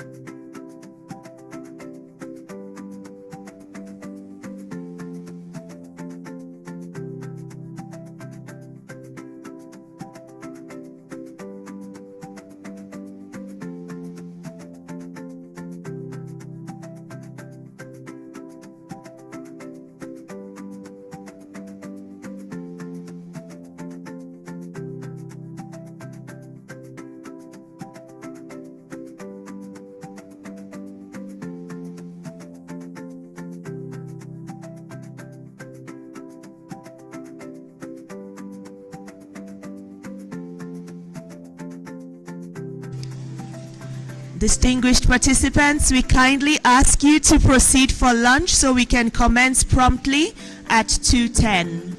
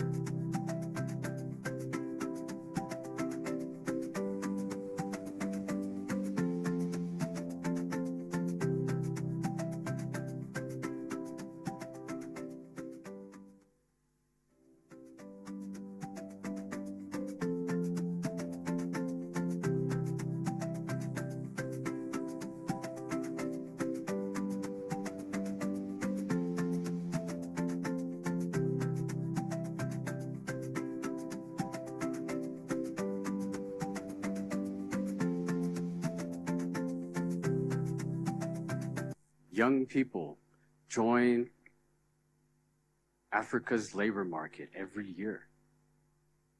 1, 2, 3, 4, 5, 6, 7, 8, 9, 10. Now, if just counting to 10 feels really long, imagine having those 12 million handshakes. Imagine talking to those 12 million people. I have met Hannah, who codes into the night when the power returns.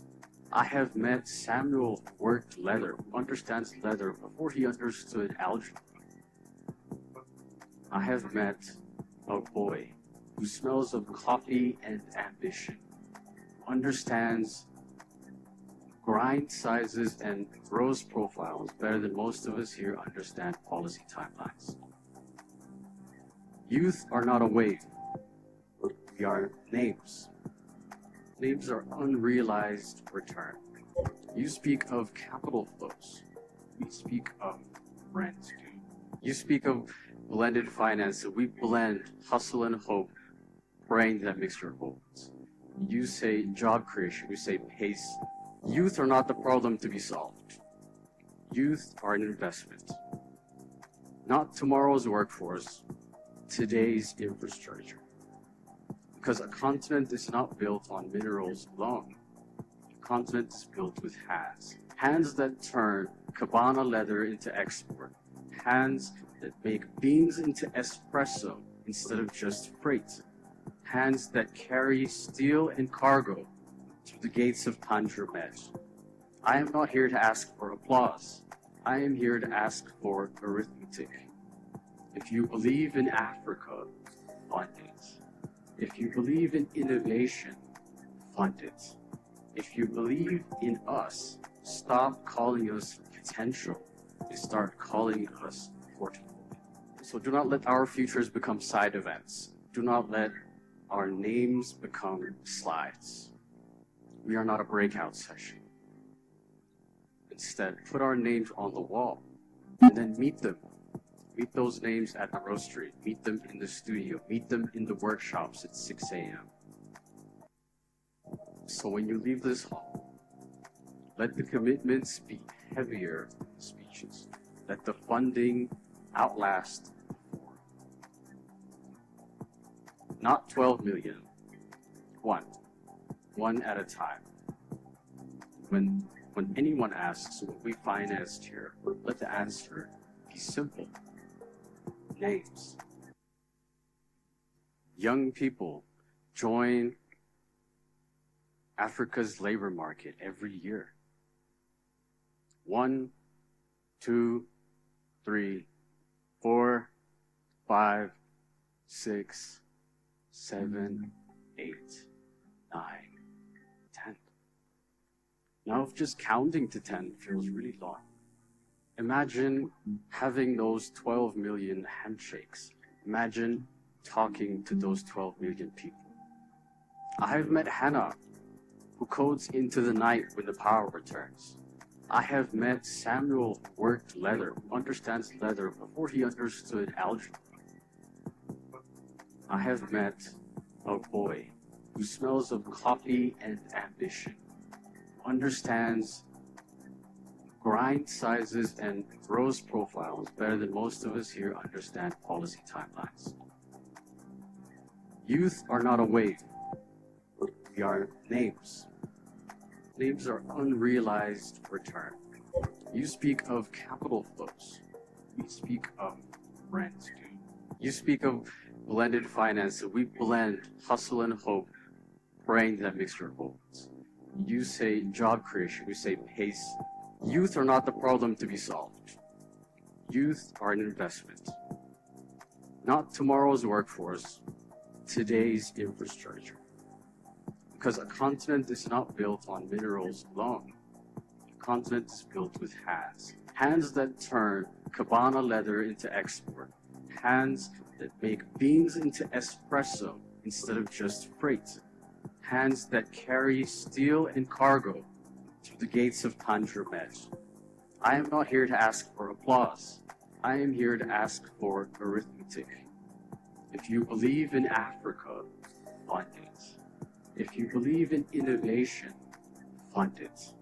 If you believe in us, stop calling us potential and start calling us portable.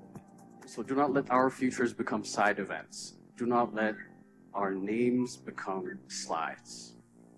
We are not a breakout session. Instead, put our names on the wall and then meet them.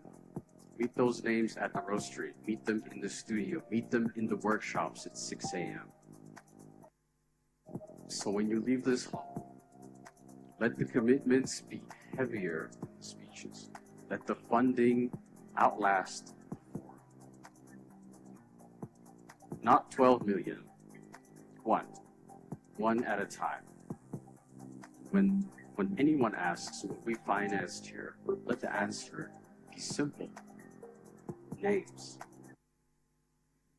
Young people join Africa's labor market every year.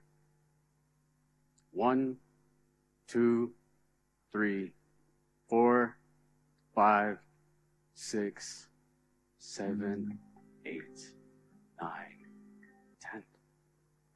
Now, if just counting to 10 feels really long, imagine having those 12 million handshakes. Imagine talking to those 12 million people.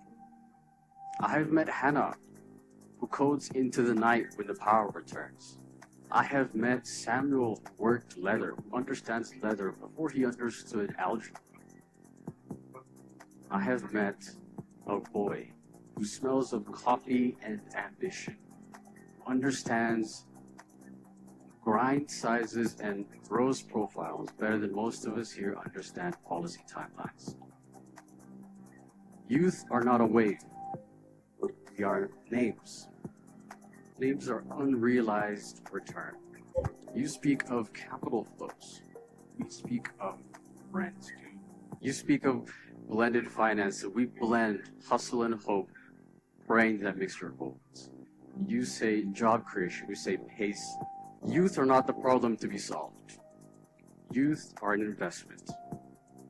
Not tomorrow's workforce, today's infrastructure. Because a continent is not built on minerals alone. A continent is built with hands. Hands that turn cabana leather into export. Hands that make beans into espresso instead of just freight. Hands that carry steel and cargo through the gates of Tanjurmet. I am not here to ask for applause. I am here to ask for arithmetic. If you believe in Africa, fund it. If you believe in innovation, fund it. If you believe in us, stop calling us potential and start calling us portable. So do not let our futures become side events. Do not let our names become slides. We are not a breakout session. Instead, put our names on the wall and then meet them. Meet those names at the roastery. Meet them in the studio. Meet them in the workshops at 6 a.m. So when you leave this hall, let the commitments be heavier than the speeches. Let the funding outlast the forum. Not 12 million. One at a time. When anyone asks what we financed here, let the answer be simple. Names. Young people join Africa's labor market every year. 1, 2, 3, 4, 5, 6, 7, 8, 9, 10. Now, if just counting to 10 feels really long, imagine having those 12 million handshakes. Imagine talking to those 12 million people. I have met Hannah, who codes into the night when the power returns. I have met Samuel, who worked leather, who understands leather before he understood algebra. I have met a boy who smells of coffee and ambition, who understands grind sizes and gross profiles better than most of us here understand policy timelines. Youth are not a wave. We are names. Names are unrealized return. You speak of capital flows. We speak of rent. You speak of blended finance. We blend hustle and hope, praying that mixture holds. You say job creation. We say pace. Youth are not the problem to be solved. Youth are an investment. Not tomorrow's workforce, today's infrastructure. Because a continent is not built on minerals alone. A continent is built with hands. Hands that turn cabana leather into export. Hands that make beans into espresso instead of just freight. Hands that carry steel and cargo through the gates of Tanjurmet. I am not here to ask for applause. I am here to ask for arithmetic. If you believe in Africa, fund it. If you believe in innovation, fund it. If you believe in us, stop calling us potential and start calling us portable. So do not let our futures become side events. Do not let our names become slides. We are not a breakout session. Instead, put our names on the wall and then meet them. Meet those names at the roastery. Meet them in the studio. Meet them in the workshops at 6 a.m. So when you leave this hall,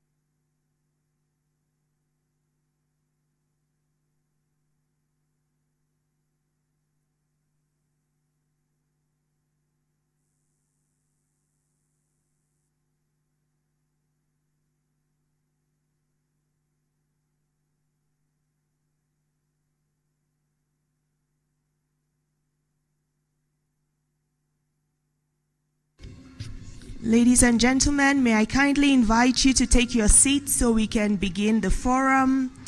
Mesdames et messieurs, je vous invite à prendre place afin que nous puissions commencer le forum. Merci. Once again, if you have a friend, if you have a colleague that is not here yet, can you please give them a call to let them know that we're about to start, and could they please come quickly? Thank you so much.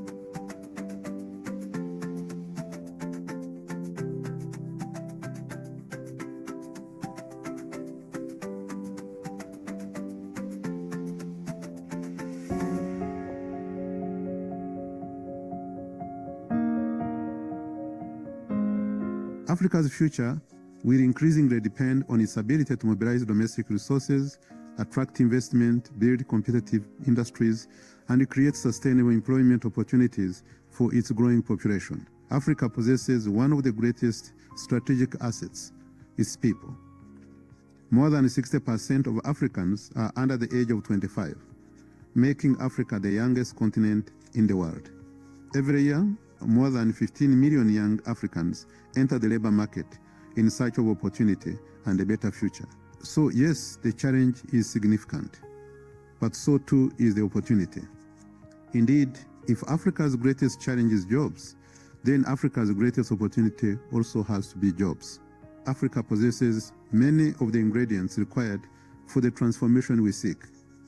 It has abundant entrepreneurial talent, vast renewable energy resources, critical minerals essential to the global energy transition, rapidly expanding digital ecosystems, growing urban markets, and the immense opportunities presented by the Africa Continental Free Trade Area. Africa's future depends on the choices that we make here today. Together, we can use this forum as a turning point to create opportunities for our young people, transform our economies, and convert Africa's immense potential into shared prosperity.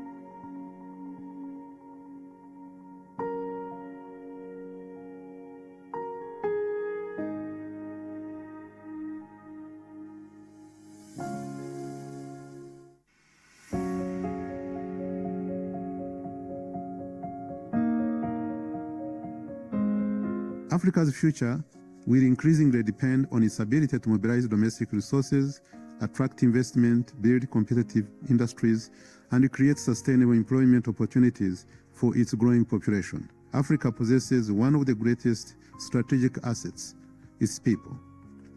More than 60% of Africans are under the age of 25, making Africa the youngest continent in the world. Every year, more than 15 million young Africans enter the labor market in search of opportunity and a better future. So yes, the challenge is significant, but so too is the opportunity. Indeed, if Africa's greatest challenge is jobs, then Africa's greatest opportunity also has to be jobs. Africa possesses many of the ingredients required for the transformation we seek. It has abundant entrepreneurial talent, vast renewable energy resources, critical minerals essential to the global energy transition, rapidly expanding digital ecosystems, growing urban markets, and the immense opportunities presented by the Africa Continental Free Trade Area. Africa's future depends on the choices that we make here today. Together, we can use this forum as a turning point to create opportunities for our young people, transform our economies, and convert Africa's immense potential into shared prosperity.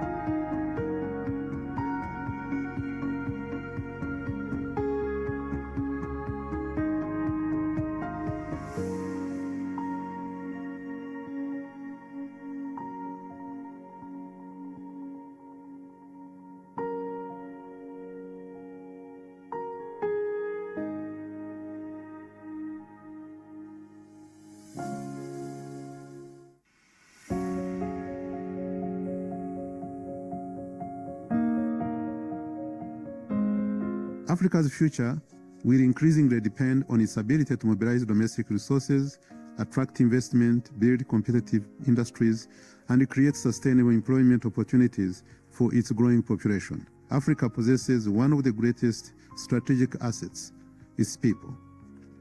More than 60% of Africans are under the age of 25, making Africa the youngest continent in the world. Every year, more than 15 million young Africans enter the labor market in search of opportunity and a better future. So yes, the challenge is significant, but so too is the opportunity. Indeed, if Africa's greatest challenge is jobs, then Africa's greatest opportunity also has to be jobs. Africa possesses many of the ingredients required for the transformation we seek. It has abundant entrepreneurial talent, vast renewable energy resources, critical minerals essential to the global energy transition, rapidly expanding digital ecosystems, growing urban markets, and the immense opportunities presented by the Africa Continental Free Trade Area. Africa's future depends on the choices that we make here today. Together, we can use this forum as a turning point to create opportunities for our young people, transform our economies, and convert Africa's immense potential into shared prosperity. Ladies and gentlemen, we're about to start. Can you please take your seats?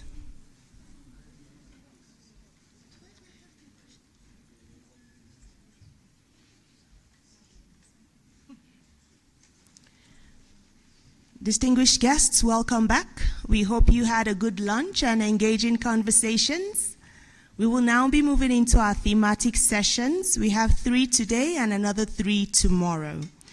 Thematic session A is on promoting high-growth youth entrepreneurship. It will be moderated by Ms. Susanna Szwidrowski, Director of the Socio-Economic Development Division here at the United Nations Economic Commission for Africa. She'll be joined by various speakers, including the founder and managing director of Lasher, Abrame Andreas Butais. Also, the manager of corporate strategy, African Export-Import Bank, online, Thierry Kangoye. As well will be Chief Financial Economist and Coordinator, Enable Youth Program of the African Development Bank, Edson Mpisi, also online. The founder and president, Ethiopian Youth Entrepreneurs Association, Samia Godu.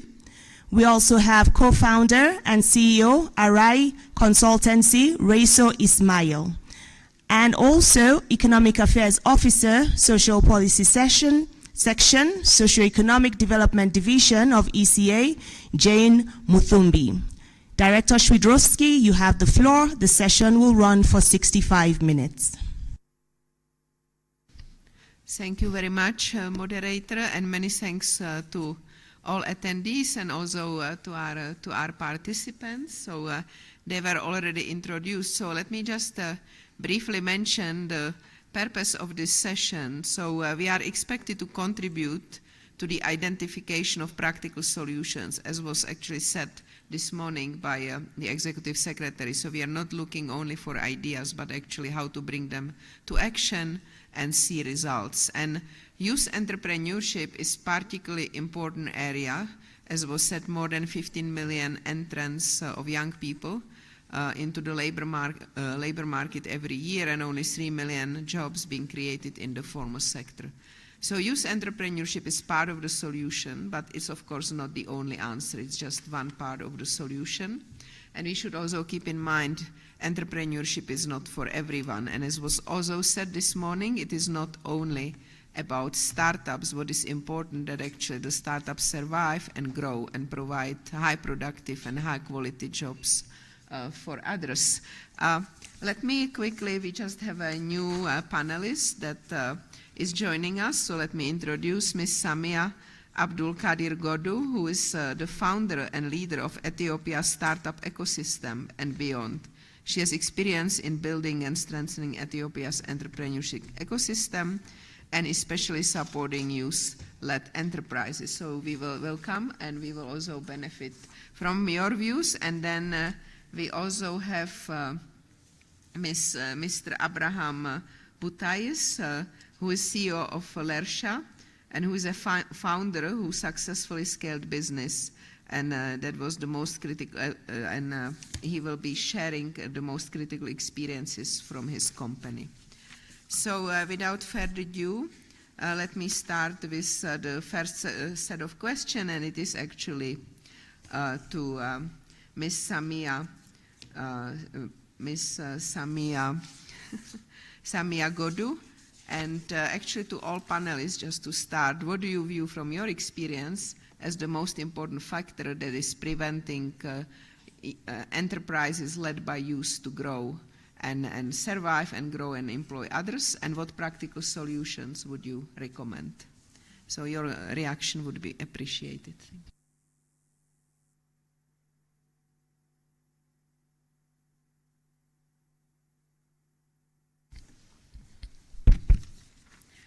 Good afternoon, everyone.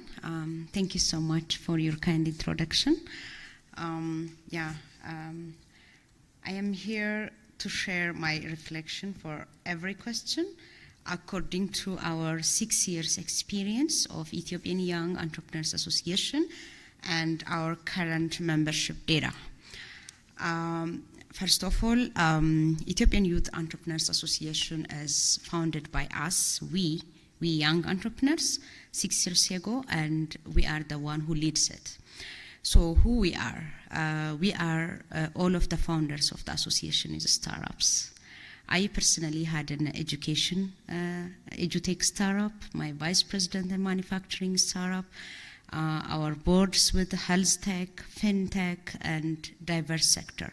So we came together and found this association 6 years ago and get the license from the Civic Society Authority of Ethiopia. We are here to bridge opportunities and to amplify the voice of our young entrepreneurs, because we are a part of the solution, and we are the one who is victim from the enabling ecosystem, enabling innovation in startup ecosystem in Ethiopia. So during our 6 years journey, I am humble enough to say that we really create an impact when it comes to even the word startups. Her Excellency, you can be maybe a witness because you stayed sometimes in Ethiopia, and you can see how the change about even the word startups and how the concerned bodies and the one who's the player, including today we are here talking about startup and innovation. So we bring this as an awareness because 6 years ago with my private company, when I went to the government officials, and nobody said that, nobody knows about the word by itself, you know. Even we don't have an Amharic term for startup, you know. So the awareness from the concerned bodies, the government, the players. So yeah, we really create impact when it comes to bring the agenda to the table. So this is the first things.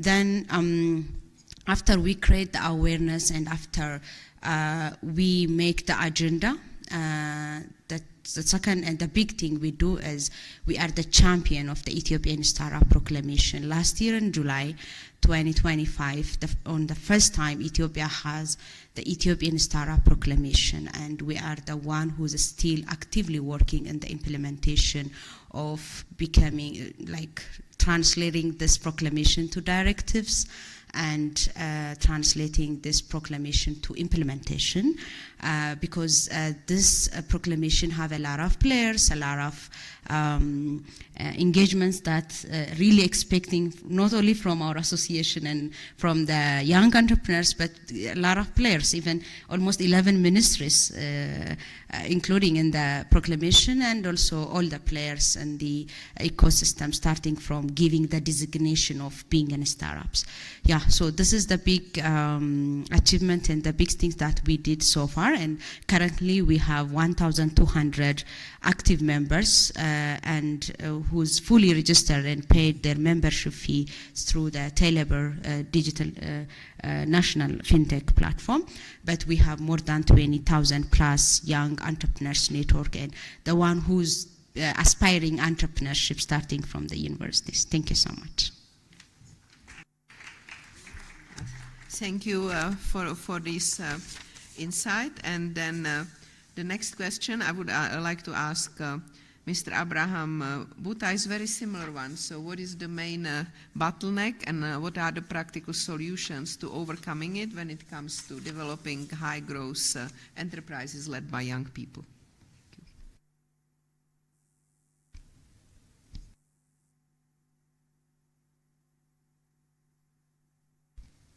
Thank you so much. Good afternoon, everyone. My name is Abraham Andreas. I'm a managing director and founder of Lersha. Lersha is an agtech company. We are based in Ethiopia, currently expanding to Eastern and Southern Africa. I think the question Samia somehow touched upon some of the challenge experienced by fast-growing SME in Ethiopia and in the African context. To say a little bit about Lersha, we are promoting a one-stop digital solution to smallholder farmers. As you know, the demography of smallholder farmers in the African context is characterized by fragmented land. So serving them one at a time might not be profitable in terms of financial feasibility. So technology can be leveraged to aggregate demand from input and output side as well. We use agent network. These are son and daughter of farmer in a rural area. These are young people, graduate from universities in agricultural field. So these young people serve as a bridge between a farmer and our digital platform. Because the reality of a smallholder farmer, they have a low literacy, low connectivity, and low phone ownership issue. So we hear a lot about digital technology in agriculture, but on reality, no smallholder farmer care about the digital technology. What they want is the seed, fertilizer, or the mechanization service itself.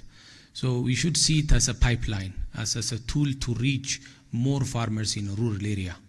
So some of the challenge experienced by these fast-growing SMEs, one is lack of data. Most of the sectors in African context, it's not well documented. So during landing stage, it takes a lot of effort and time to understand the context. And in every sector, context is a king. If you talk about agriculture, value chains, they don't behave in the same way. And if you move from one geography to another, let alone from one African country to another, but even within a single country, across multiple geographies, different value chains behave differently. So unless we have data, unless we have a proper context, a solution that might work in one area might fail in another geography, unless we contextualize it. So that's one big challenge. And the solution is partnership. Many sectors in Africa are public dominated. The government still play a big role. And they have data. They have well documented experience, success stories across years. But it's not publicly available. So SMEs owned by youth should partner with such public institutions to actually get data, to learn better, and it cut the time that takes to actually grow the company. The other is access to finance. It's not a problem of access. Finance is not available. It's available, but it's available for those who have collateral, those who actually built their institution in favor of requirements set by the financial institutions. If I give you some examples in the agricultural sector, 85% of Ethiopian population lives in agricultural sector, and 64% of the job in Ethiopia is created through agriculture sector. But it's less than 2% of the finance goes to the agriculture sector. So as a young farmer, if you have a piece of land given by your family to access basic inputs such as seed, fertilizer, and crop protection, no financial institution will give you a credit of $300 or $400. So this is one of the challenge, and the solution for this is a data-driven approach. I mean, financial institution as a company, we built a youth credit scoring for young farmer, where a ticket size of $300 or $400 is given to a young farmer if they fulfill some demographic characteristics and psychometric characteristics. So that's a good start, where we started with $250. Now we are talking about $400 and plus for a hectare of land. So there are challenges, but also these challenges, if there is intentionality and there is an effort, there are listening hearts in the public sector, in the development partners, also to make it easy and make agriculture also profitable for these young people. Thank you very much for this insight, in particular talking about agriculture, which is a key sector in many African countries and providing employment, and also highlighting actually a constraint that is not so often mentioned, which is lack of data, and linking young people with information that they need, but also bringing the constraints to policymakers. Now, you mentioned several important factors. One of them was finance, and the other one is partnerships. So I'd like to now ask online Mr.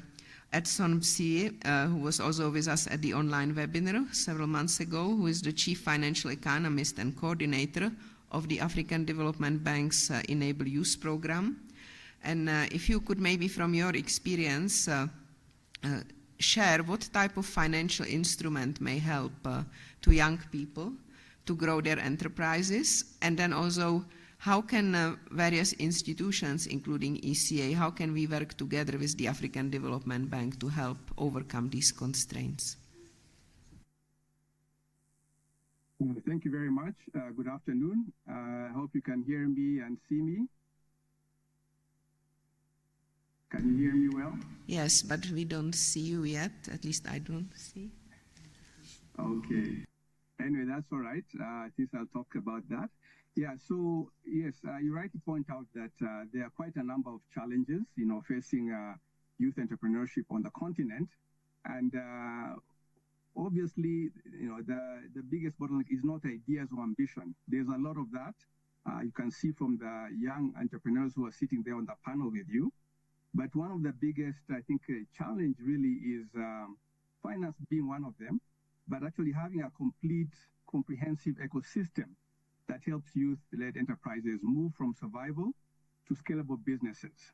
So those are some of the, I think, I've couched it in a comprehensive way.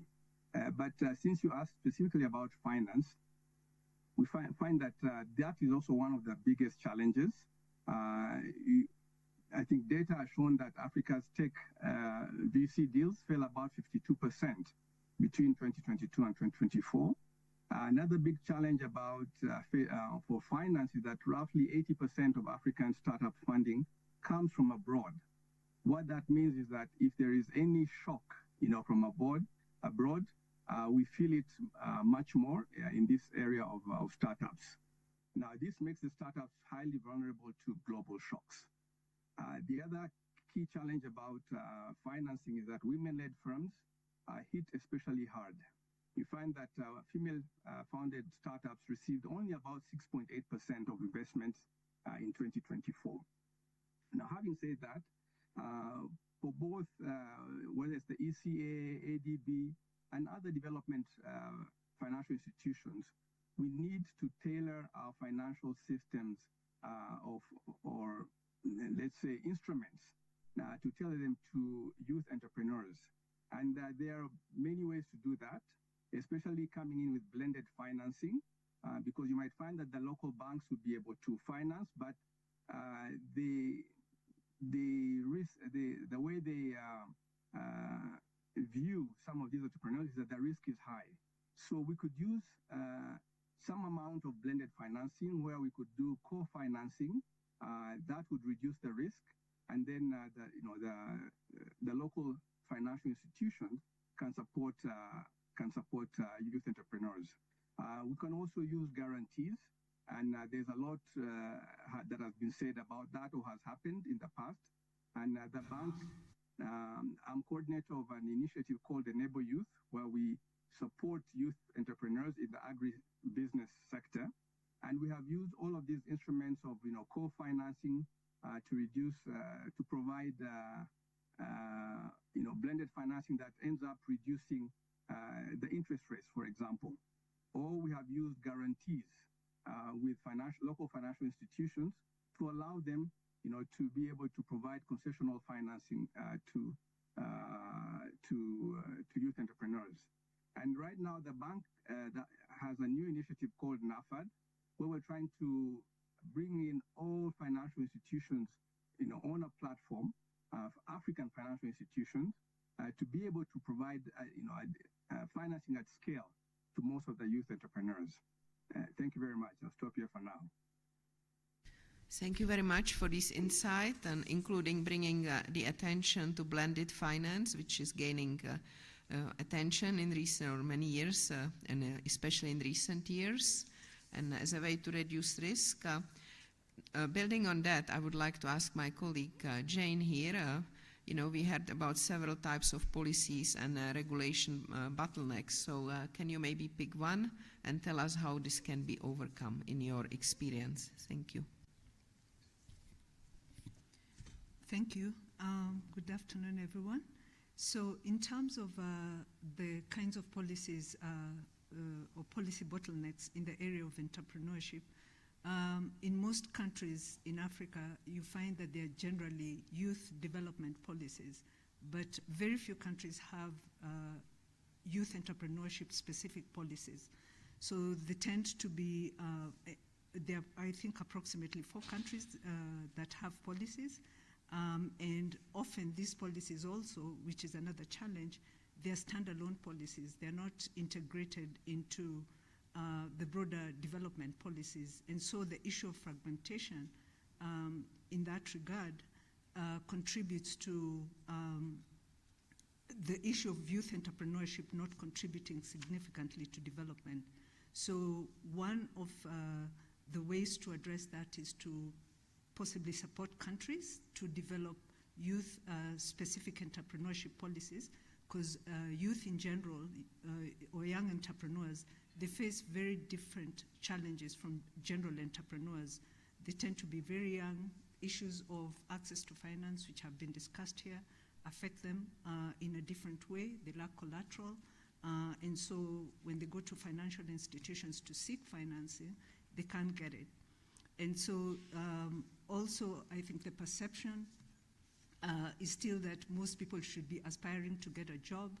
Entrepreneurship has issues around stigma around it, although there are very many young people who run businesses. And in most cases, they tend to run informal businesses. So to enable young people to unlock that potential to develop high growth youth entrepreneurship businesses that can contribute to job growth, not only developing jobs for themselves, but also for other people, it is critical that countries develop youth-specific entrepreneurship policies. So in terms of a solution, given that one of the strengths of ECA is developing, supporting member states to develop policy frameworks, this is an area possibly that the institution can work on, support specific countries that lack those youth entrepreneurship policies to develop those kind of policies so that they can support young people who want to become entrepreneurs and to develop high growth enterprises to support them in that regard. So I'll stop there for now.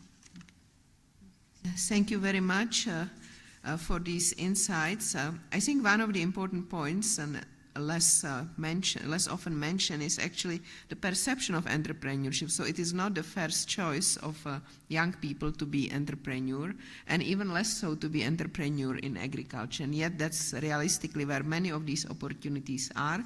So if there is a little bit of PR behind that systematically, but also linking these jobs with technology, it could become much more interesting. The other one is, as you were saying, young people, are different, and one thing, they have less agency, and we know even when they get the loan is much more easily diverted. And then from some of the research we are doing and others have done, it's also it has been also shown it's important, not to leave them alone. This is why initially some of the youth entrepreneurship funds did not succeed, because young people got money, and then 2 years later someone would ask, okay, what happened, and the loan needs to be repaid. But actually to have mentorship and systematic one, that's one of the methods that keeps to be working. Before we turn to the second round of questions, I wanted to see if there is any question or remark from the audience on what our panelists were saying. We're not leaving it only at the end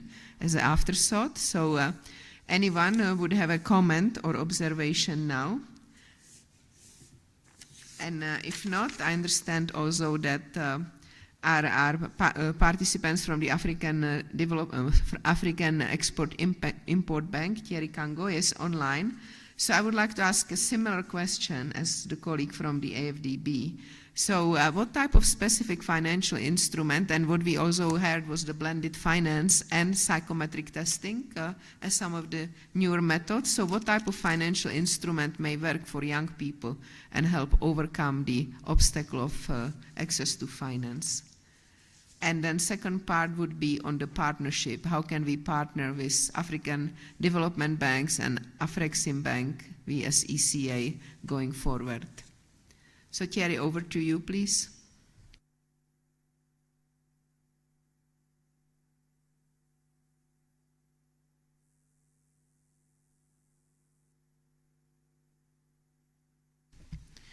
Director Swidrowski, he's not online at the moment. We will continue following up with him. Thank you.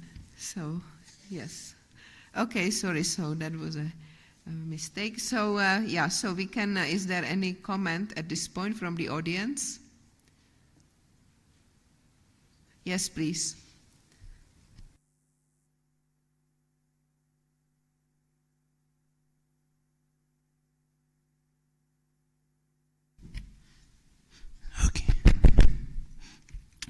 Okay, thank you very much for your opportunity to speak in this meeting.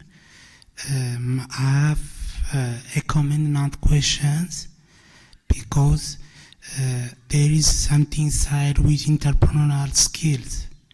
That means that there is a different direction between entrepreneurial and youth employment opportunity. Youth employment opportunity based on the person or leader or manager that have acquired this opportunity.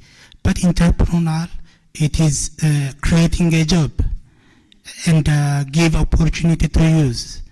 And that's a good voice from young. And I'm happy to see them. And it is my comment, because Africa needed a lot of creating job opportunity for youth. And other for the investing and everything, and that's a good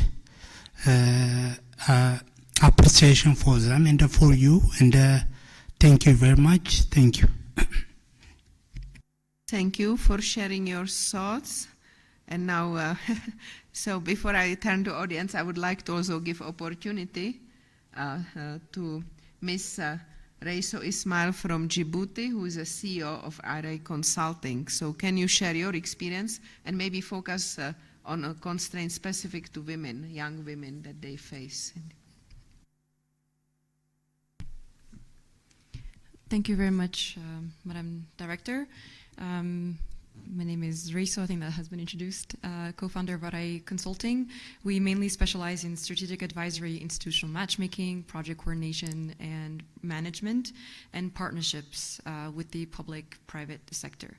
I think that when we are talking about the inclusion of youth, particularly women, and in high-growth enterprises, it's very important to contextualize it with our current demographic reality. We all know that as our continent is navigating its demographic transition, we are hosting the world's largest youth cohorts. I think it's about 445 million of a population. And every year we're having about 20% of those youth that are not employed, or not educated, or not in any type of training.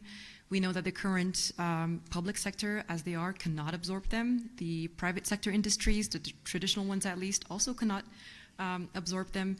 So what can we do?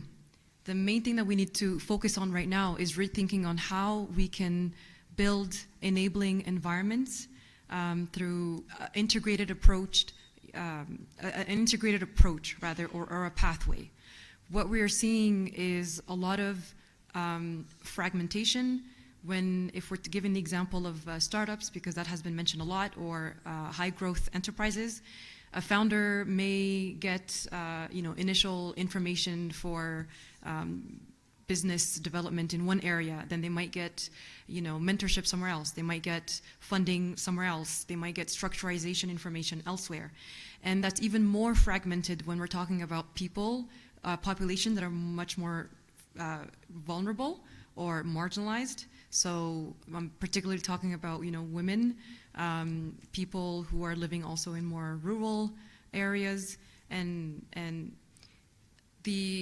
I'm not asking for us to kind of lower the barrier of entry, but I think we need to kind of widen the net and redefine what we mean by high growth enterprise.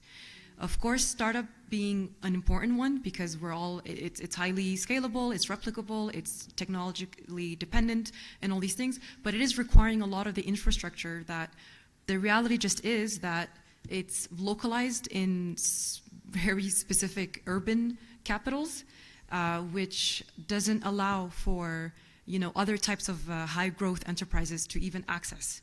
We know there are problems when it comes to opportunities, with a problem when it comes to a lack of access to capital. It's very unfortunate that as a continent, when it comes to global venture capital, we're only receiving about 0.5% globally. That is abysmal. We have heard from other panelists here when it comes to the kind of blended financing approach and these type of things. I would propose a solution that is much more simple, which we can start with a sequential type of funding, meaning you make it in a way that is a lot more inclusive. So that means, who are you targeting? What are the metrics that you are reading through? Is it just about participation? Is it just about the amount of women that are participating in specific programs? Or are you making it in a way that it can be accessible online? Are you making it in a way that you have childcare that's accessible? Are you making specialized programs that can focus on sector specifics? Research are showing that when it comes to any kind of enterprises that are more social or environmental focused, it attracts a lot more of the attention of women. Why? Because women tend to be a lot more taking on more leadership roles when it comes to their communities. We know that if we're investing in women, they have this this lever effect where they're able to pull other people out of, if we're talking about social development initiatives or we're talking about poverty reduction. So it does make sense from an economics perspective, from a return on investment perspective, to make it inclusive for not just women, but everybody that is kind of left out in the margins. From my experience working in that ecosystem, especially ecosystem building, you need everybody on board. You need the public sector to put in enabling environments, to put in the kind of policy that is required to allow for certain, companies to be able to grow and access to specific capital. You need the private sector to be interested and look at this is something that's worth a while to invest into. You need the community to have a lot of awareness raising so that they can even understand what startups are. A lot of the time when people are talking about startups, unfortunately, they don't have the best reputation, I would say. Sometimes people use it interchangeably with income generating activities or other means. And if we're going to be serious about job creation, because we no longer have a choice, we have to rethink and reshape how the current model are. We have to be also very serious about where and how we are investing and in the types of integrated approaches. And we have to also be very serious about what kind of metric and outcome are we measuring. It cannot just be about participation. It cannot just be, we need to look at how many companies have survived, how many did not survive, and why, how many have been able to scale, how many of them have been able to have meaningful partnerships. So I think I will probably stop here. Thank you. Thank you very much for your insights and first-hand insight being CEO. And what I took out of it was again the measuring. So this relates to what the colleague on the left was saying, the importance of data. And not only at the startup stage, but also monitoring the outcomes. And I would only add also we need also data on those who tried to be entrepreneurs and did not succeed, right? Because that would also help us understand the obstacles, and we don't have such data. And again, emphasizing integrated and sequential approach and the importance of ecosystem. Now I would like to go back to our audience because there were hands up. Yes, so I start there with Zodwa, please, over to you, and then we go to the right. And then there, yeah. No, but first Zodwa, please. Thank you very much, Director. I wouldn't agree more with you on the point that not all young people can be entrepreneurs, and we have seen this. But the model that perhaps we should be exploring is that you identify those who are in entrepreneurship because they have the skill, but also the capacity to scale, and then also consider those that can get employed. And I like the idea of Samia's group where they do have the group that is actually in entrepreneurship, but also they embrace those who are aspiring. I think that's a very good idea. Perhaps the question to you, Samia, is, are you confined in Ethiopia or you have members outside? And if not, do you have plans to incorporate other members from outside Ethiopia? Thank you.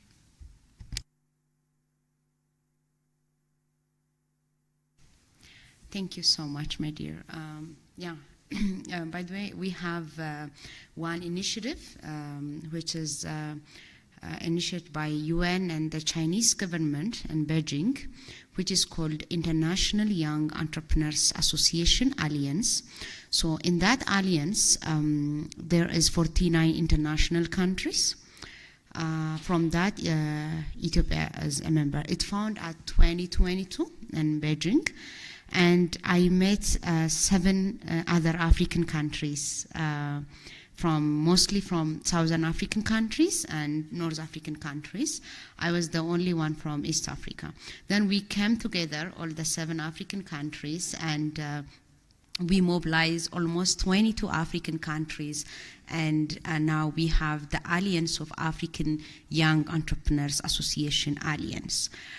It has 22 members, but we do all the strategy and everything, but we didn't start operation, you know what I mean? Because most of African countries, they don't have exactly like us, like Ethiopian Young Entrepreneurs Association, obviously Tanzanian Young Entrepreneurs Association, but when it comes to Kenya or other Ghana, like Young Entrepreneurs Network, Young Entrepreneurs in Business, Startups Network, you know what I mean? So according to the countries, there is a lot of different focus and different aspects, but we are trying to mobilize all of the African countries and bring this best practice and to share different opportunities, because our association is not only operating in Ethiopia and Africa, because we have an office in 4 different countries. For example, we have a platform and an office in China.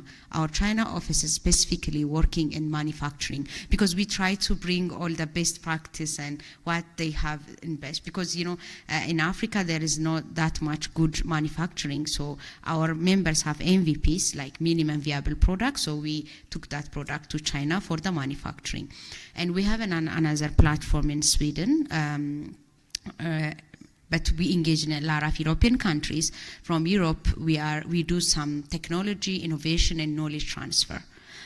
So we travel a lot, and we try to expose our members and to bridge our members for the global opportunities, and to do like a co-founder, you know, co-founder matchmaking. When it comes to Middle East, we do some, we have another platform and office there for the investment and market linkage, because a lot of VCs and angel investors from Middle East, especially from UAE and the Kingdom of Saudi Arabia. So we are trying to bridge our African young entrepreneurs to the rest of the world, because at the end of the day, we have a good talent, we have a good geographical approach. There is a lot of opportunity that we can do, but we don't have to close our doors, because at the end of the day, we are a global citizen, and we are trying to make a bridge. So we are trying to bridge the missing link, but our members, it's a national association, but our members is specifically Ethiopian. But when it comes to the alliance that we are founding in Africa level, yes, it's a big alliance, but for more we can chat during the coffee. Thank you. Well, thank you very much, and I think there was a question. Yes, please. Okay, thank you. My name is Nathanael. I've been working in the digital agriculture sector for the past 5 years. So my question goes to Mr. Abraham, because I want to focus on the agricultural job creations. So you raise a very good important point. One of the challenges is data, yeah. So that what would like to do in order to mitigate these challenges, because as you know, this youth employment sector needs a continuous assessment and support. In order to do that, we need to have not one-time data, iterative data. So in order to mitigate this challenge on the data, as a successful private sector, what do you recommend in the broader in the broader views? Because nowadays the government also tries to do a lot of things regarding to solve this data challenge. As I know, recently there will be also a digital agriculture roadmap is implemented in the Ministry of Agriculture sector. So one of the components on that roadmap is to solve the data challenges and also to create some agricultural data marketplaces in order to support the employment and also the other attributes. So to make it specific, in a broader way, what should the stakeholders have to do to solve these data challenges. Thank you. We have two questions over there, please. Good afternoon. This is Malaku. Thank you very much, Madam Suzanne, for your opportunity, and also the panelists. I will acknowledge the interference that you have from your perspective, but I want to, as an ecosystem of the entrepreneurship, there are much of challenges as a youth, entrepreneurship in Africa and a youth. So if we mention a lot of things like political instability, access of finance, as infrastructure, is a lot. But my question will be, how can we, government and developmental partner and also private sector, working together for strengthening the ecosystem challenge? So this is, in building the Africa we want. Am I clear? Sorry.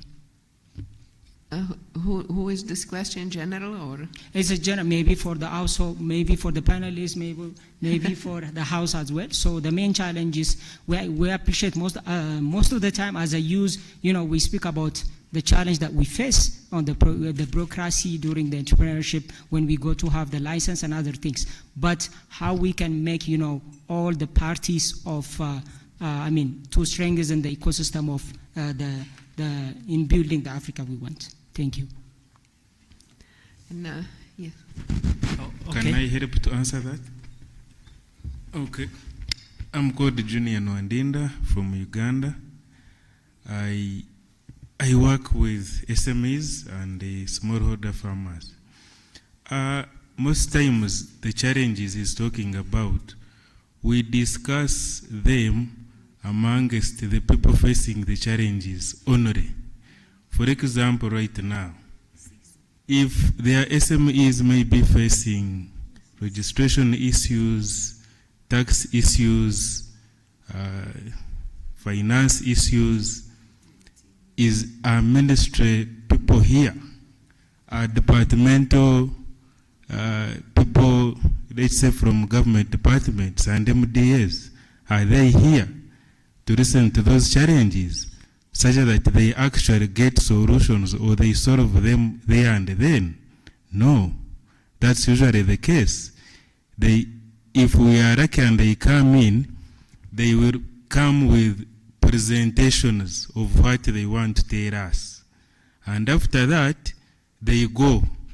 Then we remain alone, discussing our own challenges alone, without actually getting the solutions from the people that would have solved us. So I think going forward, we could shift such that, let's say now, we get maybe those challenges, then the next time we know people face these, and these, and the people who are supposed to handle this are these. Now we task them to be there at that particular moment. If it's a registration issue, someone on registration stands there. They ask them how this should be solved. Then someone with a tax issue is also there. And by that, it creates accountability, responsibility, and leaving out all of these things solved and people getting what they need in the real sense. Thank you. Thank you very much. And I think we had a question. Yeah, thank you very much. Thank you, Madam.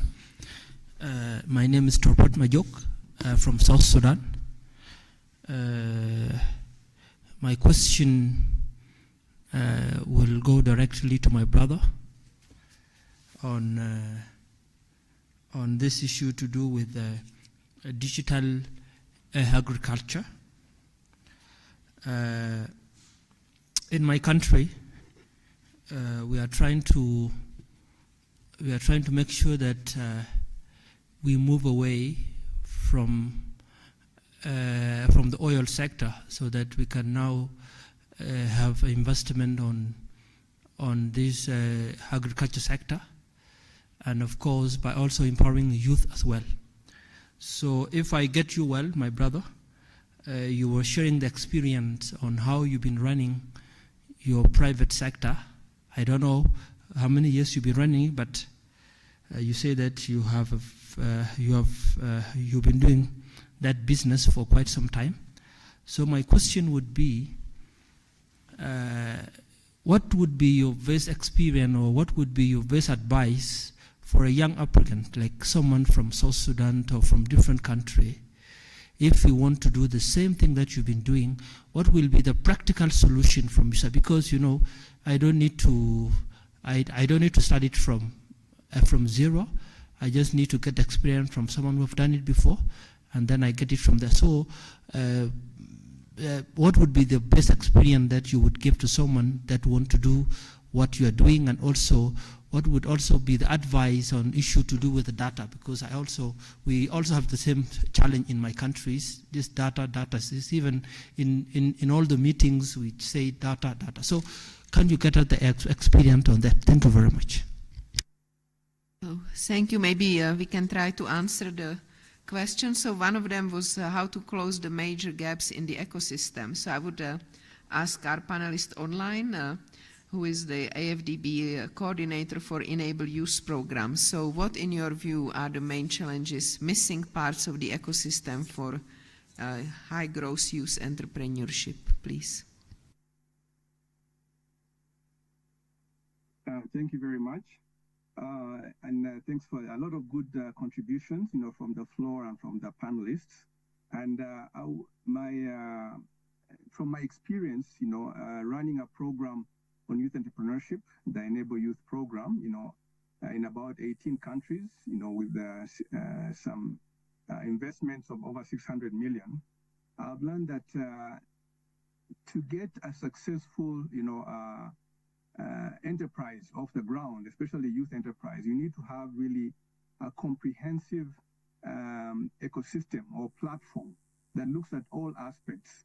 I find that often, being the African Development Bank, we might focus more on access to finance. Somebody else might focus on skills. Another institution might focus on technical assistance. But for me, I think that we need to have a comprehensive ecosystem that addresses all of these issues, and that this is where partnership is important. So we need to provide, for example, incubation that looks at what I mentioned earlier, that looks at providing business skills, providing skills in the particular area. In my case, it was mostly agronomic business skills, looking at markets, looking at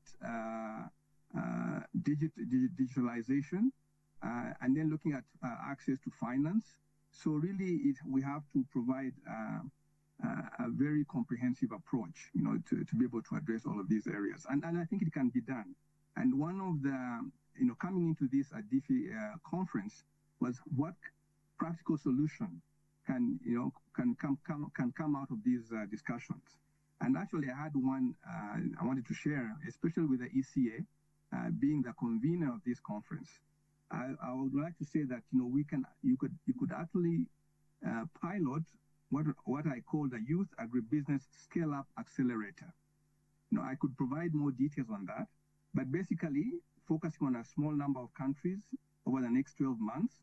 And we have a pilot that targets youth-led firms that already show market potential, but are constrained, by either finance, business systems, technology, and market access. And the objective would be, enterprise growth, job creation, and not training alone. And I'm sure that, the ADB would be very willing to, to work, with the ECA, given that the bank also recently set up a division for SMEs. In the past, we didn't have that division, but that is new.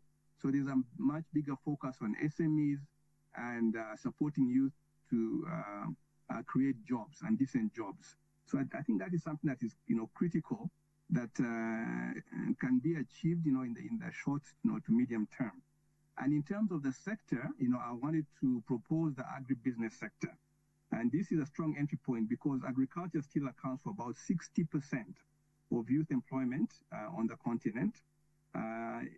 However, much of this work still remains in low productivity and insecure metrics.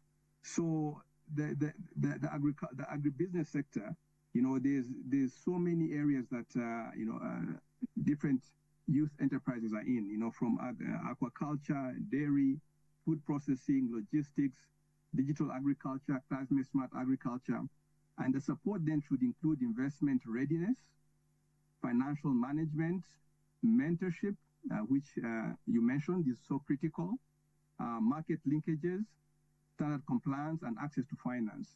So really, this would be a comprehensive approach. I think one of the participants, had that question: how do we address all of these, different risks? So let me stop there for now. Thank you. Thank you very much. And then maybe we could also hear, there was a question from South Sudan. What does it take to become entrepreneurs? I would like to ask Ms. Raiso, who is the CEO in Djibouti, to share her experience. What does it take to become an entrepreneur? Successful one, or what does it take to become CEO? A little bit of insanity, I'd say, because a lot of times you're just jumping off and you don't really have a parachute, right? So you kind of have to be a little bit, have a bit of a, what is it, disillusioned? Or no, not disillusioned, that's not the right word. Have, in any case, a little bit of insanity is what I would say. That being said, I think there are ways to make it so that you are less likely to fail as much. I mean, I have also started businesses that were not successful. I think the majority of the people that I know that have been able to make successful businesses have been got it right the first time around. You have to think about, goodness, logistics, branding, legal, technical side, team building. It's so much so soon. And these are all skills that can kind of be shared. What I would suggest and recommend is that firstly, because I think from that question, I think you kind of have to get a lot of stakeholders involved. When there was a pattern that we were not understanding, we got all the people together, because what I noticed was it was really difficult to get access to finance. I don't have capital. I was moving new to Djibouti. I didn't own a house or anything like asset. And then all of a sudden I have to bring in my entire life history just to have access to something. Next, I didn't understand how the structural portion of it, of company creation and IP and branding, and then all the obligations when it comes to paying for your income and taxes and things like that before you can even have a salary. So what we decided to do was I just went and asked directly. I went to each person individually and I was kind of like, hey, how is this supposed to function as a bank if I don't get a guarantee? We had a program that was like a youth fund guarantee, investment guarantee, but then their criteria was just as long. So it was like, okay, how are you supposed to be there as a co-guarantee for these youth that don't have collateral, and yet your list is just as long as barrier to entry as the bank? And then eventually we got into a lot of advocacy, which is, thankfully now we have the Startup Act since December 2025, sorry. So that was a lot of work, so I don't have a one-size solution fits all, but I think that in our environments, especially in Africa, we are dealing with a lot more barriers than that other people in other areas wouldn't have to deal with. That just comes with the package. That being said, you also have a lot more opportunity to fix those problems and fix those issues. Why? Because you are the ones dealing with the institutional gaps and the everyday frustrations of it. So don't wait for somebody to give you permission. Find out the information that you need if the systems are not making sense. Realize that people are building these systems, and if they need to be redesigned, allow yourself to find like-minded people to advocate to redesign these businesses. And again, you don't have a foolproof model. Of course, not everybody's meant to be an entrepreneur. You need people to have traditional jobs. I mean, we need our traditional bedrock of our economy to function, of course. I hope that helped to answer the question. No, thank you very much. And one of the key messages was basically, and very rarely you hear actually entrepreneurs admit that initially they fail. So when you fail, try again. Yeah. And you mentioned the insanity in entrepreneurship research, we call it overconfidence. And entrepreneurs tend to be more overconfident than the rest of the population because we know the statistics, but everyone thinks their business will succeed. And that's a great thing. Thank you. I think there was a question from one of the think tanks over there, but maybe, yeah, please.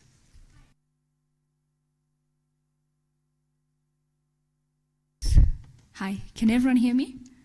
Good afternoon, everyone. My name is Gugu Letusiso, but please call me Gugu, coming from Zimbabwe. This question is for Ms. Ismail. I think I've just added both of you on LinkedIn right now. But I think your contribution made quite a bit of sense, right? But realistically, right, globally, only 5% of startups actually get to being a high growth enterprise.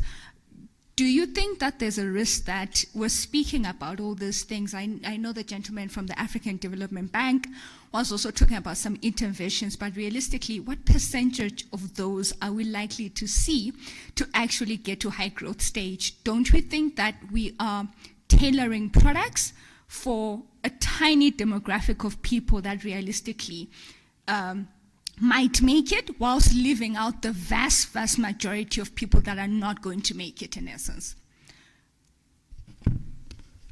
Can I answer? Thanks. Sure. Well, thank you for your question, and I think you're absolutely right. I think when we're talking about not just those that will reach high scale, when we're talking about unicorns, we're like at 1% or less. So I agree with that. But the skills that you're going to learn when you're going through a program, whether it's skills building programs, whether it's incubation, whether it's pre-acceleration or acceleration, these are skills that can be transferable because you're going to be learning things like money management. You're going to be learning things like conflict resolution because trust me, those are definitely arise. You're going to be learning skills such as negotiation, communication, branding, marketing. You're going to be learning skills like evaluating and making important decisions based on specific metrics, right? So these are all, even if you don't make it into a high growth potential, the fact that you've gained some experience in that business sector will at least allow you to be more employable than you were before. And I think that kind of circles back to the initial intervention of how we can kind of broaden the net to get more women and underserved youth, because you're right, a lot of the times also when it comes to these type of startup programs and things like that, they usually target people that are already, or founders that are already very visible, either online or are they well networked, they have some kind of a resource, they are probably in an urban area, they are comfortable navigating formal settings. And when we are thinking about the majority of people that are just as entrepreneurial, but unfortunately may not be formalized, right, in the informal sector, we're counting a lot of these women out. And by excluding a lot of these women, just because of the fact that maybe they may not have less networks or less ability of access to financing or capital or collateral, or more time constraints because they have more social and familial obligations, we are completely, and they have less opportunities to build credibility in the eyes of investors, right? And so what happens then is we are leaving a big pool of potential innovative founders completely off the table. So yes, there is definitely criticism with the kind of targeting and segmentation approach, but on the flip side, I would say that the kind of experience and networking and training and skills that you would be gaining from this type of experience will make it transferable for other types of work.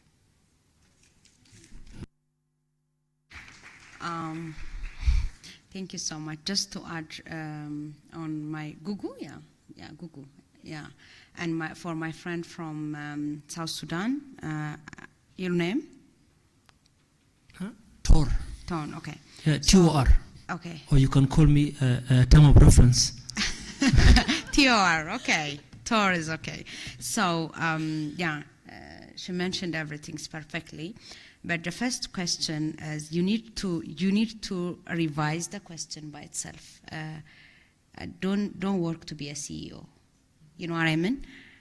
Most of our young people's challenges to keep the name tag founder and CEO.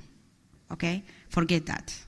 So what kinds of problem that you are going to solve? Focus on that, okay? So if you're really articulating the problem that you are going to solve, especially in a country like South Sudan, very new. I didn't forget the independent date of South Sudan because it's my birthday. Yeah, so it's very near. So you guys have a lot of opportunities because you have a lot of latecomer advantage. We, even as an African, because I have an opportunity to visit a lot of countries in the globe, and I see that we have a lot of problems that we need to solve. But the thing is, it's not about all the training, it's not about all the access to finance, it's not all about the policy, it's all about us. Like, are we ready as a young entrepreneurs? Are we ready to sacrifice? Are you ready to pay all the stress, all the neglection, all the family, all the society, all the friend, and even the challenge from within the edge, you know? So are we ready to that? So this is my question. This has to be your question. Then it's very easy to be keeping the name CEO in our LinkedIn profile and to say that I am a founder and CEO. So are we here to solve a big problem and add impact, not only for our young entrepreneurs, but also for the one who will be coming as a next generation, even for our elders, you know? So that should be the things that young people have to consider. Because everyone is here, the government is here, the development partners is here. I know there's a lot of too many programs and projects. I know the fragmented. I'm also so frustrated about the ecosystem is fragmented because too many mandates and too many programs and projects. But are we focused and are we trying to solve the real and to catch the real opportunity and focus on the problem? Thank you.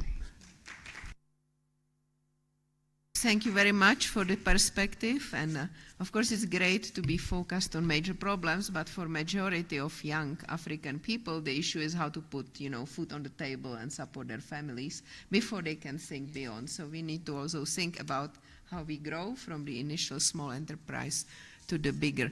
Last but not least, we are nearing to the end.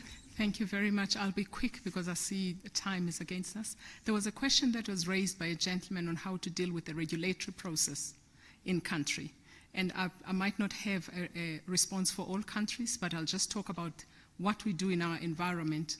Our organization, which is the Graça Machel Trust, work with removing systemic and structural barriers for women and girls. So what we do, we capacitate entrepreneurs. We then make sure that they have access to finance and access to markets. But over and above that is advocacy, where we have sectoral networks in country that are looking at the policy environment and making sure that it's enabling. The last part is then where we've appointed deputy female governors of central banks who are making sure that they are influencing the regulatory process and changing that. So I just wanted to give a solution to what is being done to do that. Thank you very much for that, and this is a solution-oriented session and event, so we would like to follow up with you and learn more about the solution. And there is a perhaps last question from the gentleman over there. Okay, one more, and that will be the final. Can I speak in French or I have to speak in English? Okay, let me try to continue in English if you want. I can speak in French. Bon, je vais parler en français alors. So I shall speak in French then. Let me begin by thanking all the speakers. It was a very rich exchange. But I have 2 points. Very quickly, I wish to speak to the integrated approach. I think it was a lady from Djibouti who spoke to that. I think it's essential. We have to ask ourselves, how do we work with training, professional training institutes and institutions and other entities that work with business plans and funding? How do we break down the walls of the silos, in other words? I think we really need to think that through more carefully because we tend to be conservative and it's very difficult to get people to work together. But some countries succeed.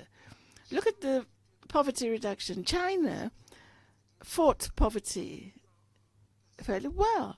If you take a poor person, you offer the person an integrated package. All the agencies support this package, feed into this package. Second point, this morning the executive secretary said something that I found extremely interesting. He was smiling. He said, you young people, stay with us. By the way, I owe the ECA big time. I was here as a student during a stage. I would like to suggest that the ECA has a permanent panel, constitutes a permanent panel of some 10 youth who continue the thinking about youth. Thank you. Thank you for bringing the example of China to attention. As we know, China eliminated poverty 10 years SDG 1 ahead of the target 2030, and their motto was employment first. So that's why we are also here focusing on high growth, and by that we mean job-creating enterprises. There was a last question from here. Is it still? There is a real. No, I think we really need to, because we have 2 minutes, so I think there was, for the rest we can continue outside during the coffee break, please. So over to you. Okay, thank you very much. My name is A.K. Fasasi, Executive Director at the Global Alternative Group based in Nigeria. So my question is directed to Mr. Edson, PhD. So I took note of the Enable Youth program, and then I wanted to find out, how do you define youth? Number one, I mean, talking about the specific, let's say, age bracket that is used to define youth in the context of this program. And secondly, how is AFDB looking at enabling youth through entrepreneurship? And that's particularly because in the agribusiness industry, experience is a very, very important factor in implementing, run the business, and also qualifying for investor funding and also lender financing. So how is AFDB creating solutions that, leveraging entrepreneurship to increase employment, for example, for youth? And then you would also notice that creating the kind of agribusiness that would resort to above 1,000 jobs requires a very large scale of financing and experience. So what are you thinking in that regard? Thank you.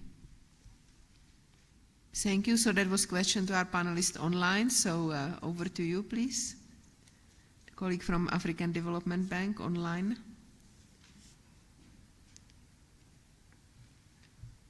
Thank you very much for that question. The definition of youth is pretty standard, and it's something that has been given by the African Union, where we consider youth to be up to 35 years of age. So that is our definition, and it's pretty much across most African development institutions. In terms of how we approach youth entrepreneurship and creating jobs, it has become actually much more, taken a much higher visibility within the bank. Initially, we had, specific projects that would focus on youth entrepreneurship, such as Enable Youth, where when we do have an investment project in a particular country, we have three main pillars of that project.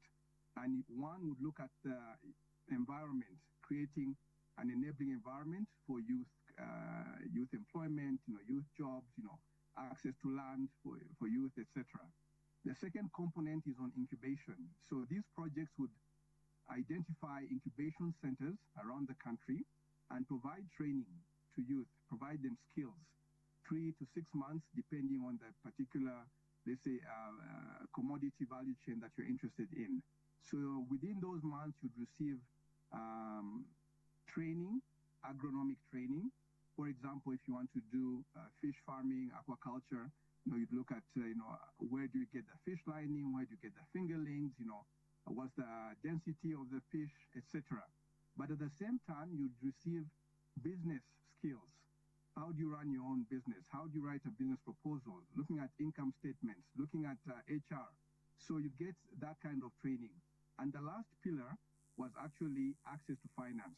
So now the youth who have gone through that training would receive access to finance, and there's different instruments depending on where you are in your on the job growth. So there are some grants, there's some concessional financing, then there's some more guarantees. So that's is how we approach on youth. But just to add on that, going forward, now we have what we call a youth marker system. Right.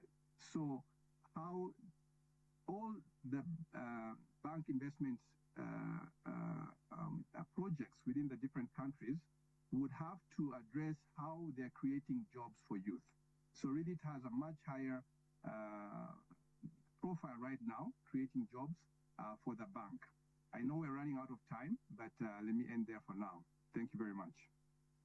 Thank you very much for your insights, and also we would like to follow up with you after after this event, given your extensive experience. In conclusion, very briefly, I would like to ask my colleague Jane, because she mentioned the lack of entrepreneurship policies. So, based on your experience, just few key features that good entrepreneurship policy usually has.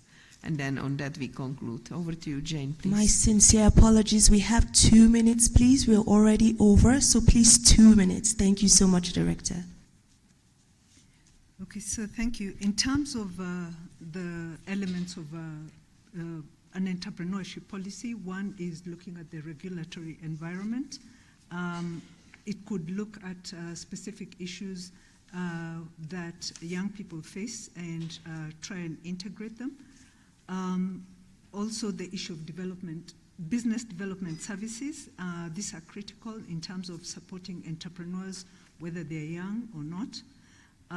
The establishment of networks. Networks are critical, and it was mentioned here. And I would say specific to young people also the issue of network, of mentoring. So they need to develop, have mentors who can support them in their entrepreneurship journey. So, and finally, education and skills.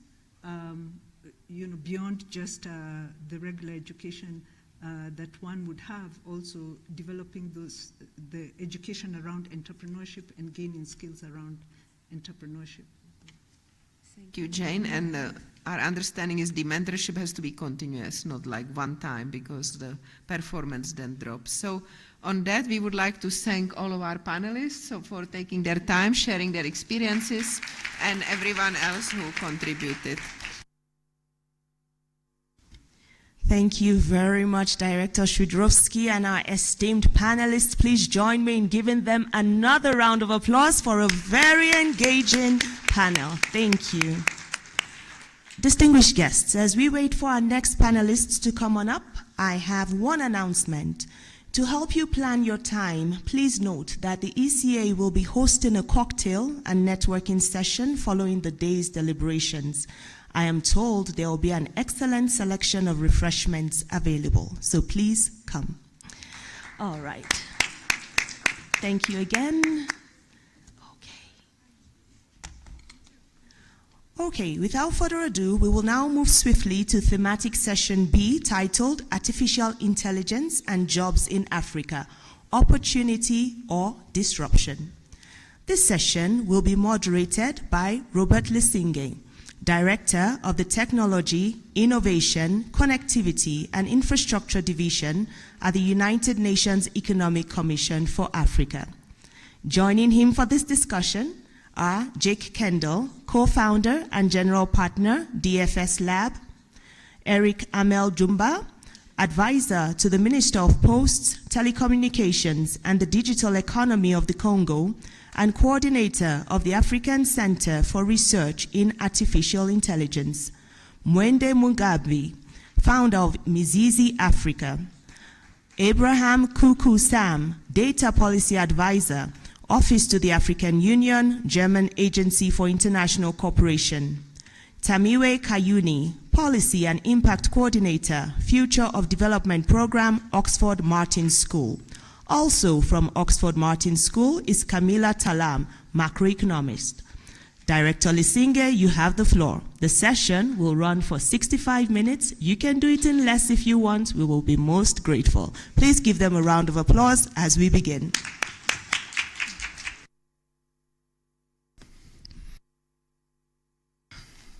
Thank you. Thank you, Banki. I think you are asking us to be giving a round of applause to keep our session short. But thank you for that. I think usually it's not exciting to have a session in the afternoon, but given the topic AI and jobs, I think that everybody would be awake, especially as we have the young people in the room, and even all of us. We are wondering what will happen to our jobs because of AI. I think a couple of days ago at home, we were watching TV, and there were some young graduates in the house. There was a program on AI and jobs, and they asked me, Uncle, is AI going to wipe out all the jobs we have? I said, it's a bit of a complicated answer. It's not a straightforward answer, but I believe that the session that we are having now would shed some light on this. I think ECA, our economic report on Africa, harnessing frontier technology for economic transformation, the 2026 edition answered this question because AI is a critical digital frontier technology. So we look at the risk associated with that, but also some of the challenges. I will just highlight just 2-3 things that came out from this our report that speak to the topic we're discussing this afternoon, AI and jobs. The first issue I would like to highlight from that report is that while AI may displace 92 million jobs globally, it is also projected to create a remarkable 107 million jobs, a net gain of 78 million, providing a compelling support for AI's impact on job creation. That report also highlights that frontier technologies operate as catalysts for entrepreneurship, innovation, trade expansion, and new forms of employment. So those are opportunity. And we also highlight in that report that job displacement and mismatch risks are most acute during the early transition phases, especially in economies with large informal sectors and limited reskilling systems. And finally, the report highlights that rapid technology diffusion without parallel investment in skills systems can deepen skills mismatch. By contrast, sustained investment in skills development support job creation as new technologies are absorbed, adapted, and scaled across firms and sectors. So that in a sense, gives you the answer to the question, would frontier technology, AI, wipe out jobs? But coming back to our session here, we have a very rich panel to shed light on this critical issue. I have with me Jake Kendall. He is the co-founder and partner of DFS Labs, a venture firm that invests in digital commerce startups in Africa. I have Dr. Eric Amel Dumba, telecommunications expert. He led network engineering at AT&T Mobility for 10 years. I have Ms. Mwende Mugambi, is the founder of Mizizi Africa, also known as Mizizi Policy Cafe. And finally, I have Mr. Abraham Kukusam. He serves as a data policy advisor for data governance in Africa. He works with GIZ Africa Union. So now you know our panelists, but before we start, I'm going to ask Ms. Camilla Talam of the Oxford Martin School to take 5 minutes to set the scene for us. Thank you very much for laying a very good foundation for my very brief context-setting conversation. I'd like to make 4 main points in the way of setting the stage for our conversation this afternoon. Firstly, we've heard about the jobs challenge. About 15 million young labor market entrants entering the job market every year over the next 20 years to 2020 to 2050. But in contrast to this is the low job growth in Africa. For every 1% of GDP growth we generate, we create only about 0.04 jobs. This is a tenth of what the global average is. And this is the backdrop, this is against the backdrop of AI transforming economies globally and in Africa. Specifically on our continent, AI could unlock over 100 billion in economic value in over 20 sectors. And this could boost GDP by 3% every year. Africa also has the opportunity to lead AI development in frugal AI development and move from just being a consumer to AI technologies developed elsewhere. But this will also have transformative impacts on our job market. In the key sectors likely to be impacted by AI currently, banking, retail trade, FCMG markets, AI could yield 16.7 billion in productivity and AI efficiency gains. And the impact of jobs are wide-ranging. The good thing is that Africa has a low AI exposure. Only about 85% of our economies have a low risk of AI. And this brings us to where we are now. What opportunities can we harness to unlock the value we've discussed? Looking at some of the key areas in terms of the informal sector, how can we tap into technology that SMEs can use to grow and expand and create jobs?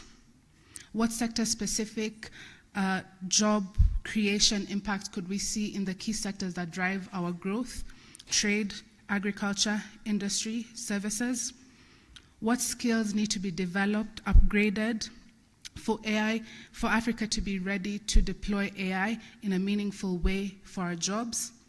And finally, what does a policy landscape look like? What data governance systems do we have in place? And what role does sovereign AI have in shaping this AI ecosystem? With that, I yield back to Dr. Lesinge. Thank you. Thank you. Thank you so much. Just to give a roadmap of our session, I'm going to ask a couple of questions for each of our panelists.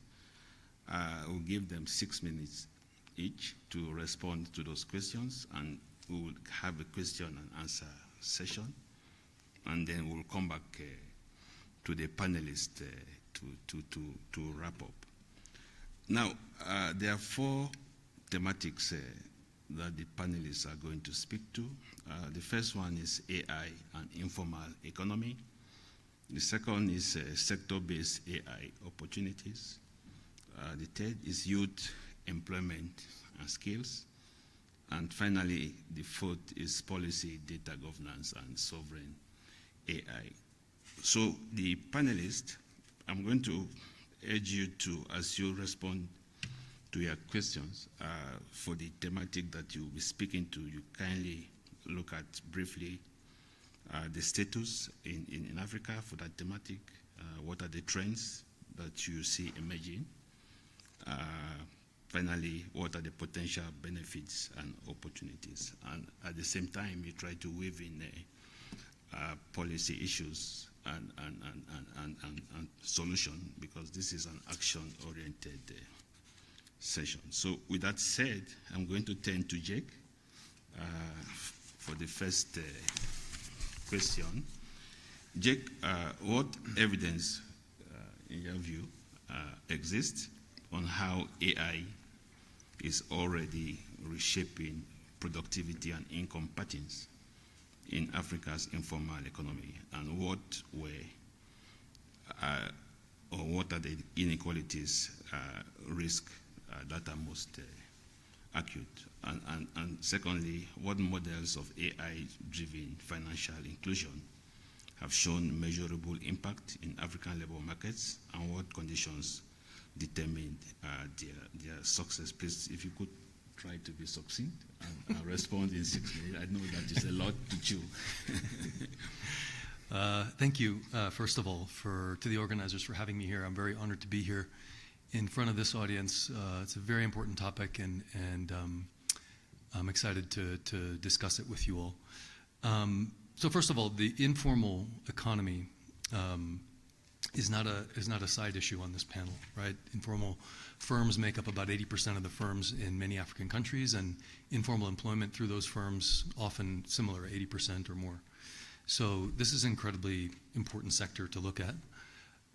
We have an emerging set of research, and I'm going to speak to you both as an investor, but also a researcher. I'm an economist and do a lot of research as well. So I'm going to give you both looks. From the research side, there's an emerging set of studies looking at the impact of AI on jobs, on employment.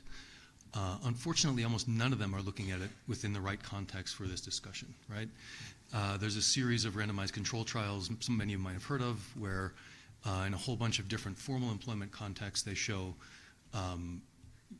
efficiency gains, productivity gains. They show catch-up from least effective and least productive employees to the most effective. And so paints a pretty bright picture.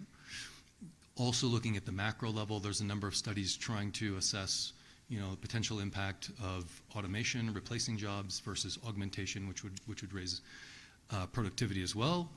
Most of those, again, are predicated on a formal employment pattern where there are jobs and there are tasks associated, and AI plays a role in either augmenting or replacing those jobs.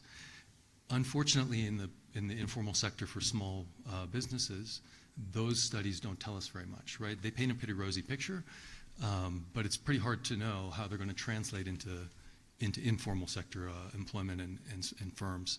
The one study that I know of where they've actually given AI in the form of an AI business advisor to firms in Kenya, all of them small and informal, had no impact on average, didn't improve things at all. And when the researchers dug in underneath the data to understand what happened under the hood, first what they find is it's really only a small number of the most high-performant firms that were already doing well who use AI to improve, and they grow, I think, about 15% in a few months relative to a control group. On the other hand, the reason there's no impact on average is that a lot of the firms actually did worse because of the AI. And that's a phenomenon we really need to understand. The researchers in that study look at the kinds of questions they were asking and try to understand, what is it that causes these entrepreneurs who use AI and take its advice to actually end up worse off than their counterparts in the control group.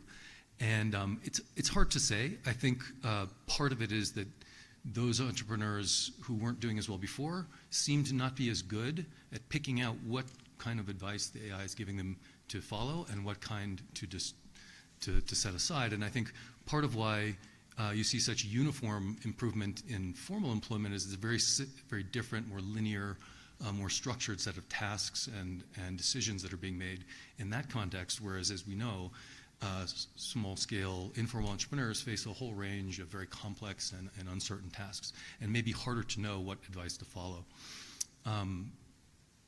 Another longer thread of literature that I find very important here is the study of how economies differ across firm size, right? So high-income countries, most employment tends to happen through large-scale formal firms. And those large-scale formal firms hire a large number of white-collar employees and are critically dependent on them to manage the complexity that comes with being a large firm, right? You need procurement managers and HR managers and finance managers and all kinds of people who are delegated specific tasks. Whereas in lower income countries, developing countries, there's a lack of those white collar skill sets, and then often you find most of the firms are small. And there's actually been a recent study looking at sort of the difference, and it turns out that the lack of white collar skills and employees accounts for about 60% of the difference between lower income and higher income countries. So it's an incredibly important bottleneck to economic growth and I think to firm evolution. Now, one thing that you might say is, okay, so that's actually potentially optimistic in terms of how AI can play a role. And AI, who are the people that are afraid of losing their jobs to AI? It's the white collar workers, because AI does really good at those tasks. So maybe that's an opening. I wanted to talk a little bit then about how that might play out, because I don't think it's as simple as just give AI to small firms. When, as an investor, we've, looking back at how giving different kinds of digital tools to small firms has played out, and there's been $5 or $6 or $7 billion worth of capital put behind those kinds of models in the past 10 years or so.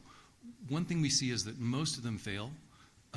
Most of the ones that do succeed tend to be sort of raw infrastructure inputs, payments, credit, mobile connectivity, very simple things that don't imply a white collar skill set in order to manage them. The ones that imply bookkeeping and more complex supply chain management, things like that, often fail because they're built on the premise that they're helping sort of a white collar skill set manage the complexity, and that person often isn't there, I think, within the firm. So just reflecting for me, the notion for me should be, how do we help those firms who can, at the top of the sort of performance spectrum, who can really grow into larger firms? And we'll get into my policy thoughts on that, but I think the critical thing is to think about, how do we give them the things that they can use to grow and become large and much more performant. So. Thank you so much for shedding light on this subject. I think what is coming out that it depends the kind of job that at risk actually depend on the job, white collar versus blue collar. What you also highlight is that while there are some studies on the impact, especially for informal sector, we don't have too much studies, and some of the findings could actually be counterintuitive. Instead of improving performance, efficiency, studies have seen cases where the performance has actually gone down. Yeah, so I should say, I'm actually just now launching a study in Nigeria looking at small firms using AI to sort of launch more digital products and online profiles. And so I'll be sharing that at some point, hopefully later this year, once our study's done. But you can follow my LinkedIn or something like that. Will be, hopefully should be some pretty interesting results. No, thank you. It's quite important to base our discussions and decisions on evidence from robust study. So let me move to the next panelist, Mr. Eric Amel Dumba. I think we're a good partner of ECA, being at the Artificial Intelligence Center in Congo, Republic of Congo, but also advisor to the Minister of ICT. The question to you is, which sector-based AI applications offer the highest potential for structural transformation and job creation in Africa? And secondly, drawing on your experience and observations, what ecosystem conditions have proven most important for scaling AI innovation hubs and centers of excellence across the continent? I think no one is better placed to speak about centers of excellence than you. You have the floor. Merci. Thank you. Permit me to thank the ECA for inviting our organization to this activity. I'd like to answer by saying that there are 4 sectors which present high potential for structural transformation for employment for Africa. The first sector, as we said this morning, is agriculture. It remains the main employer of the continent and the main employer of the youth. As we know, we can improve agricultural output, precision, climate, detecting diseases, detecting resources where they are. So this change puts in place new jobs related to drones in the area of agriculture and all the related chains of linking agriculture and with buyers. That's the first element. Secondly, we have health. The artificial intelligence tools enable us to improve diagnosis. Telemedicine is being developed increasingly in Africa thanks to AI. So there's high demand for specialists in the area of medicine and digital technology in health. Number 3 is digital financial services, apps which are related to AI, which facilitate financial inclusion and improve risk assessment and strengthen fight against fraud to allow better access to credit for SMEs. Then digital transformation for administration, public administration. That's what we're using our country to improve performance of public administration. Here, this is an opportunity, a big opportunity to improve the quality of services, to improve transparency and increase public services. So what I've mentioned is that AI improves productivity as well as structural transformation and thereby improving African economies. Concerning the second question, our experience in Congo in AI and emerging technology shows that a performing ecosystem is based on complementary basis. We should develop skills massively with engineers, researchers, engineers to establish national strategies in that area. Otherwise, they wouldn't succeed without those skills. Secondly, is access to reliable data, which is sovereign. This data is the raw material for any innovation in AI. And I think that in Africa, the opportunity that we have is that we do have the data, and some countries have taken initiative of digitalizing language so that we have sufficient data which is well structured in our languages. AI should be associated with national languages, which is not the case in many countries. We have taken that initiative back home to digitalize languages so that young people can use AI vis-a-vis the languages. The third observation concerns the pillar relating to digital infrastructure, data centers, performance, crowd, and ODB networks. Africa is still lagging behind in access to data and unavailable elements of data. As we saw this morning, a young person who was in DRC wanted to make a presentation, but he was facing connection challenges.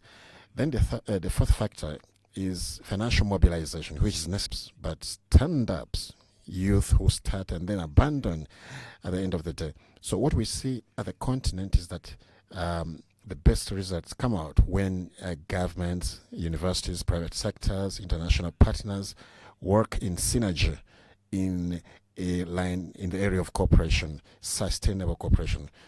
By way of conclusion, I would say that AI is the biggest revolution, a technological revolution, a generation, and Africa has the greatest opportunity, not only in speeding up economic development, but building a model based on talent, quality data, innovation, and digital sovereignty. Our responsibility would be to make sure that that revolution is inclusive, responsible, and opportunity generating. So Africa shouldn't be just a consumer of technology developed elsewhere, but should be a major actor in the designing, development of governance so that the people can be well served and benefit from this for their future. Thank you.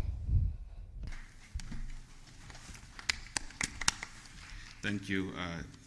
Thank you so much. I think you ended by highlighting the need for close collaboration between the government, the private sector, universities. I think some people call that the triple helix. But you highlighted two dimensions in your answer for the sectors that you see as very useful: agriculture, health, financial services, and e-governance. I think our work at ECA actually confirmed that those are some of the sectors that frankly have a huge potential for AI. In Guinea, ECA is working with them to digitalize the health sector. In Mauritius, we just work with them to come up with a fintech strategy. The same with Botswana as well. So our work here at ECA actually confirmed that these are some of the sectors that are appealing or provide opportunities for AI. But you also highlighted some of the foundational issues for successful AI strategies: human capacity, robust data, digital public infrastructure, and research. But thank you so much for that. I'm sure that there will be a lot of feedback from the audience. Now I move to the youth. Ms. Mwende Mungambi, how can Africa youth be better equipped with future-ready skills to participate meaningfully in the AI-driven economy? And secondly, what role do you see entrepreneurship and innovation ecosystem playing in addressing youth employment in the context of AI disruption? Thank you so much for that question. It is an absolute honor to be identified as a youth, and I'm really hopeful that the points I do give will highlight the place of the youth in Africa and Kenya. So we do agree that the youngest population that we have currently is the youth, with 42% of the global population being made up of youth by 2030. So that says that there's a huge mismatch between the number of youth we have and the opportunities that we have currently. So we are missing out on the opportunities of ensuring that the youth that we have currently are well equipped and well engaged. But there's been another mismatch. When we think of AI and tech, we think of coding, right? Today when you think of AI, you think of, you have to sit down, you have to understand different tech languages like Java and other big languages. But AI is actually moving far more than just coding. There's something called vibe coding that you can just create something within a few minutes using the LLMs that are currently available. So opportunities are there, and there's a lot of opportunities, especially in AI and tech. But now we lack the mismatch between access to AI and actually using AI in the correct way. So we have a lot of information. There's been a huge internet penetration. I'd give an example with Kenya. We have over 50% internet penetration. But the mismatch is there's no internet integrity. So you have a good penetration, but you're not using the internet properly. So how can we tap into these existing opportunities for young people? So we need to ensure there's a coexistence between the governments and the youth and the universities and other development partners, as our former speaker has highlighted. Because the youth do not lack information, they lack access. For me to be here today, I would say it's an absolute miracle that I'm seated down in this panel, because as you can see, the age demographic is there. And so it's very important to notice that access to these doors, access to these opportunities is what is lacking. Skills in Africa are not lacking. We are one of the sharpest brains you'll find in the world. But do we have access? No, we don't have access. So if we have sharp brains and we don't have access, then that means there'll always be a mismatch. And we will always sit down in these spaces to always have conversations about employment and youth involvement. So for me, how does entrepreneurship come in? First of all, when we create spaces, there's going to be space, right? When we create new AI opportunities, there's going to be space. Our former speaker has highlighted 4 areas: agriculture, health, finance, governance, and so many other areas that we haven't talked about, infrastructure and other different areas. So if young people are going to be put inside these specific areas, then there's going to be a gap whereby we have the existing workforce and the incoming workforce, which is now the youth. So if there's going to be a gap, who is going to fill it? So is it the youth that do not know how to use AI properly? Or are they the youth that will be trained properly on how to use AI? So the next thing that we need to do, entrepreneurship will create a space for us to empower young people to ensure that they run with the cycle and ensure that they are part of the process actively. Then the other thing that entrepreneurship will do for us, it will make work very easy, because with entrepreneurship, there is income, right?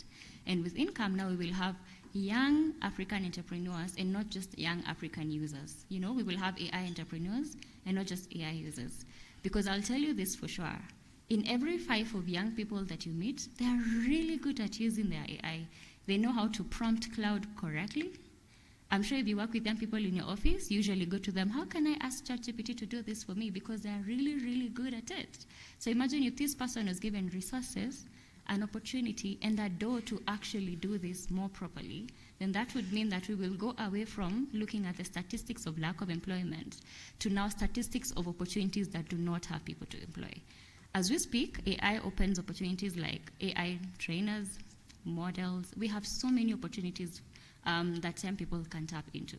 So if we can actually open up this door and ensure that more young people are trained, and not only trained, they're ensured they're very empowered and that they have AI integrity, then this is going to be a conversation of the past. We will not be sitting here and saying that we have a huge population of young people who are not employed. And I think this touches into my policy area. I do believe that education in AI needs to start very early. Well, unlike my case, I got to start AI, I think, 4 years ago when I was an adult. So imagine if I had started this a long while ago, I probably would be at MIT or Harvard, you never know. Yeah, you know, I probably would be somewhere else.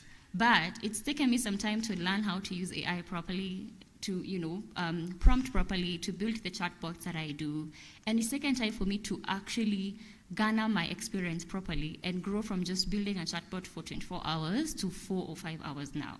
So if this had started way earlier, I would have been really, really good at what I do right now. So for me, my urge is, can the member states adopt frameworks for education as early as children start understanding how to use computers? Because only then can we be like China and fight poverty, right? Only then can we have a generation that can create employment at an early age. So yeah, that would be it for me in this question.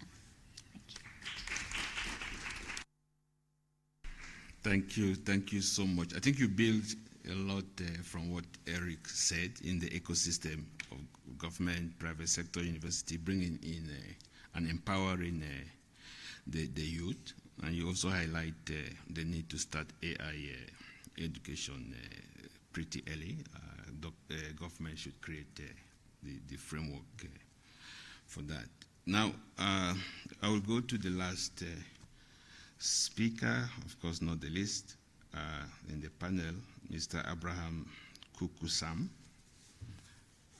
The question to you is as follows.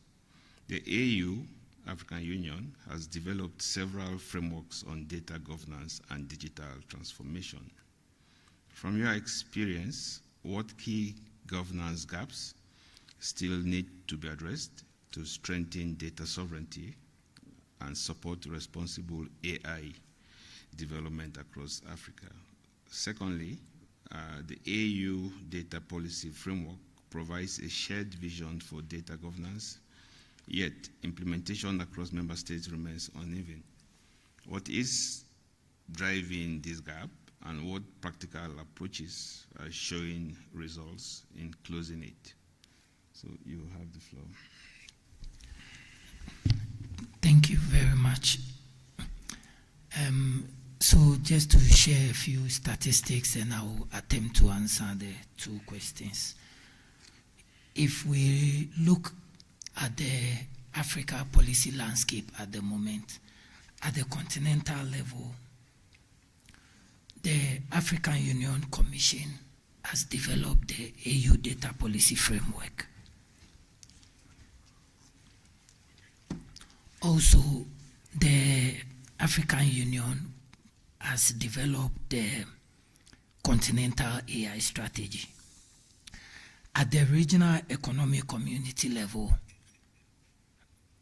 I am aware that at least ECOWAS have revised their Supplementary Act on Personal Data Protection to incorporate all provisions to support the implementation of AI in West Africa. Also, the East Africa community have developed the East Africa Community Data Governance Framework. And this year, I think even last week or so, there was a stakeholder engagement on a regional AI strategy. And then if you come to the country level, when it comes to AI policies, there are about 22 AI policies in various stages, including draft form on the continent. And when it comes to data protection authorities, we have at least 43 of them set up on the continent. But there is a challenge. And this brings me to the first question, the gaps. The first gap is an implementation gap. I think that as Africans, we are focusing on developing the policy frameworks, but we are not implementing them with the same energy. And there is a big problem because the nature of AI is such that things change so fast. And so if you don't implement the policies, they become obsolete. And with AI, things are also dynamic. So you need to implement the policies to be aware even of what will work and what will not work. So that through the learning and experimentation, you can also adapt your policy. So this is one big gap that we need to address. The second one is an enforcement gap. We have data protection laws on the continent, but usually you realize that the institutions are weak, they are not well funded, they lack the capacity and the skills to enforce our data protection laws. The third one is a data gap. And we know AI thrives on data. Our youth want to innovate. And the first place we can probably start from is public data. So governments use taxpayer money to collect data, but they are not willing to put the data out there for it to be used for research, for innovation, in order to create a local African indigenous AI ecosystem. The other challenge is about allowing data to travel across borders. We are developing policies in our countries, but we are still not opening up to cross-border data flow. And this is where with the Africa Continental Free Trade Area Agreement coming into force, we need to put pressure on our African government to open up so that data can flow freely but in a secure and safe manner. And then finally, there is a sovereign gap.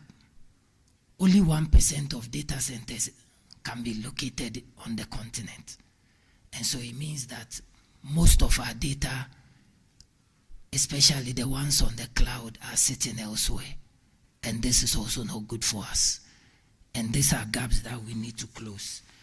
And when it comes to why implementation is uneven across the continent, I will briefly highlight 6 issues. The first is the digital infrastructure.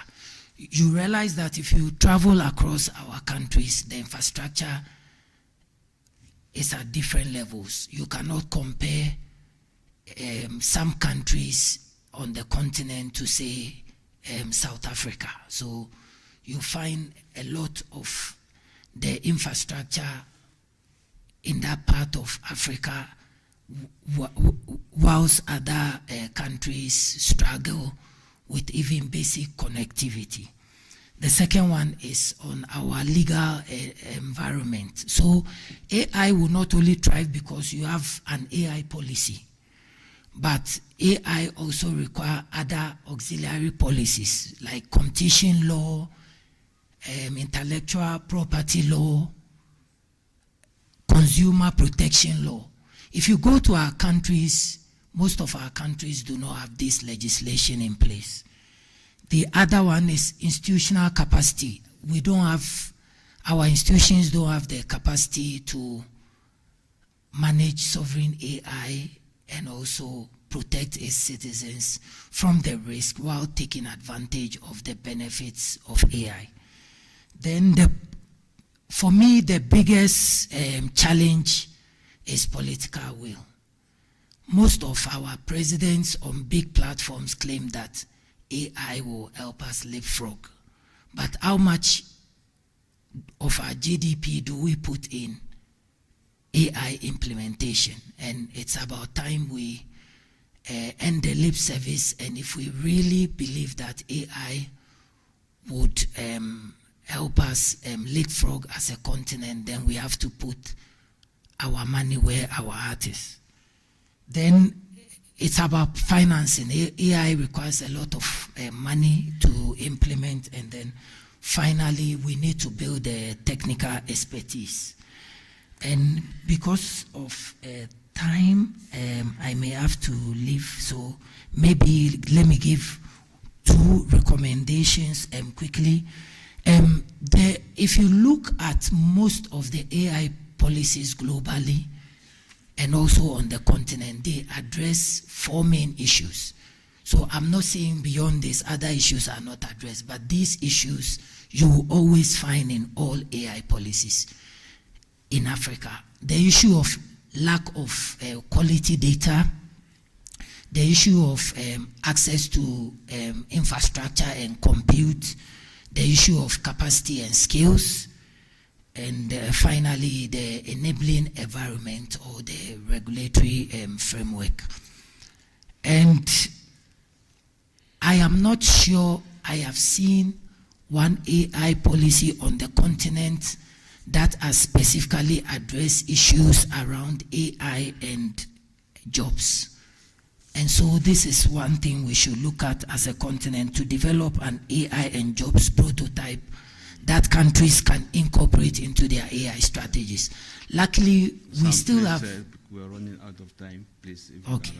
Luckily, we still have a lot of countries that are here to develop their policies, and so this is good. We need to look at AI and jobs in the light of employment policy, skills policy, industrial policy, and social protection. We need to make sure they speak to each other and they are connected. We need to see how we can protect workers whilst enabling productivity, entrepreneurship, and job creation. Thank you. Thank you so much. I know that you have to leave. That's why I allow you to have a little bit more time than the other panelists. But let's open the floor now for questions, comments. Please just raise your plug if you want to speak, and if possible, you could identify the panelists to whom you are directing your question. Yes, I can remember TOR. Yes. Thank you very much, Director, and thank you very much, all the panelists. I think if we are going to talk about this issue to do with the AIs, I think we can spend the whole week talking of it. And my question would be, I think a lot of panelists have talked of AIs in terms of infrastructures, in terms of job creation. But my question is, in terms of policies, you know, we have to be very frank to ourselves that we are in a situation where our institutions cannot support what the AI is looking for. Like now, to me, I feel like there has to be a clarity between what kind of job do we think that AI should do, and what kind of job should we keep for the humanities or for the sake of, you know, employment and also the rest of issues. So my question would be, don't you think that there has to be a policies and also strategies in terms of what kind of industry that we should focus on, and also what kind of industry that we should also make sure that people don't lose their job on? Thank you. Maybe we'll take a series of questions before we turn to the panelists, please. So yes, I see two hands here. Let's start. Okay. On my far right, thanks. and then we'll come to the gentleman in the middle. Thanks for the for your comments and opinions. My question is to all of you. Do you think it is possible to completely regularize AI? So we come up with a whole bunch of strategies and things like that on AI policies and how to deal with it. But given the pace that is changing, is it honestly possible to do that? And the second question is, especially here in Africa, we are trying to but to regularize AI, but we are not necessarily the developers of AI. So the mismatch between regularizing things that we are not developing, it's something that's a bit of an enigma for me. So it's a question to all of you.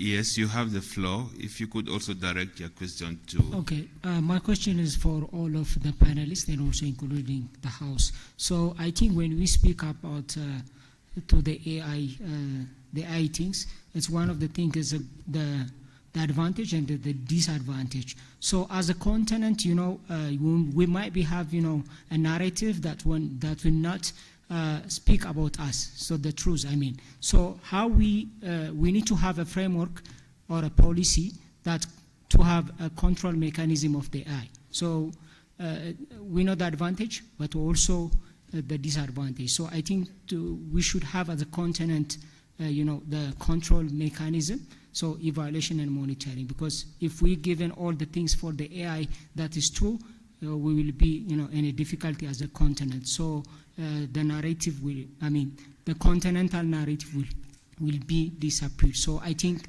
as a continent, so all the concerned policies makers or the government, all of the concerned policy developer, they should have, you know, how we can make those policies together. So I think we need to have, you know, a common policy framework or a system that controls the AI as a continent. Thank you very much. Okay. I think there were two. Yes. Please go ahead.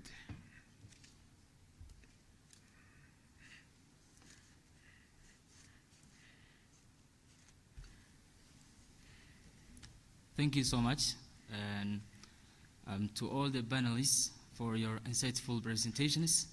My name is Jamal Noor, and the founder and the CEO of Rise Forward Initiative, based in Somaliland. As an African youth engaged in development work, I have observed that many young people have faced challenges such as limited tools, training and mentorship in AI and technology. So my question is specifically to Mawende, and my question is, what strategies do you think are most effective to help the African youth not only consume AI technology, but also actively create solutions and innovations using AI? Thank you. Okay, I think okay. I have two questions here. Let's start with the lady, then we go to Thank you. I think what Jake was saying actually resonated a lot. I think there's a lot that we're ignoring about AI. As he indicated, the people that are doing well are the ones who are most likely to be able to take advantage of AI to continue doing well. If you're not doing well, the odds are AI is not in your favor. I'll give you an example. I run a fintech. We are in the lending space, right? I think we had financials that we had to put together last week. I'll be very honest, I did not use our usual accountant. I figured out the financials by myself with Claude, right? You take your, what is it? Your Zoho books, right? You plug it into Claude to say, please generate XYZ for me. Jake says he wants to see these particular metrics. Do it for me, right? And then you then pay your accountant maybe. I paid the person, I'll be very honest, guys, 1/10 of what I would pay them for them to generate it for me, because I'm now just paying them to rubber stamp what AI has done for me. Same thing with call center agencies, which I think in terms of job creation, we've been seeing quite a boom.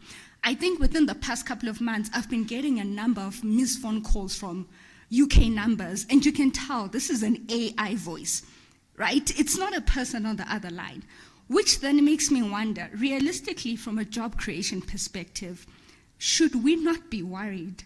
It's not going to create jobs for us realistically. I think it's going to actually subtract. This is even before we start talking about resources. I think the gentleman from GIZ was mentioning that. We're seeing in America, there's uproar over data centers and water. We cannot afford to be losing water that we already don't have. Are we truly being realistic about the pros over the cons that AI is going to give to us as a continent based on where we are at this current stage? This is directed to, yes. Sorry, I can't quite see your name, but I think what you're saying as well as to Jake as well. Yes. Okay. I think Jake maybe. Okay, no, let's, we'll take the very last question in the interest of time, because we have less than 15 minutes left, and we want to give the chance to the panelists to respond. So please, I will give you just 1 minute each for your questions. Please just go directly to your questions. I will take you, and yes, because we need to stop at some stage, otherwise you would not get any responses. Thank you so much, Mr. President. I think the question over there is really a storm that is heading in front of us, particularly for Africans. But we cannot escape from the challenge. So we need to create some sort of strategies in order to combat the challenge. But my question for all of panelists would be, what policy frameworks and public-private partnership are needed to ensure that young people are not only users of AI technologies, rather creators, innovation, and entrepreneurs in AI era? So this is the question, because if you answer this question, I think we will manage the challenges that we are facing currently. Thank you.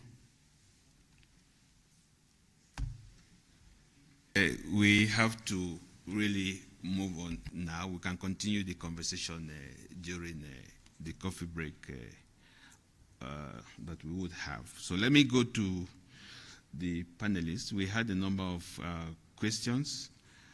I will give the floor to all the panelists. You can respond to any of the questions that you would like to, but please don't take more than 2 minutes so that everybody has a chance to respond. And as you do that, if you can just leave us with one critical recommendation that you think would help to address all the challenges that you yourself raised and also the questions that have come from the floor. So you have the floor, yes. Thank you very much. So I want to address the question of what kind of job should AI take. Yes, I think that we should look at the conversation this way. How can we use AI to solve our problems? We have huge problem with health on the continent, education, agriculture. Let's start from there. Of course, I agree that some jobs will go, and especially call center jobs, they will go. A lot of clerical entry-level jobs will go. But let's do the difficult job. How can we leverage AI for the informal sector? The informal sector is a big chunk of our economy. I think these are the things that we should look at. Because that is why I'll come back to my recommendation that we need an AI and policy, AI and jobs policy that integrates employment policy, social protection, industrial policy, so that we will know which jobs will go, and then we prepare our youth for that, and then we also know where we can create employment. Thank you. Thank you. We'll move to Jake. Yeah, so great questions. I'm going to try to answer your question. I think if anyone tells you they know, they probably don't know. I don't think that's I don't think anyone can say they have any certainty on that. I guess it's possible I'm fundamentally optimistic. I do think there's big risks. I think, like I said, earlier, I think a lot of the data points to a certain amount of insulation in the African economies, since so much of it will be in white-collar, jobs where there's disruption. I also think that generally history points to when these kinds of disruptions happen, they create new and unexpected sectors and jobs that it's much harder to predict the new and positive outcomes because they're not there right now, whereas it's much easier to see what's going to be disrupted and hurt. So I'm fundamentally optimistic. I also think that, a lot of these forces are beyond the control of any single country. And on some level, we just have to lean into the positive side, because cowering and waiting for bad things to happen is, almost never the right response, right? So trying to insulate ourselves from possible negative negative outcomes in the way that global labor, global trade flows, global organization of value chains, all those things are going to change. We just have to, I think, try to be nimble and respond and try to find the positive opportunities. I don't know what else to do, basically. I wanted to also, there was a question over here around how African countries can regulate AI when a lot of it is being produced elsewhere. And I think that's actually a really critical question.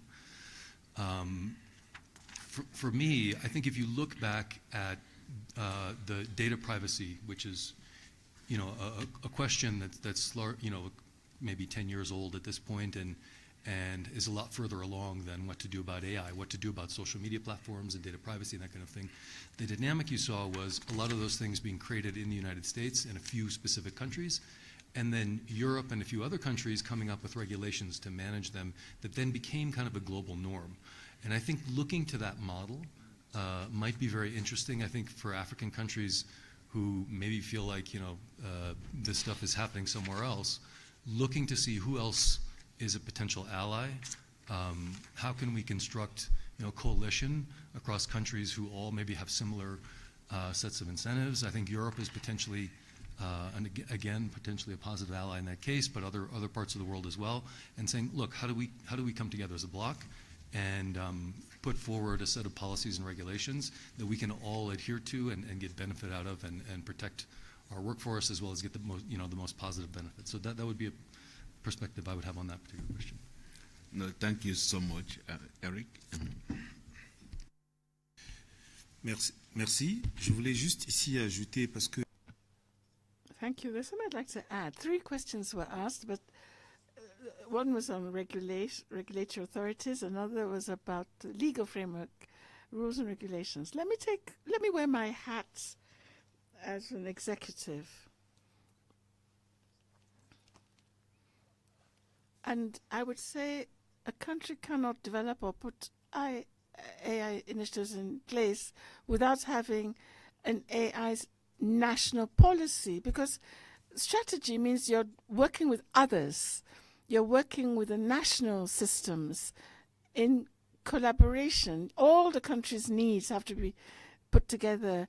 AI has to have an action plan over 3 years, 5 years.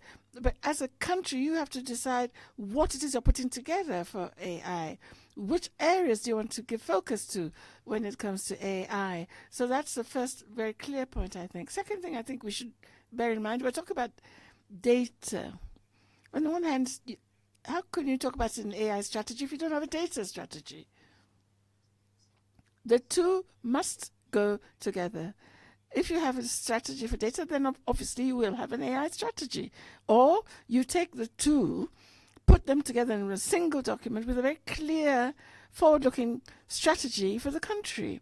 There was a question about regulatory authorities when we talk about AI, but I think an answer has already been provided to that question. But the same thing applies when we're putting in place frameworks. We've talked about the frameworks for artificial intelligence, and we realize that if a country doesn't have regulatory framework, laws for AI, then it's very difficult, because there are going to be other areas where laws are required that go along with those laws for AI. I thought it was important to make that point of clarification. Thank you.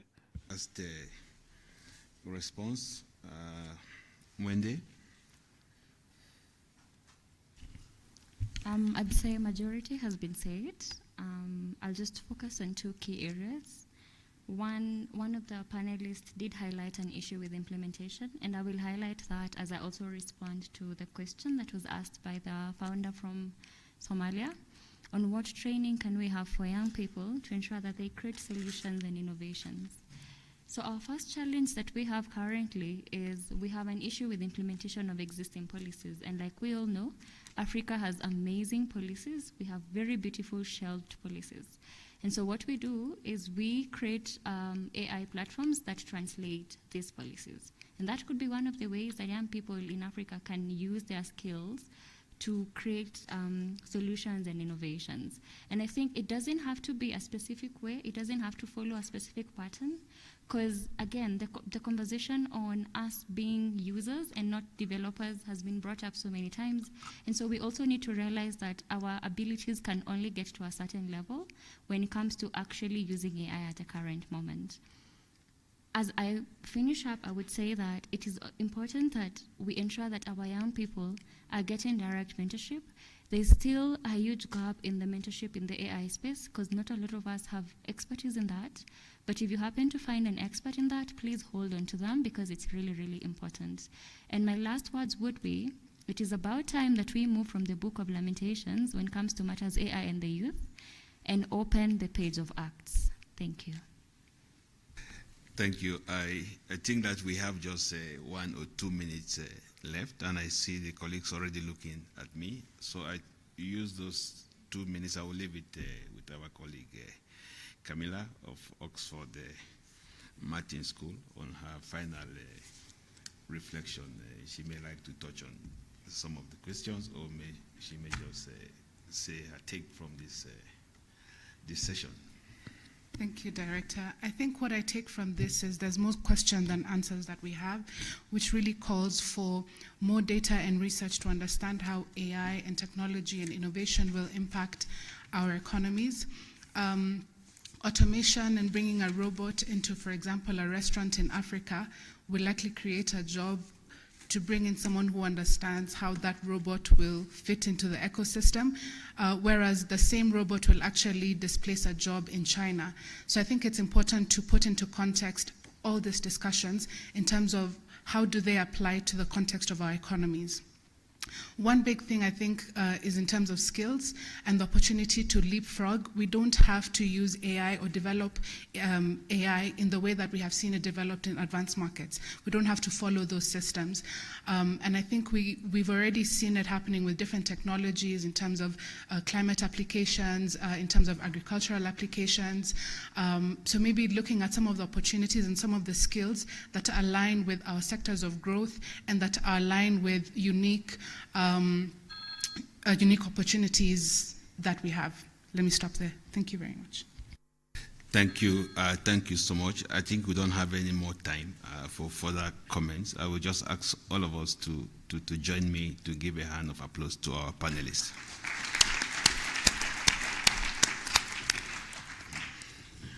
Thank you very much, Director Lesinge, and our esteemed panelists. Please join me one more time in giving them a round of applause for a great panel. Distinguished guests, as we await our next panel, may I kindly invite you to stand for a moment? Can everybody please stand up? I'm told by the doctors that this is good for us to stretch a little bit after, sitting for 2 panels, so please feel free to stretch. Don't hit anybody on your left or your right, but let's stretch a little bit. All right. And now can you please talk to the person beside you and remind them to join us for the cocktail later on? Just say you're invited. I hope I will see you there. There are lovely refreshments. All right. And then remind them that there's also the knowledge fair. Thank you so much. You may please be seated. Okay. We have one more thematic session and a very short impact talk remaining today. We will now move to thematic session C, which will focus on unlocking regional value chains within the African continental free trade area to empower youth-led enterprises across Africa. This session will be moderated by Melako Desta, Director in the Regional Integration and Trade Division at the United Nations Economic Commission for Africa.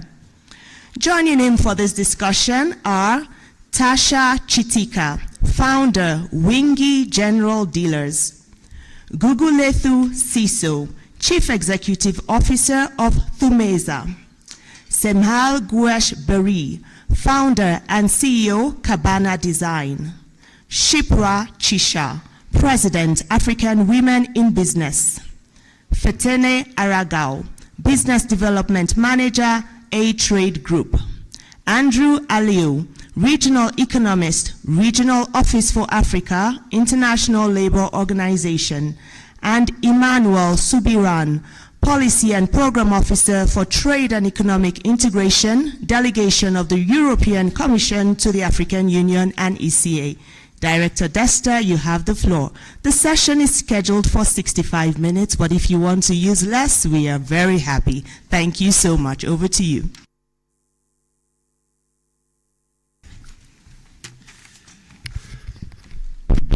Okay. Good afternoon, ladies and gentlemen, excellencies. And thank you, Master of Ceremony, by reminding us all about the cocktail. I'm not sure if you are helping this session or not, because we are already very late, and but we'll try our best, ladies and gentlemen. This is a great session. A lot of effort has gone into this. My name is Melako Desta.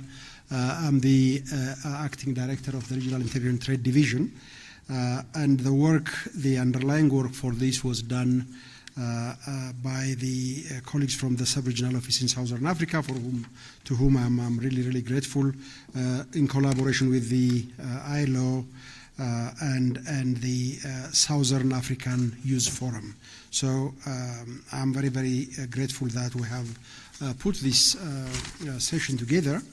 And of course, it very much resonates. It's at the heart of the entire conversation that we are having here, titled Unlocking Regional Value Chains and Empowering Africa's Youth-Led Enterprises to Thrive under the FCFTA. So regional value chains, youth-led enterprises, the FCFTA. These are the 3 buzzwords that we have here. We always talk about the FCFTA in very high-sounding terms, for good reasons, because we believe if it is properly implemented, this is a platform that can help all of us unleash the power of economy of scale and take Africa forward significantly. I don't have a lot of time, as you can imagine. Initially, we were told we had an hour and 15 minutes, then that was cut down to about an hour and 5 minutes. So I'm not going to take long to introduce this session, but let me just give you an outline of how we're going to run this. First, we will hear from three colleagues here on the stage, three young ladies who are doing some inspiring work. We are going to hear their testimonials about their experience as entrepreneurs. Two come from the Southern Africa region, from Zimbabwe, and another from Zambia. And the third one comes from here, closer to home, from within Ethiopia. And then that will be followed by a panel discussion among the other colleagues that you see on the stage here. So, without further ado, I'm going to follow the sequence that I have in front of me, and I'm going to start by asking Mrs. Gugulethu Siso, founder of Tumeza in Zimbabwe, to take the next 4 minutes maximum and give us your testimonials, your experiences, and the extent to which the FCFTA can help, and hopefully it does not hinder, the work that you are trying to do would be very helpful, and then of course we'll be identifying the key issues around which all the other colleagues will be having a conversation about. Over to you, Gugu. 4 minutes from now, please.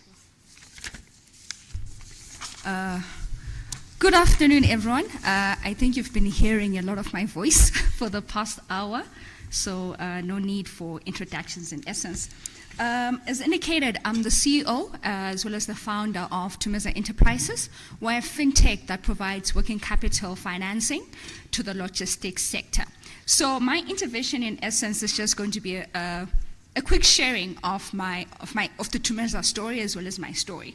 So Tumeza started off in 2018 in Zimbabwe as a last mile logistics company. This was in response to when Uber had just got into the market, and Uber was moving goods, for people across the world, but in Zimbabwe, we hadn't quite gotten there to that point. As you quickly realize, anyone who's ever done any form of e-commerce support system, volumes are what make or break you. If you do not have the volumes, you do not have a business because the margins are too small. Quickly realized that the hard way, and then pivoted to now moving goods on behalf of retailers such as Pick n Pay, Spar, to name a few. We moved their goods within my hometown. Shout out to Bulawayo, if there's anyone from here. Doesn't look like it. But yes, quickly started moving goods on behalf of Pick n Pay, let's say from warehouse to warehouse, in essence just last mile fulfillment. Then once again realized that there's not too much money in that sector. Moved up the value chain again to now freight, which in essence is moving goods for the Pick n Pays within Zimbabwe, as well as cross-border to South Africa, Zambia, Botswana, as well as a couple of others. Then COVID hit. I think many of us in business, if you're in logistics, I see there's a gentleman smiling over there. He already knows what I'm about to say. COVID hit, which means that logistics, which is already an industry which is plagued by, lengthy payment timelines. In essence, what you were getting in, let's say, 45 days, you are now getting in 90 days, if you're lucky. And remember, there's no one in an office, so businesses could get away with saying, we'll see you when we get to the office once a week. So if you don't have any form of leverage, and by leverage I mean either you are a transporter with quite, a lot of vehicles, or you have some form of leverage, there's no one who's going to take you seriously. Unfortunately, we were forced to shut down that particular business model because we owed so much money to our transporters that by the time we got paid, everything just went to our debts and there was nothing left. So I took a break and I sat down and I was like, let me figure out my life. Maybe let me look for a job. Then I started getting some phone calls from our transporters saying, hey, so remember how you would give us a little bit of money for fuel in order to service Pick and Pay? Turns out they'd been taking that money that I was giving them for fuel to then get to drop off the goods and then come back with cash trips. Cash trips that might not pay them as much, but meaning cash in hand. So in essence, I'd been financing these people without realizing it. So it's like, I think there's a business model there. I can make money off of this, and I can, sleep well at night, which is something that I think if you were to see me 4 years ago, you see that there's a big difference. Which is what has currently led to our current business model, which is Tumeza Financing, how we are now actually providing invoice financing for the logistics sector. A typical transaction is that we will approach an entity such as Pick and Pay, who heavily outsources. We finance their logistics transporters upon delivery, and then Pick and Pay pays us at the end of a prescribed payment timeline with, of course, a percentage for us. However, in terms of the AFCFTA, I think we are one of the companies that have been able to walk the talk in terms of cross-border trade, because we currently have transactions in Zimbabwe, South Africa, Kenya, as well as Uganda. But I'll be very honest, this is something that I wish someone has set me down and said, are you sure that you're able to actually service what you're swallowing right now?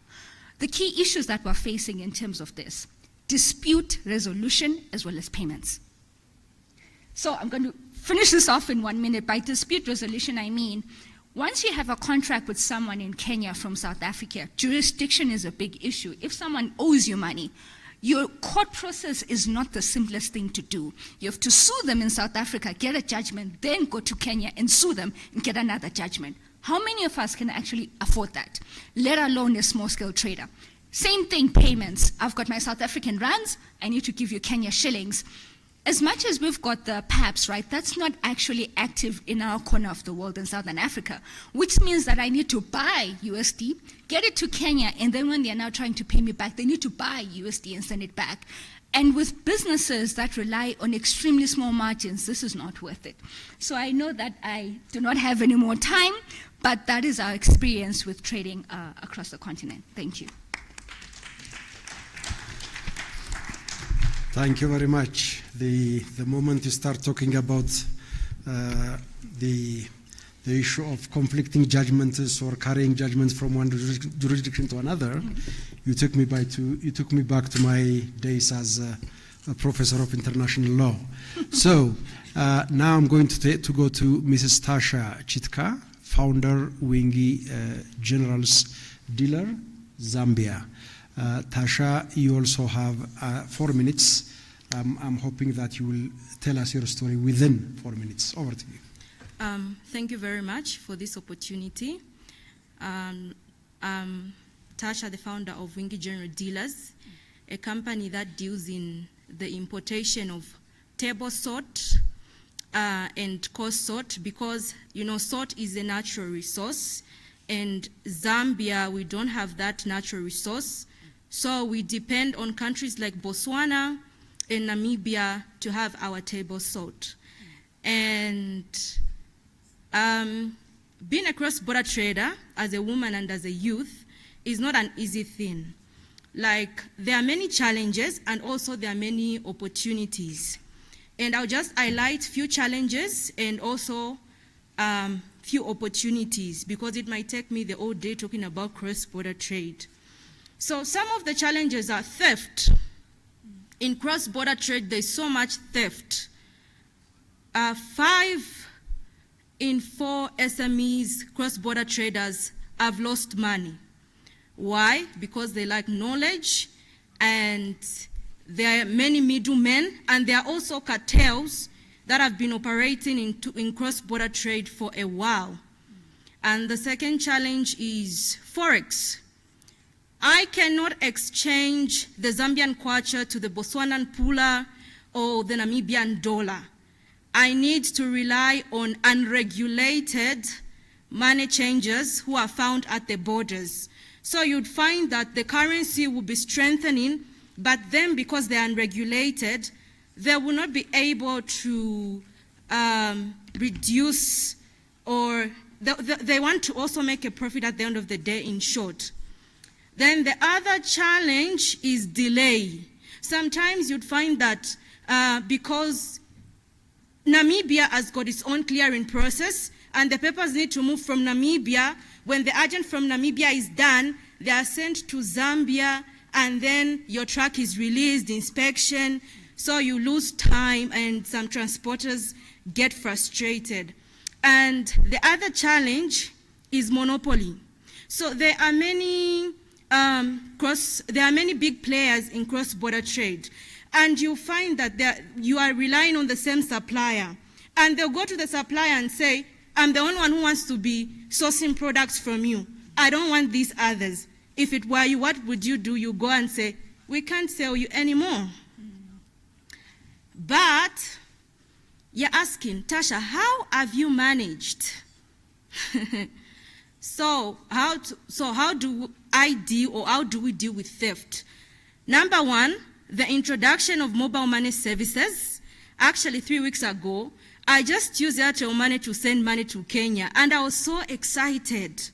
So you can now pay your custom duty directly to your supplier or to your transporter without depending on an agent. And also, the other way is having the right information and talking to the right people. Then when it comes to Forex, so how do we deal with Forex in cross-border trade? You identify some traders from Namibia or Botswana that, sell and import goods from Zambia. Then you exchange 1 to 1, nothing like 1 point what, no. It is 1 to 1, and it has really worked. And the other challenge I forgot to mention is transportation costs. Transport is very expensive. And how do we deal with transportation cost? There are backloads. Like, Zambia is a land-linked country, and we have many trucks going to Durban, Port Durban, Wavis Bay Port. So when those companies deliver their goods, they are likely to come back empty. So we utilize that transport at a lower rate to transport our goods. And then delayed clearing of goods. So the moment your goods are loaded, you get the papers, send them to your agent, and they start processing. Before the truck even starts off, they start processing your goods so that by the time your truck is going to get at the border, they would find that the documents are ready. Yes, and I would also just love to say that it is doable. If I can do it, every youth can do it. And many sectors in Africa, they are not ready for us, the youths.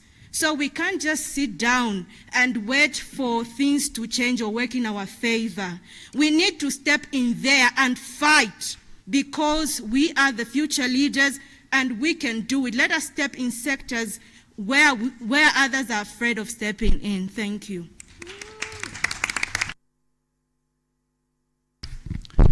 If I can do it, all of us can do it. Wonderful. I think that should be the slogan of this session. Thank you very much, Tasha.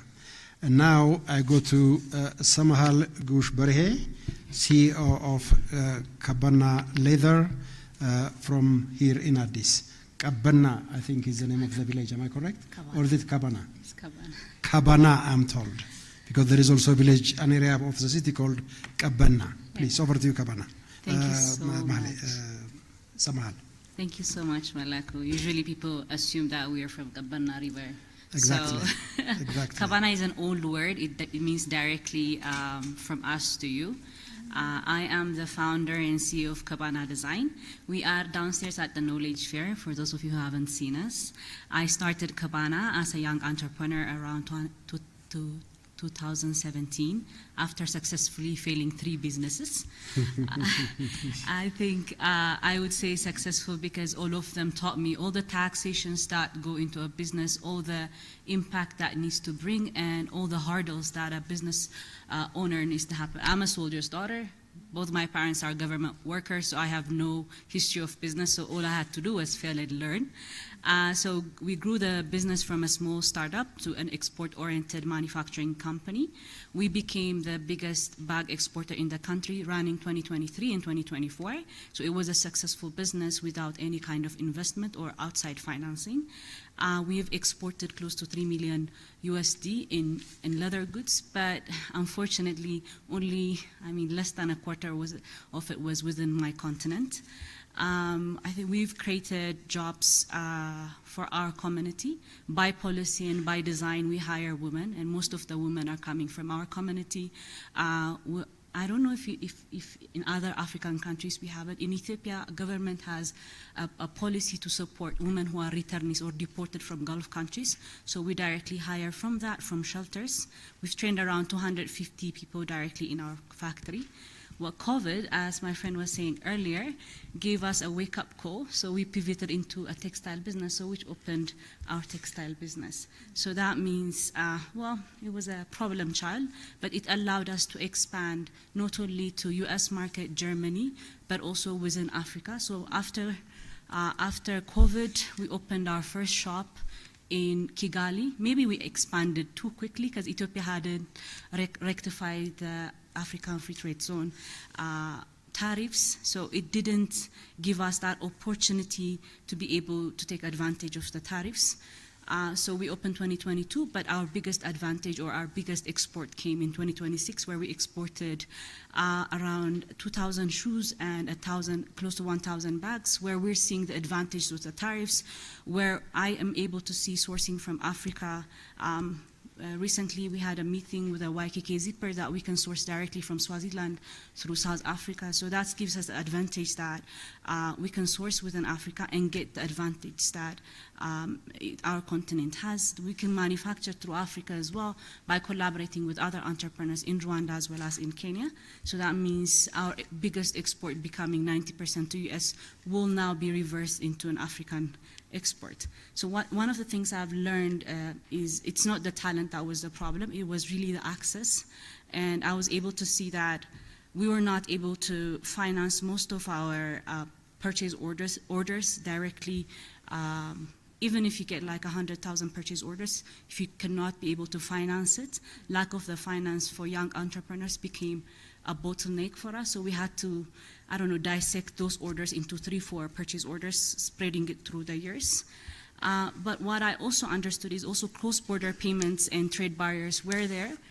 If I'm able to sell from Rwanda, I can accept via M-Pesa from Kenya, but I'm not able to accept any kind of money from Ethiopia.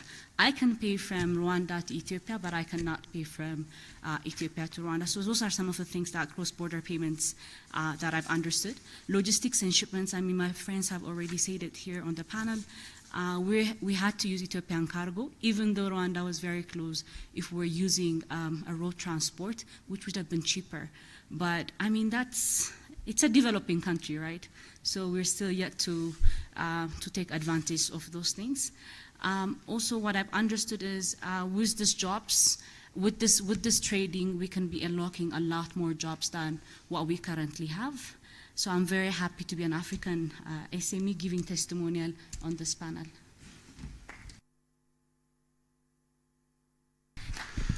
Ladies and gentlemen, I think you will agree with me that between these three colleagues, we have heard some very inspiring stories, really. If I start from the last one, for example, to hear that the FCFTA market, the African market, is providing an alternative to the foreign non-African markets that used to be available. In the case of AGOA, for example, I still remember when the beneficiary, Ethiopia was removed from the beneficiary list there, and how many textile companies in particular were impacted. And now you are telling us you are looking to Africa, not just as a market to export to sell in, but also as a market to source from. That, I think, is the kind of story that we want to hear when we talk about the FCFTA. And then, Tasha, I think you identified a number of the challenges that affect anyone who dares to try to become an entrepreneur on this continent. You reminded me, when you were talking about this, reminded me of a panel that I was in the audience, but on the panel was Aliko Dangote. And he was talking about his experience being an industrialist, a manufacturer in the continent. And he made this very interesting point at one point when he said, look, when the judgment day comes, those of us who have been trying to be industrialists on the African continent will go directly to heaven because we have already paid our prices while we're on earth. So I think that is the kind of, you're talking about knowledge gaps and cartels, monopolies, payment challenges, delays, you name it. So I thought that was and despite all that, you conclude by saying, if I can do it, anybody can do it, and it can be done. And Guguletu, I think the way you started talking about Uber coming into Zimbabwe and then how that started affecting the market, and then how it went into freight transport across borders, and then COVID, and then they need to improvise in the face of COVID, and then you conclude by talking about the issue of dispute resolution, conflict resolution, where you are right. If you ask Emmanuel on our panel, he will tell you how they tried to overcome this issue of judgments delivered in one country not recognized in another country, for example, through a treaty mechanism. And I think we'll come to all those issues in a moment. Ladies and gentlemen, I think the challenges have been laid out in front of us by these three inspiring colleagues on the stage.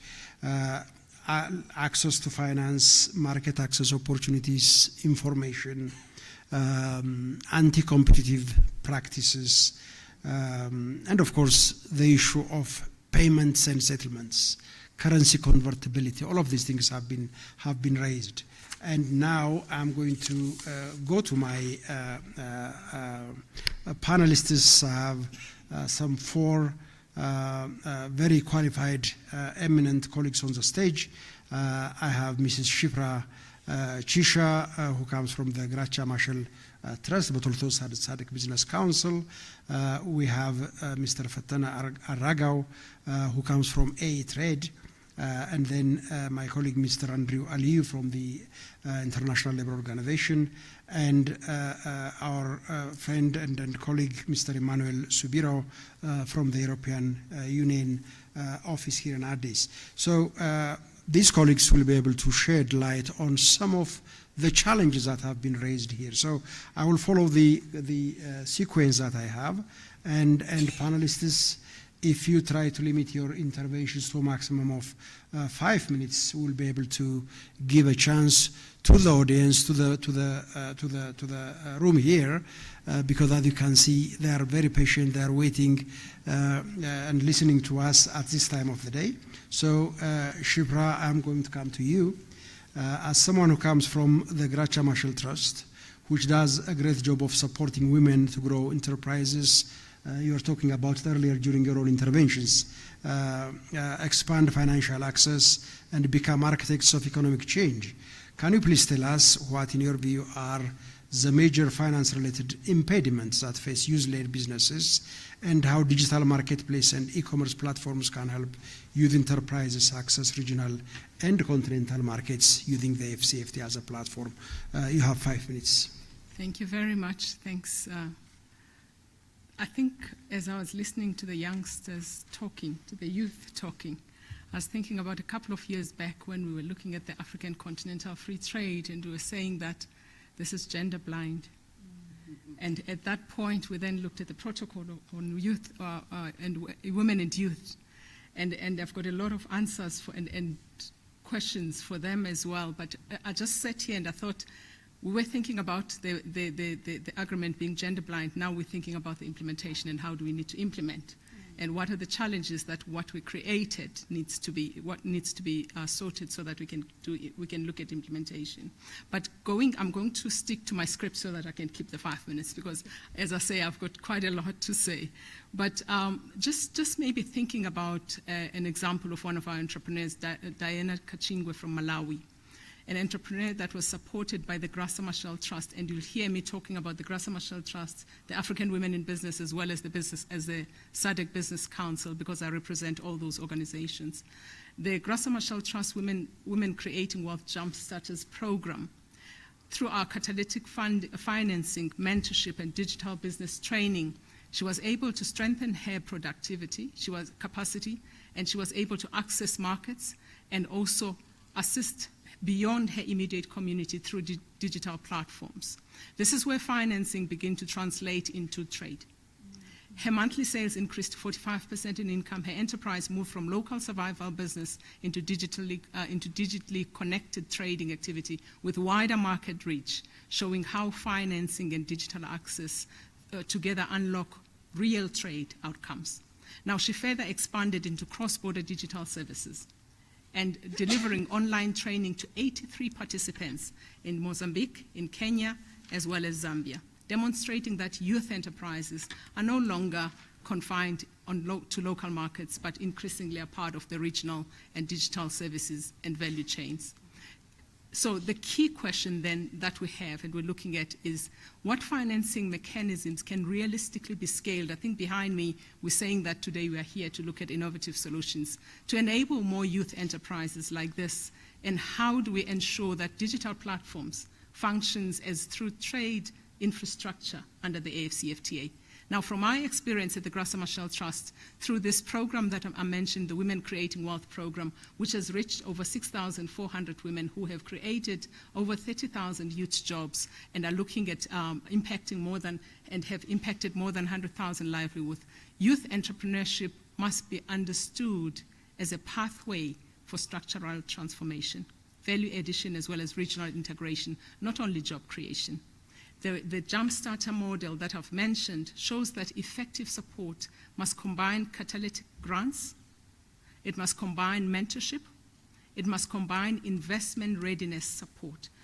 If one does the one without the other, you're setting up young people for failure. It needs to be a 360.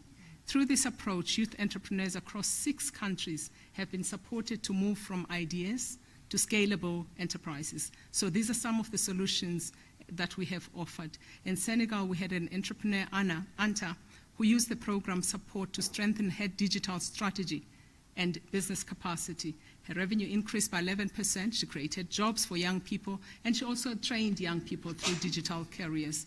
This reinforces for us the key lesson that financing or finance only becomes transformative when it is linked to capacity building or capability, markets, and implementation support. So as I say, if we want to make sure that young people succeed, we need to make sure that we provide all this. This is why mechanisms such as non-collateral lending, challenge funds, purchase order financing, crowdfunding, and I think this morning it was mentioned, but blended finance models are essential for scaling youth entrepreneurs.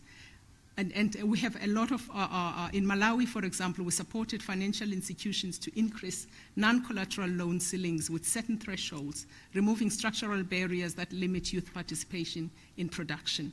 So the AFCFTA requires us to treat digital platforms not as e-commerce tools, but as regional trade transformation. These platforms enable markets to access suppliers, to connect suppliers, to look at logistics and coordination, and also to look at digital payments. So in closing, the challenge is not only to create youth-owned enterprises, but to ensure that they move from survival entrepreneurship to competitive, to value creating, to enterprise embedded in the regional value chains, which aligns our focus today looking at implementation, scaling what works, and accountability for the results. Then the success will be measured not only by policy commitments, which I think is what has been discussed this morning, but by enterprises that are scaling, that are looking at creating jobs, that are accessing markets, and that are making sure that livelihoods are transformed. So AFCFTA provides us with a platform. The young people are providing us with innovation. Let's look at how to deal with that. Thank you very much, Shipra. I think clearly the trust, even from that one project, talking about creating 6,000 plus jobs, I think it's something that must be recognized, uploaded, and all. So now I'm going to go to Mr. Fatana Arragao from AE Trade. Fatana, as someone who comes from AE Trade, which is, I think, I'm sure you will say something about that. I find this as one of the pioneering enterprises in the digital trade field in particular. So, and then earlier when Tasha was talking about how excited she was when the idea of mobile money came, I was thinking about the question I was preparing to ask you. So, can you tell us, please, what governments can do to accelerate the development of digital trade corridors, smart borders, and what would be your advice for SMEs to translate their online presence into cross-border trade, physical deliveries, and then payments? Over to you, Fatana. You have 5 minutes. Thank you. Thank you, Mr. Moderator. From a trade's perspective, we believe that the real challenge is not whether African entrepreneurs are entrepreneurially potential or not. We believe they clearly do have the entrepreneurial potential. The real challenge is that many youth-led enterprises are not fully utilizing the ecosystem to access the market. So here comes the major challenges that face these SMEs. Most of the challenges include standards and certification issues, market information issue, and secure payment issue, and of course, as mentioned, logistics and financing issue. And there is also trust issue between buyers and sellers, and there is also a gap in skill among the entrepreneurs or SMEs. As a result, even there are opportunities across the FCFTA, SMEs are not able to convert those opportunities, and actual transactions are not being made. The key issue here is that market access must be viewed as a complete journey, not just a single intervention. As a solution, we recommend 3 actions. One is the use or SMEs must be trade ready before they are asked to export. So before we ask young entrepreneurs to export, we must help them improve product quality, packaging, standard compliance, and business documentation processes, pricing, and also digital readiness. So export success begins before products reach a border. So we believe the first task should be educating the entrepreneurs. So the second issue is connecting young entrepreneurs to the real buyers through platforms like Sokoko Africa, which is an e-commerce platform under A Trade Group.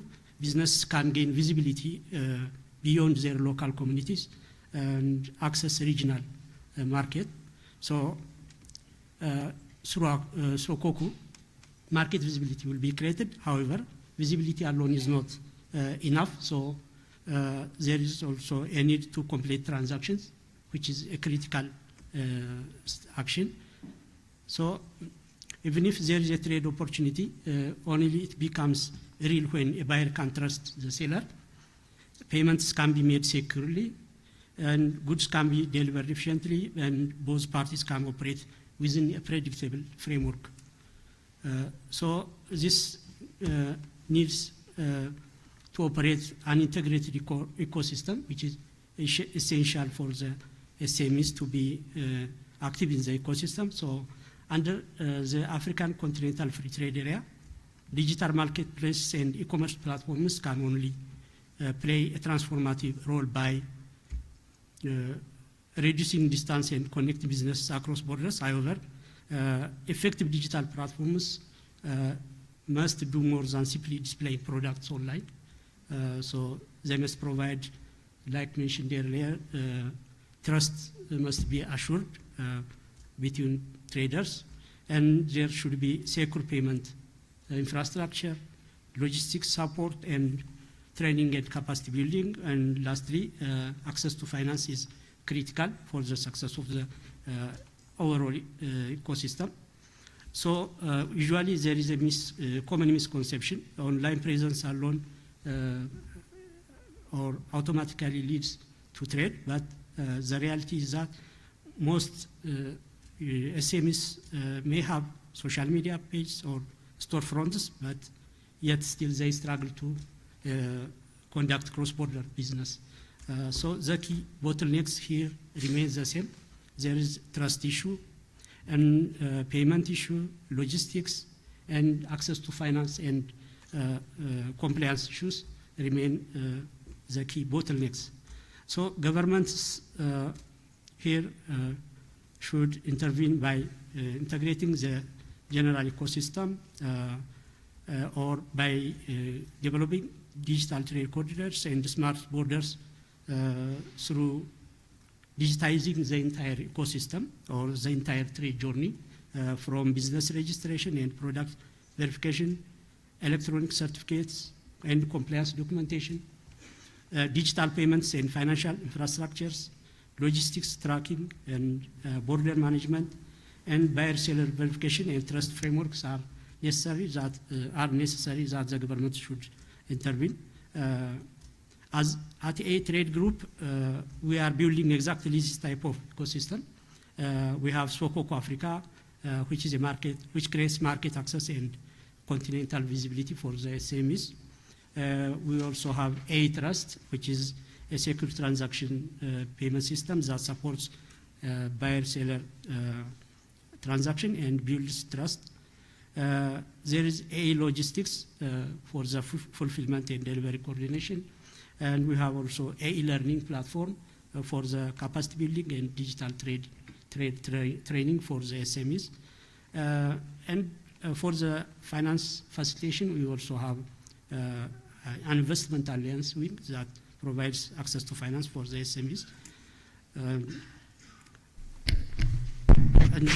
I'm having to ask you to finish, Fatana, please. Okay. And lastly, the most transformative intervention for youth enterprises is the creation of a complete support pathway.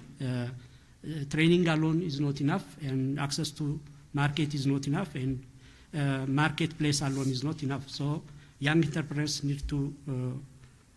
need all of the following connected systems as an ecosystem, like business formalization, and product readiness, digital visibility, market access, and logistics, and access to finance and secure payments are necessary to be connected. So when these elements are connected, youth enterprise can move from survival entrepreneurship to competitive participants in the regional and value chains. So the concrete commitment regarding the concrete commitment for A-Trade for the coming 1.5 years, we will work on onboarding SMEs to Sokoko Africa. Thousands of SMEs will be onboarded on that, and for this purpose, we will deploy digital trade advisors across the countries that we operate, and we will enable secure transaction support and strengthen logistics access.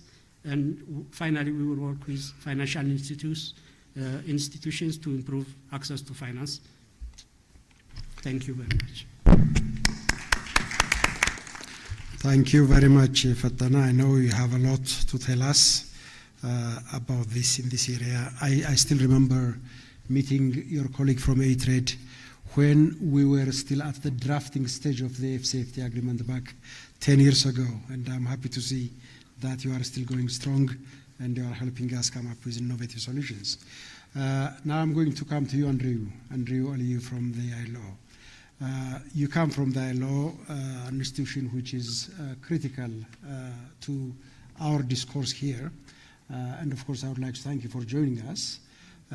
My question to you centers around access to established businesses. Very often when we talk about youth-led businesses, we talk about SMEs.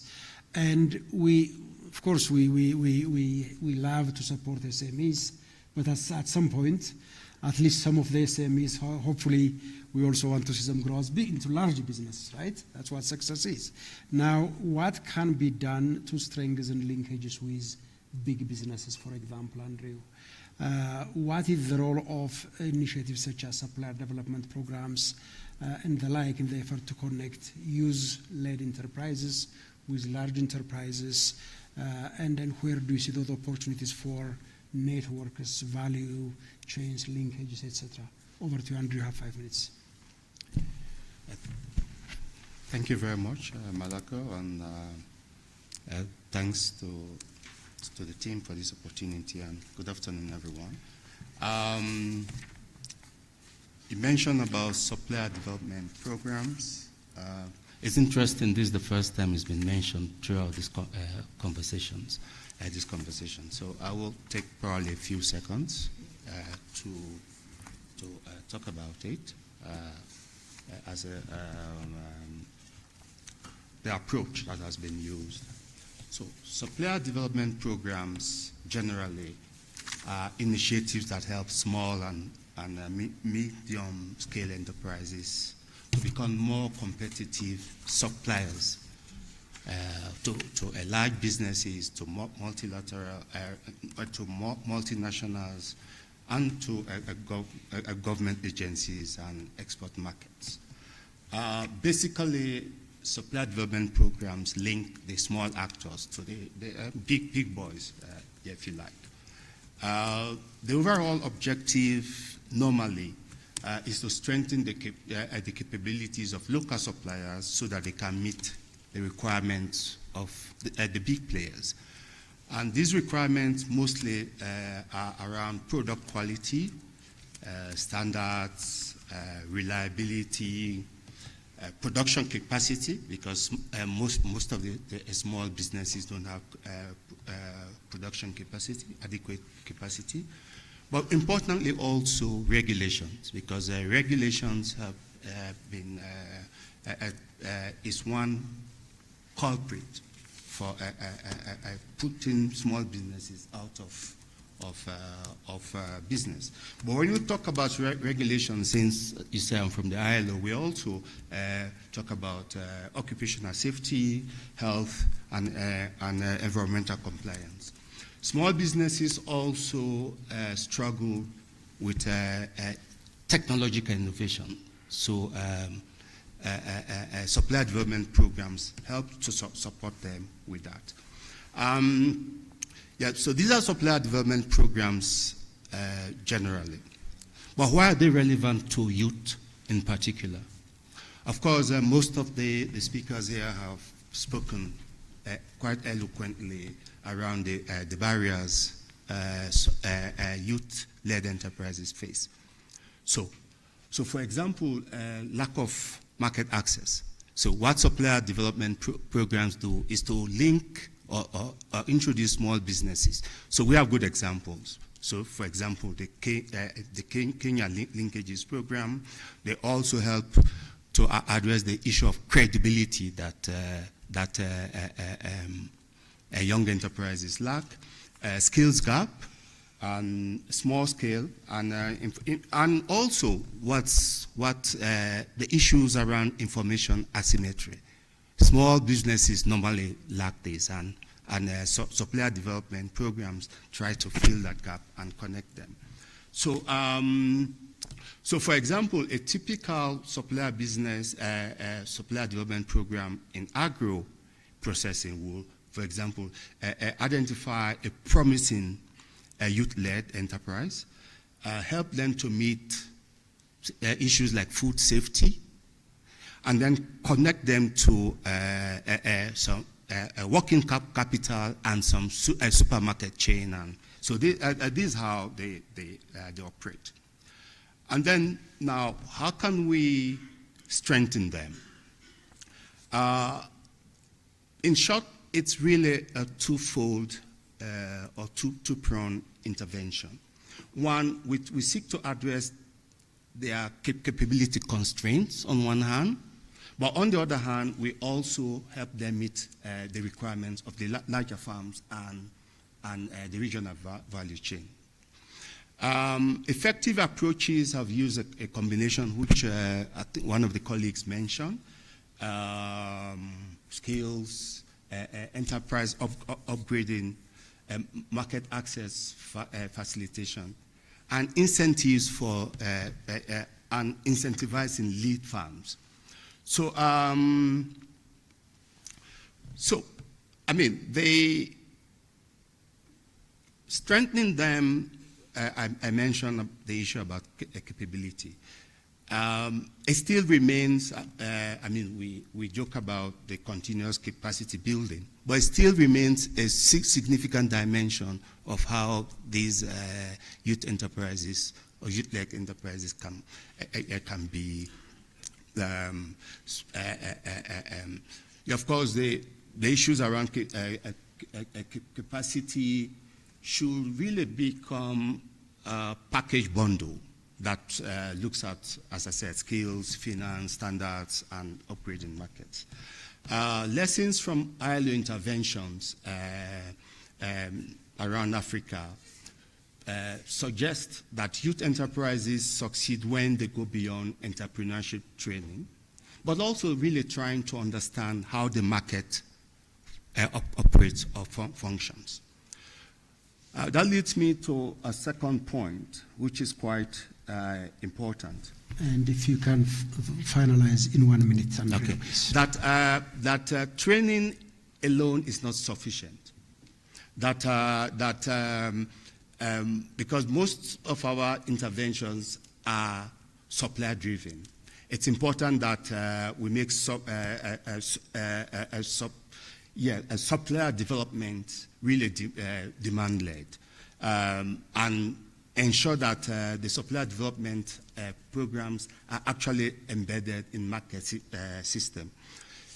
Most often, we try to capacitate them in the hope that they will find their way into markets and value chains. So our interventions, ILO interventions in Zambia, Zimbabwe, Kenya point strongly to this evidence.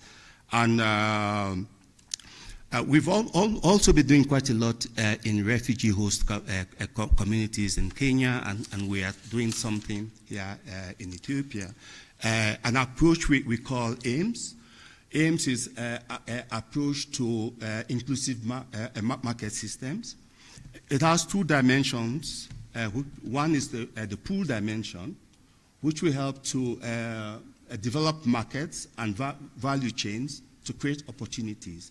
Then the push dimension is actually to work with these groups so that with the right skills and capabilities so they can access those opportunities. So the AIMS approach is actually being used in currently over 25 countries on the continent. Then just one last point, Malako, issues around being intentional. Really, if you want to, the issues around actually targeting youth-led, but also creating incentives for the larger firms to deal with the youth. There are strong examples in South Africa, for example, Kenya, Zambia, and Zimbabwe on points that we're working on. Thanks, and over. Thank you very much, Andrew. Again, I would have loved to give you more time so we could hear the full, presentation, but we have to cut you short, unfortunately, because of the time. Now, I'm going to go to Mr. Subiro Emmanuel. As someone who comes from one of the major partners and supporters of Africa's development endeavors, the European Union, I would like to ask you, Emmanuel, to please speak to us about the major finance-related impediments for the youth entrepreneur. We know finance is a big issue even for the established businesses, let alone for the small players, for the young players who are just starting. And what can be done about this? Perhaps there might also be lessons that we can learn from the European experience in this area. So if you take 5 minutes, if you limit yourself to 5 minutes, Emmanuel, you will also allow me to give a chance for one or two persons in the audience to ask questions. You have 5 minutes. Thank you. Ok, merci bien. Je vais passer au français pour les francophones. Thank you. I'm going to give the floor to the francophones now. So, what we have seen in the past years is the decrease of ODAs and also a less fund coming from donors. And one thing that we would like to focus on is the mixed blended financing, because blended financing is considered as a leverage these days and also reduce risks for the private sector in terms of investors and so on. And the European Union, I'm going to talk what we do within the European Union, and we also have similar mechanisms in the mainland Europe, and we try to adapt them for partner countries. And the major initiative of the European Union is called the Global Gateway. I believe you have heard about it, and it rolls between 2021 until 2026, and we have billions of euros, and half of that budget, which is 115 billion, is for the African continent. And I believe if 80% of the objectives is attained, then we will go beyond these 150 billion US dollars. So we focus on infrastructures, but not only on infrastructures. I would like to mention one initiative which is important in terms of supporting small and medium enterprises. So it has a name in English. It's called Investing in Youth Businesses in Africa. This fund is considered as a guarantee fund, around 700 million euros. So this means it is money available to reduce risks for local banks to lend money for SMEs. We also talk about 300 million fund for programs and projects. We have 8 to 10 regional projects around 20 African countries. Here we try to provide the seed money and everything related to support. We have understood that financing only is not enough, and we also want to support those SMEs. So this project is supported by the European Union and 13 EU member states, as well as public and private banks. What we have seen is that access to financing is a very serious issue, but we also have several solutions to address it. Often it's about scale. There was a study of the World Bank a few years back saying that to support a company, financial partners would have to put $10,000 to support that company. Now, if we need to support thousands and millions of companies in the continent, and we would be short of financial resources. I remember a project where we were able to support 5,000 young entrepreneurs. We were very happy, but when it comes to the number of young entrepreneurs in the market, it was just extremely small. So the question is, how can we scale up this? And thanks to blended financing, we were able to raise a lot of financial resources. And it's not only to provide guarantees or collaterals for big commercial banks, but it's also used to support or create local funds that would directly support SMEs, and particularly youth and women in their entrepreneurial endeavor.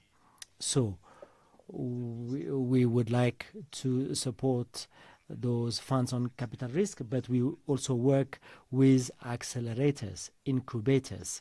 One specific point I would like to raise here in terms of innovation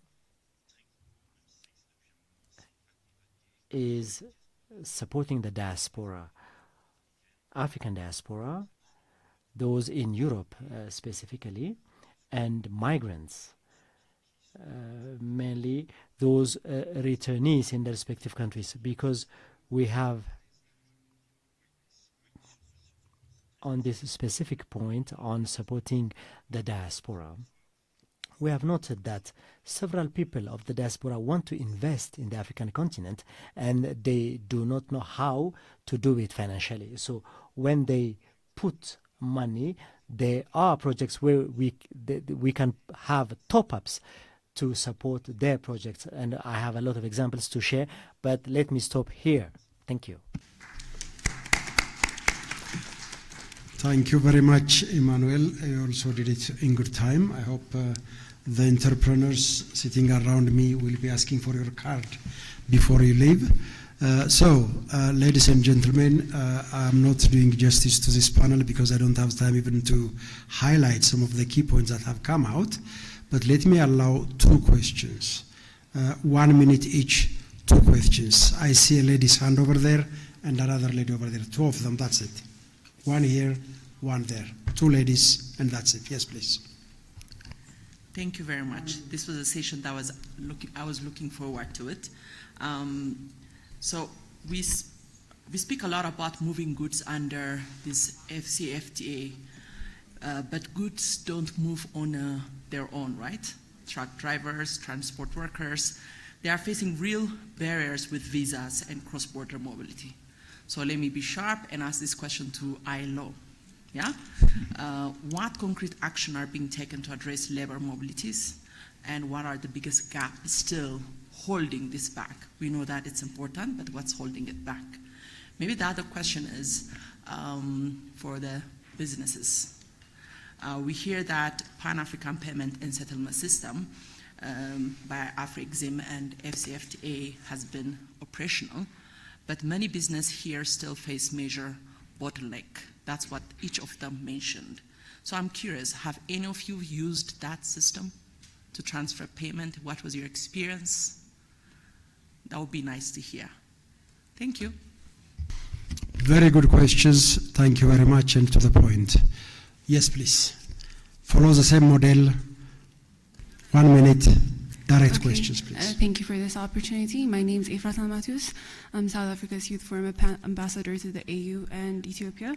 So my question is to the entrepreneurs. As entrepreneurs who successfully broke into regional markets, what was the biggest hurdle you faced regarding capital when trying to scale across borders, and what needs to change practically so that young women can also transition from survival entrepreneurship into competitive regional value chains? Thank you. Excellent questions. Thank you very, very much. So the first one is to you, Andrew. It is mainly about labor mobility, but I think it's bigger than that. It's about movement of persons in general. And if we had the time, we would have been very happy to talk at length about the free movement protocol and the challenges facing. Nevertheless, you can take 1 minute to address that, Andrew, and then I will go to the colleagues to look at all the 3 to respond to these questions with 1 minute. Just 1 minute max, please. Thank you. Yeah, thank you very much. The ILO, of course, is doing quite a lot. We have the Continental Program, the Joint Labor and Migration for Africa Program. Through that continental framework, we have the AU that works closely with the AU migration policy framework. There's also the continental strategies, related to skills as well, skills and mobility. We're also working on the portability of social security. At the REX level, there's been a lot more advances, including the SACDEC protocol. We are also supporting work with the African Union with GCC countries. So there are quite a lot to talk about. Thank you very much, Andrew. Now let me ask each of the entrepreneurs to take 1 minute, please. There are 2 questions to all of you that I would like to touch on. We have PAPS. We have been celebrating its launch. Has any of you used it? Because we still talk about payment and settlement systems as a challenge. What's your experience? And the second one was, what was the biggest hurdle that you faced? On that, I think you have already told us, but maybe if you want to take half of your 1 minute allocation, you can do that. Samahal, please. I will start from you, and I will go this way. Thank you. For payment systems, we haven't been using that. The way we've been selling is direct wire transfers. From Rwanda, we've been able to handle refunds. That allows us to receive the payments, but if a client doesn't want the product, we can be able to do the refunds. But from Ethiopia, unfortunately, we haven't been able to do any kind of refunds, so that's why we've been trying to partner with other payment systems within Rwanda and Kenya to do these payments. But one thing I'm very happy about is the mobile banking system through Rwanda, Uganda, and Kenya has allowed us to be able to sell to the Eastern African community. And the second question on hurdles, I think the hurdles are going to be continuing. It's a new system. Regional sales will always have those hurdles. One of the biggest things we've been able to understand is that to be able to move large goods, we've been able to move around 300 kg easily, but when we reached 2,000 kg, that was very hard for us. And size, exactly. And the next is, how do young women or young entrepreneurs break into regional market? I think you just have to go and start. There's nobody stopping us. There's nobody holding us back. Thank you. Thank you very much. So I come to you, Google it, please. Thanks. 1 minute. Thanks. So the question concerning PAPS, I think it's the same one. We're in Southern Africa. It's not operational for us. And then the question concerning access to finance for young women. So speaking with our context, we've been heavily reliant on individual investors.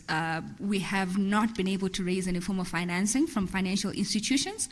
So we've had to really look inwards. In essence, a big part of our investor network for us is the Zimbabwean diaspora community. So it's people who believe in you who are most likely able to give you money. In terms of what we see moving forward, in terms of access to formal financing, I'm a big proponent, or rather my big audacious goal right now is creating a behavioral data credit bureau. I think we're leaving quite a lot of money on the table for young women within the informal spaces or within the shadow network, by not looking at that to say, when you are being able to give in money, something as small as $1 or $10, how exactly do you behave with that? So I think if we move on to that sector, we'll be able to include more people. Thank you. Thank you, Guguletu. Tasha, again, 1 minute, max. Thank you very much. So for the payment system, like my friend said, we're in Southern Africa and it's not operational. We rely on mobile money in bank system. And then the question that she asked, how young women can be able to attract financing, more especially in cross-border trade.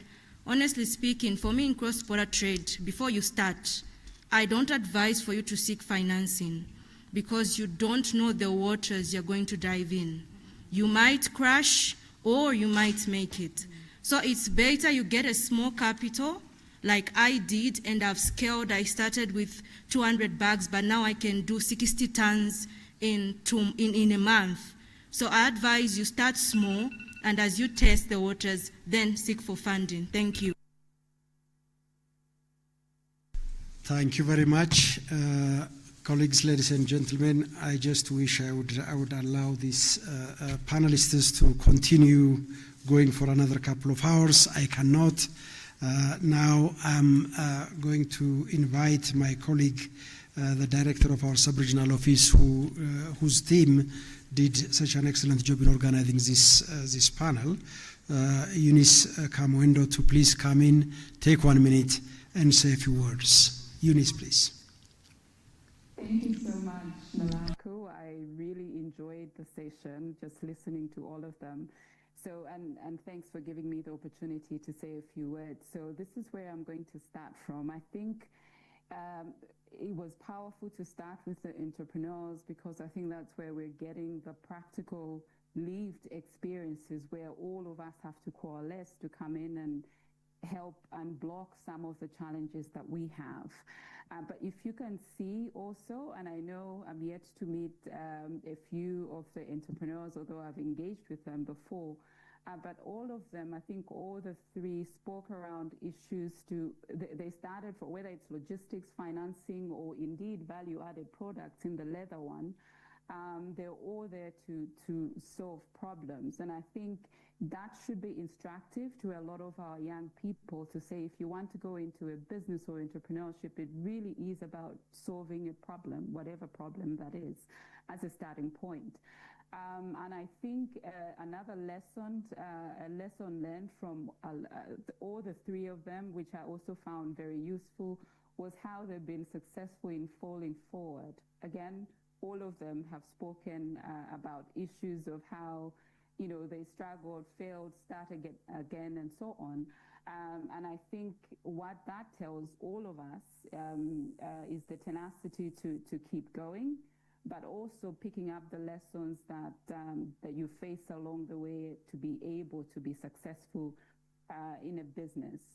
And then I think the ending in terms of all of them, again, just presenting a lot of the challenges which all of us have spoken about is useful. A lot of the challenges, I think they've been able to work around them and solve them. But I think this is a lesson, again, to us as development partners to see where we do come alongside entrepreneurs to support.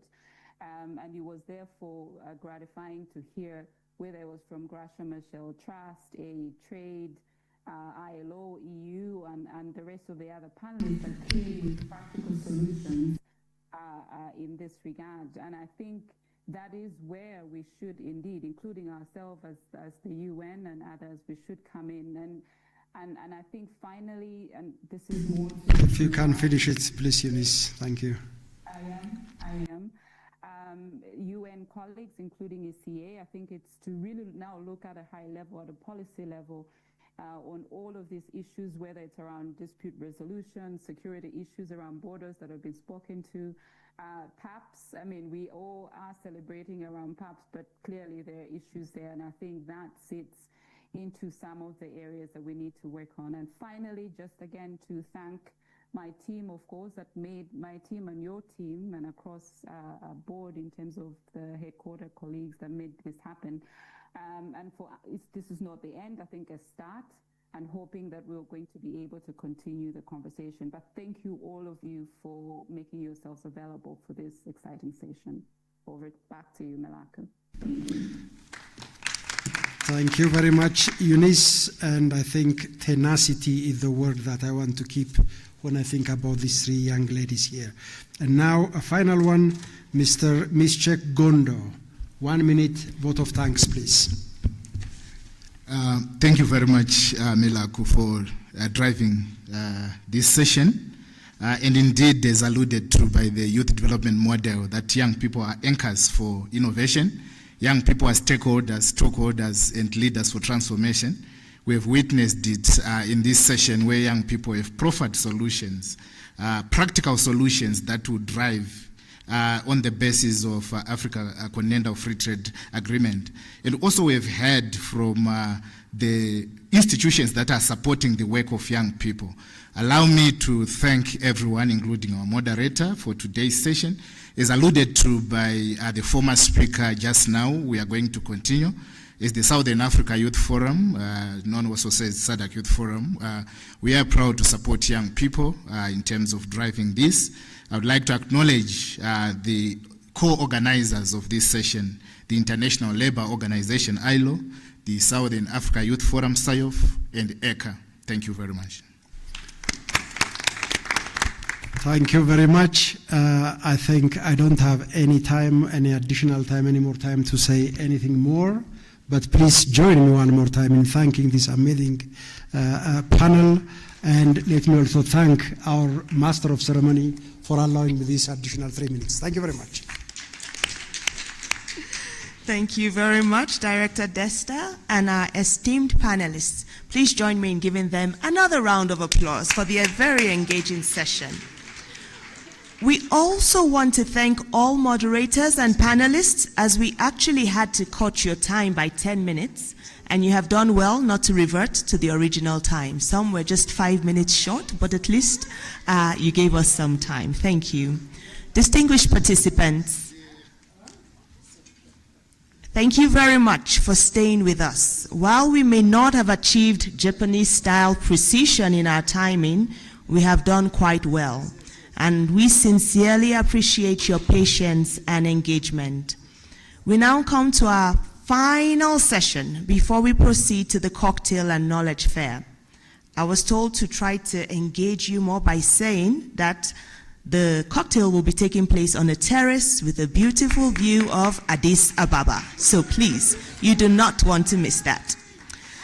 Now, the final session is an impact talk, which will be delivered by Ms. Marlene Emily Boss, Regional Communications and Advocacy Officer for Africa. This last panel is very enthusiastic.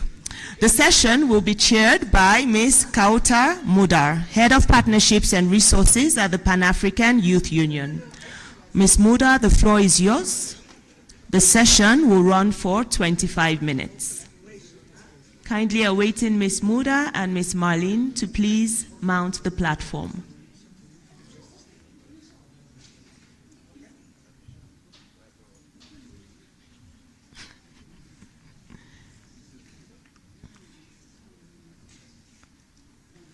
All right, we have 25 minutes, please. Thank you.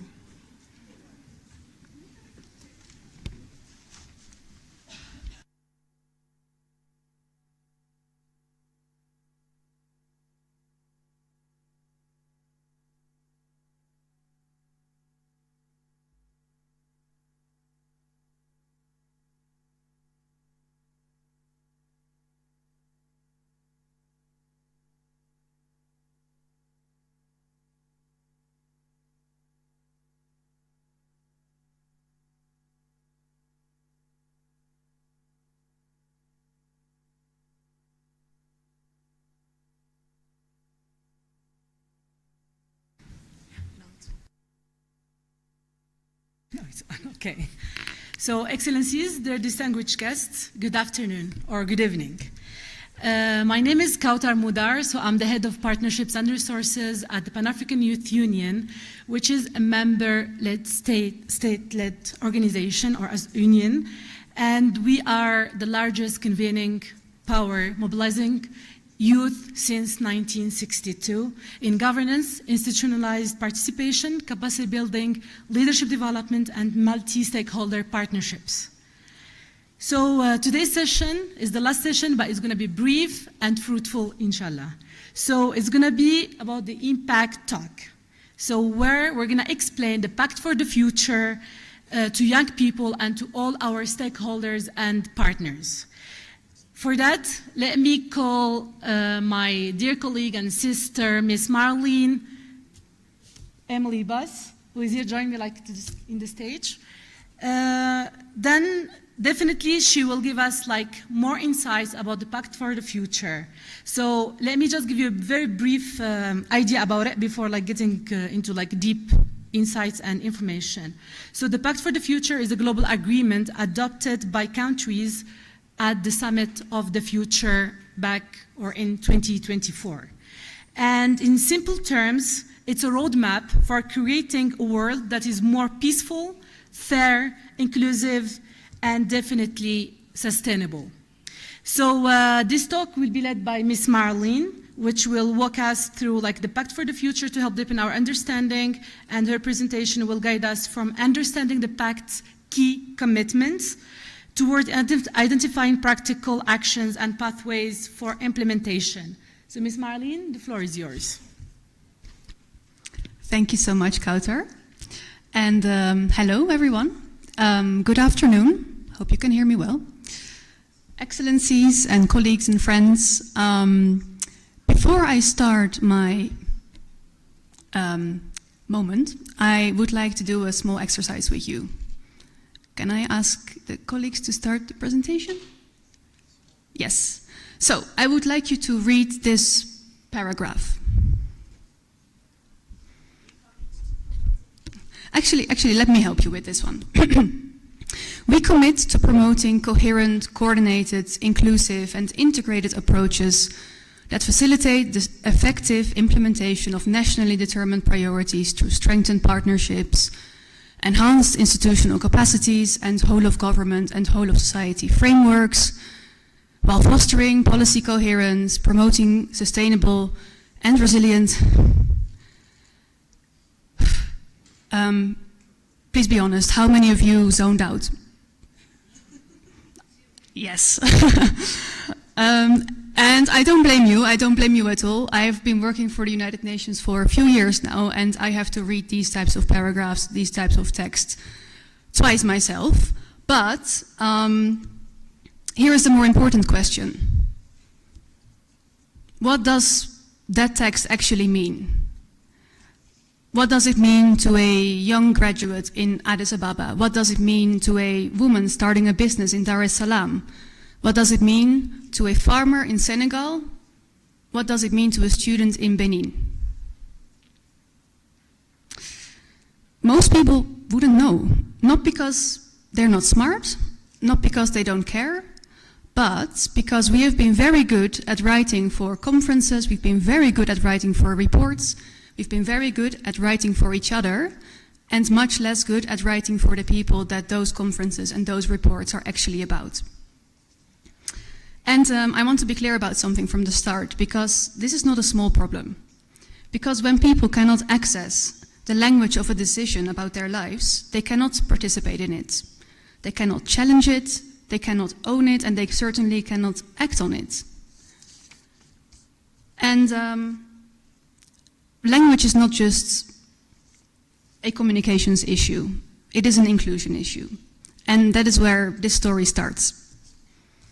So, in September 2024, Kautar already talked about it, world leaders gathered at HQ in New York, UN HQ, for what was called the Summit of the Future. And I'm pretty sure most of you in this room have already heard about this summit.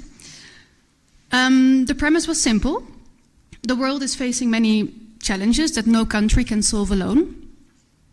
Climate change, debt, conflict, the rise of artificial intelligence, jobs that don't exist yet for a generation entering the workforce, and also a growing crisis of trust in institutions and in each other.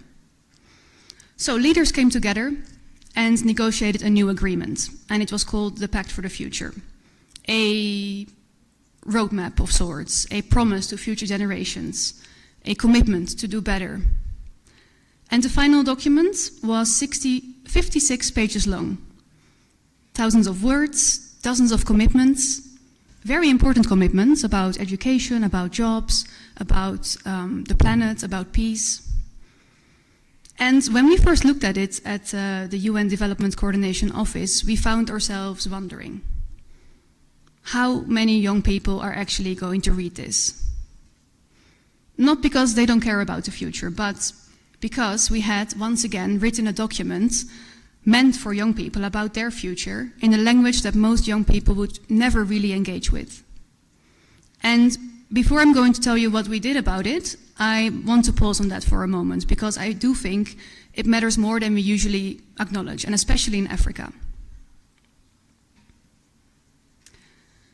By 2050, more than 1 in 4 people on Earth will be African, which means that when we talk about Africa's young people, we're not talking about a niche demographic. We are actually talking about one of the most influential, one of the most consequential generations in human history. And yet, we write about their future in a language they cannot easily engage with. And we make decisions about their lives in rooms that they are often not in. The generation we most need to close that implementation gap that we are talking about at this conference, at this forum, is the same generation that we consistently exclude, amongst others, through the language that we use. So this is not just an inclusion problem, as I mentioned before. It's also an implementation problem. Because the people we need most to turn ideas into impact are often the very people that we treat as not quite ready. And perhaps that's why we still describe them using a curious phrase: youth potential. A Gen Z colleague I used to work with a while ago, she has said something to me that has stayed with me ever since. We were in a meeting talking about youth engagement, and suddenly she said, I don't really like this expression, youth potential. And I asked her why. And she said, we've been talking about youth potential for decades. If we keep calling it potential, we'll never recognize what young people are capable of today. And she was right. Potential, it's a strange word. It's a slippery word because it sounds like a compliment, but what it actually means is not quite ready, not quite yet. Not quite yet contributing, not quite yet leading, not quite yet ready. And it lets us off the hook because as long as young people have potential, we can continue to plan for their lives without really including them in it or really involving them in it. But look across Africa today. Young people are already building businesses, they're already creating jobs, they're already finding solutions to many of the challenges many governments and institutions and experts haven't come up with yet. And I'm sorry, the videos don't seem to work because of the Wi-Fi. So yeah, maybe the challenge for us is not to unlock youth potential, but maybe it is recognizing youth contribution and making young people active players in closing that implementation gap. Which brings me back to the Pact for the Future and to the question that we kept asking ourselves. So if this document, the Pact for the Future, is about their future, why are we writing in a language that they cannot really engage with? And that is when my boss made a comment that I still really like. He said, we should translate the Pact for the Future. We should translate the Pact for the Future from English to English. Not English to French, not English to Arabic, not English to Swahili. No, English to English. Take the same ideas, keep the same meaning, but make them relatable, make them understandable, and make them human. So we created what became the Gen Z Pact for the Future. We brought in a young woman from Morocco, Lina. She's a Gen Z, and she understood instinctively what her generation thinks, what they care about, and most importantly, maybe how they communicate. And she did something that none of us really could have done ourselves in our office. She wrote for her friends and not for us. So the first draft, we tested it. We shared it with young people across Africa, and we asked them for honest feedback. What landed, what felt distant, and what still needs to change in this first draft. And we went back and we reworked that first draft based on what they told us. And then we asked a very talented graphic designer, an Ethiopian graphic designer, Henok, to also make it look the part. And when it came together, it looked like this. So, I'm going to give you a few examples. I'm not sure if the videos will work, but let's try. On peace and security, important topic in the Pact for the Future. So the Pact language talks about multilateral frameworks, conflict prevention, institutional reform, but we translated it into peace starts with what you share online. Because for many young people, peace is not only negotiated in conference halls. It is shaped every day through social media and increasingly through AI. A young person who has watched a piece of misinformation or disinformation spread across their social media, who has seen how quickly a false story travels, how few people check the source of what they share online, and how difficult it is to, once a false story is out, to put it back in the box, that person will read this line and I think they will feel something click. And this is a short animation that we made.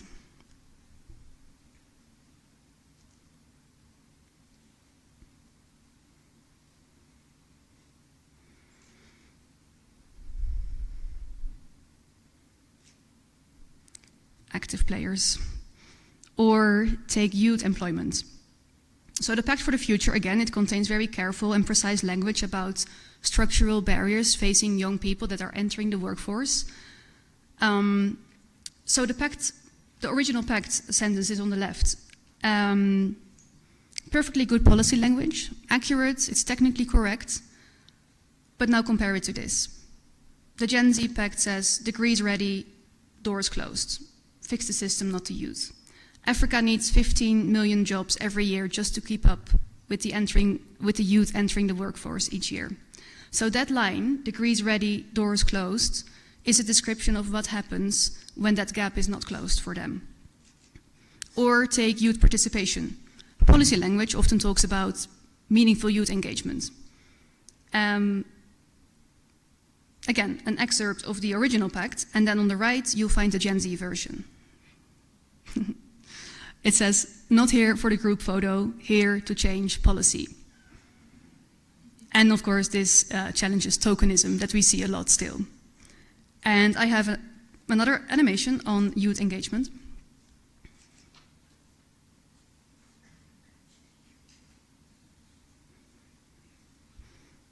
I think Wi-Fi is letting us down. Let me continue. There we go.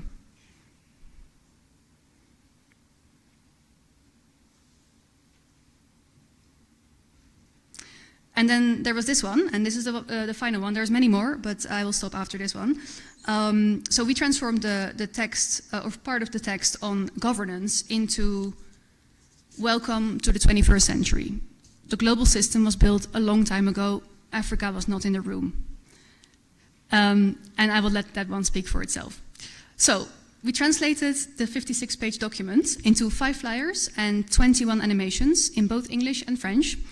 We created social media cards, key messages, action guides, ideas for local campaigns, practical ways for young people to engage with all these topics that are very important and that are in the Pact for the Future. But now, I want to be honest about something, because when we started, I thought we were solving a communications problem. Make a complicated document easier to read. Job done. But the longer I sat with it, and the more I also talked to young people across the continent, the more I realized that accessible language is not the end of the story, it is the beginning. And I see it as a chain that goes from the right language to understanding, to ownership, to action, and eventually to impact. So when the language of a document is so technical and jargony, full of jargon, that it excludes people, the first link in that chain breaks. And when that link breaks, often nothing really moves. Let me explain what I mean. Understanding, for example, fails when people read something and they think, I suppose that is important, but they cannot connect it to their own life. They have processed the words, but the meaning has not landed, and so it fades. Ownership fails when people understand an idea, but they still feel it belongs to someone else, to experts, to the UN, to governments, to institutions. So they might agree with it, they might even share it, but they do not feel responsible for it. And without that sense of responsibility, nothing also really moves. And finally, action fails when people feel ownership, but have no pathway. They care, they want to do something, but the gap between caring and doing feels too large, and so they don't. And that is why language often matters more than we tend to admit. Not because getting the words right is the final goal, but because getting the words right is often what helps make everything else possible. If a young person cannot understand what was decided in their name, that chain that I just described, for them, never even starts. And when I look at the Gen Z Pact, I kind of see all of those things coming together. The flyers and the animations, the key messages, they did not just simplify the language, but they connected global commitments to the lived experiences of everyday life of young people. For example, take peace starts with what you share online. The moment a young person reads that line, they do not just understand the idea, but they feel it is theirs.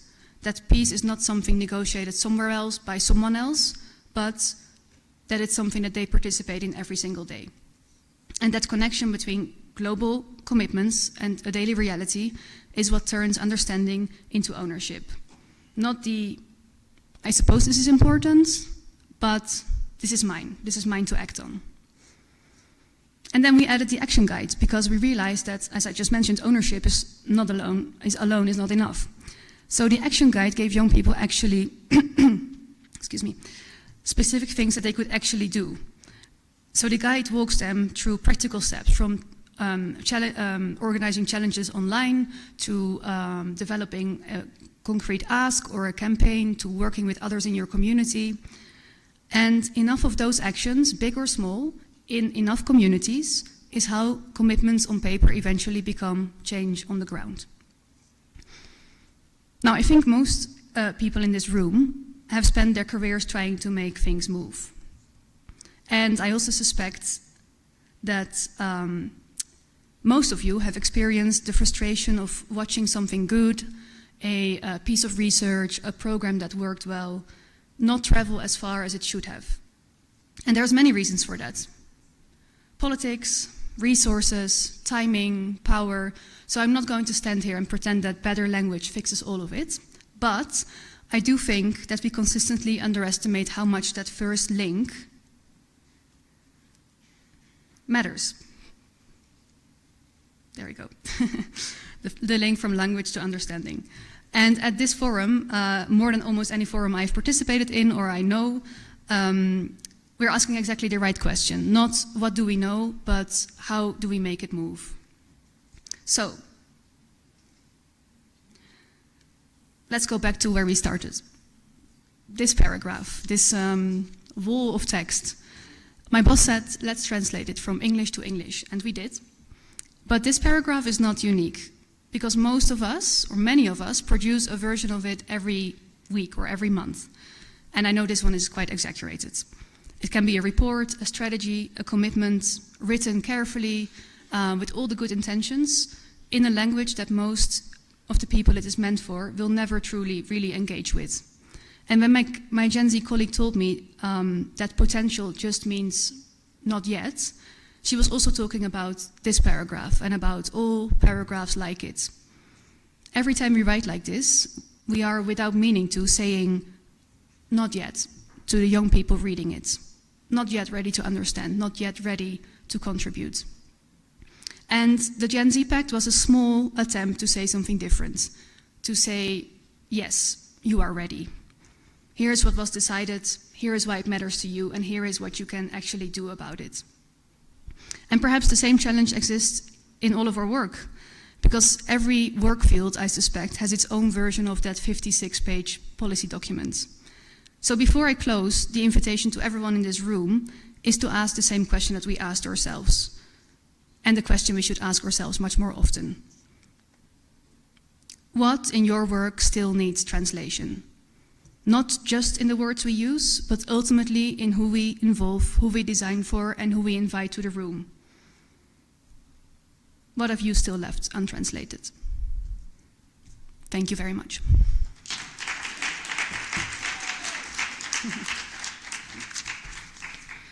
Thank you, Marlene, for these valuable insights and information. So as per the Pact for the Future, so young people, they should have a voice. They are not regular leaders of tomorrow or of today, but they are literally partners. So they need definitely to take part of the decision-making, from where governments committed to increasing youth participation in public life and policy-making. Another important point, which is that youth deserve better opportunities. The Pact encourages investment in education, skills development, entrepreneurship, which we really had many conversations and discussions today about the entrepreneurship, startups, and definitely innovation and decent jobs for young people, which we really encourage our youth to go for the part-time jobs for summer. So which is not a common culture in Africa, in our continent, but definitely nowadays, more young people, they are more aware about this importance of acquiring more experience and expertise and having different internships. Definitely for the climate action, digital and technologies that are really important, and they really need to be more inclusive and accessible for everyone. Unfortunately, in some of the regions in our continent, so they don't have access to different technologies or to AI, but the government, so they are working on that, and definitely from where they have even named the different ministers, the ICT, you know, the AI and the technology, which they are helping in that. And the last point, and which is the most important, which is the peace and security. And this is the key element for every single development of our countries and our continent. So my last two key messages after this fruitful session is that nothing about young people should be decided without young people. The Pact of the Future is an opportunity for the youth to speak up, participate, engage, and help shape the future they want to see. We really must move from engaging youth to trusting youth, resourcing youth, and co-leading with youth, because Africa's future is not ahead of us. It is already in action and is already being shaped and delivered by young people today, and thank you so much.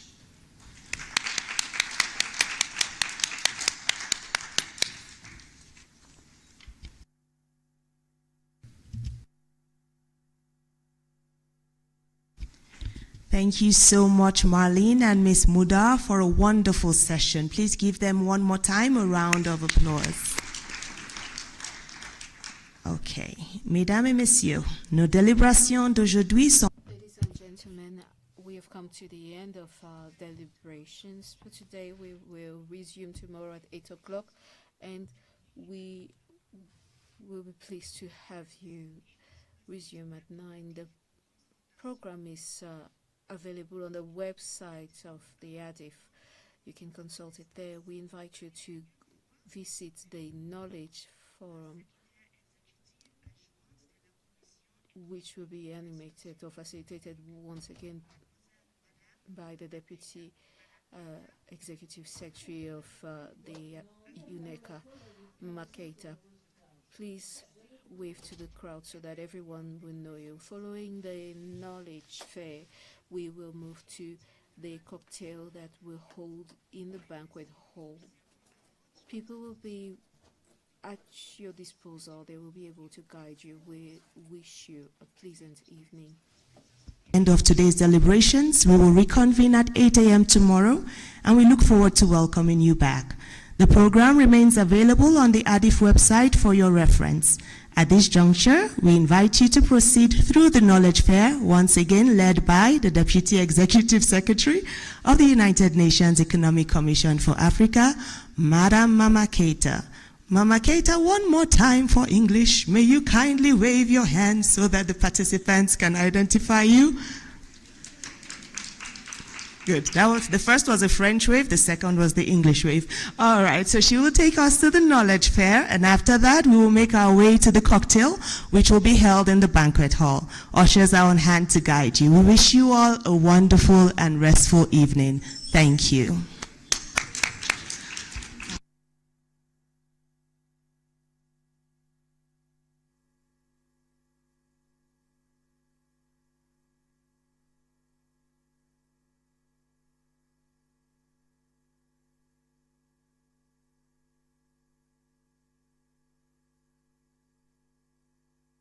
Gap, where evidence is delayed and ideas fade before they are actioned and scaled up. It's time to build a bridge from policy to practice, from dialogue to delivery. Introducing the Africa Development Impact Forum 2026. Not just another forum, a fundamental break from business as usual.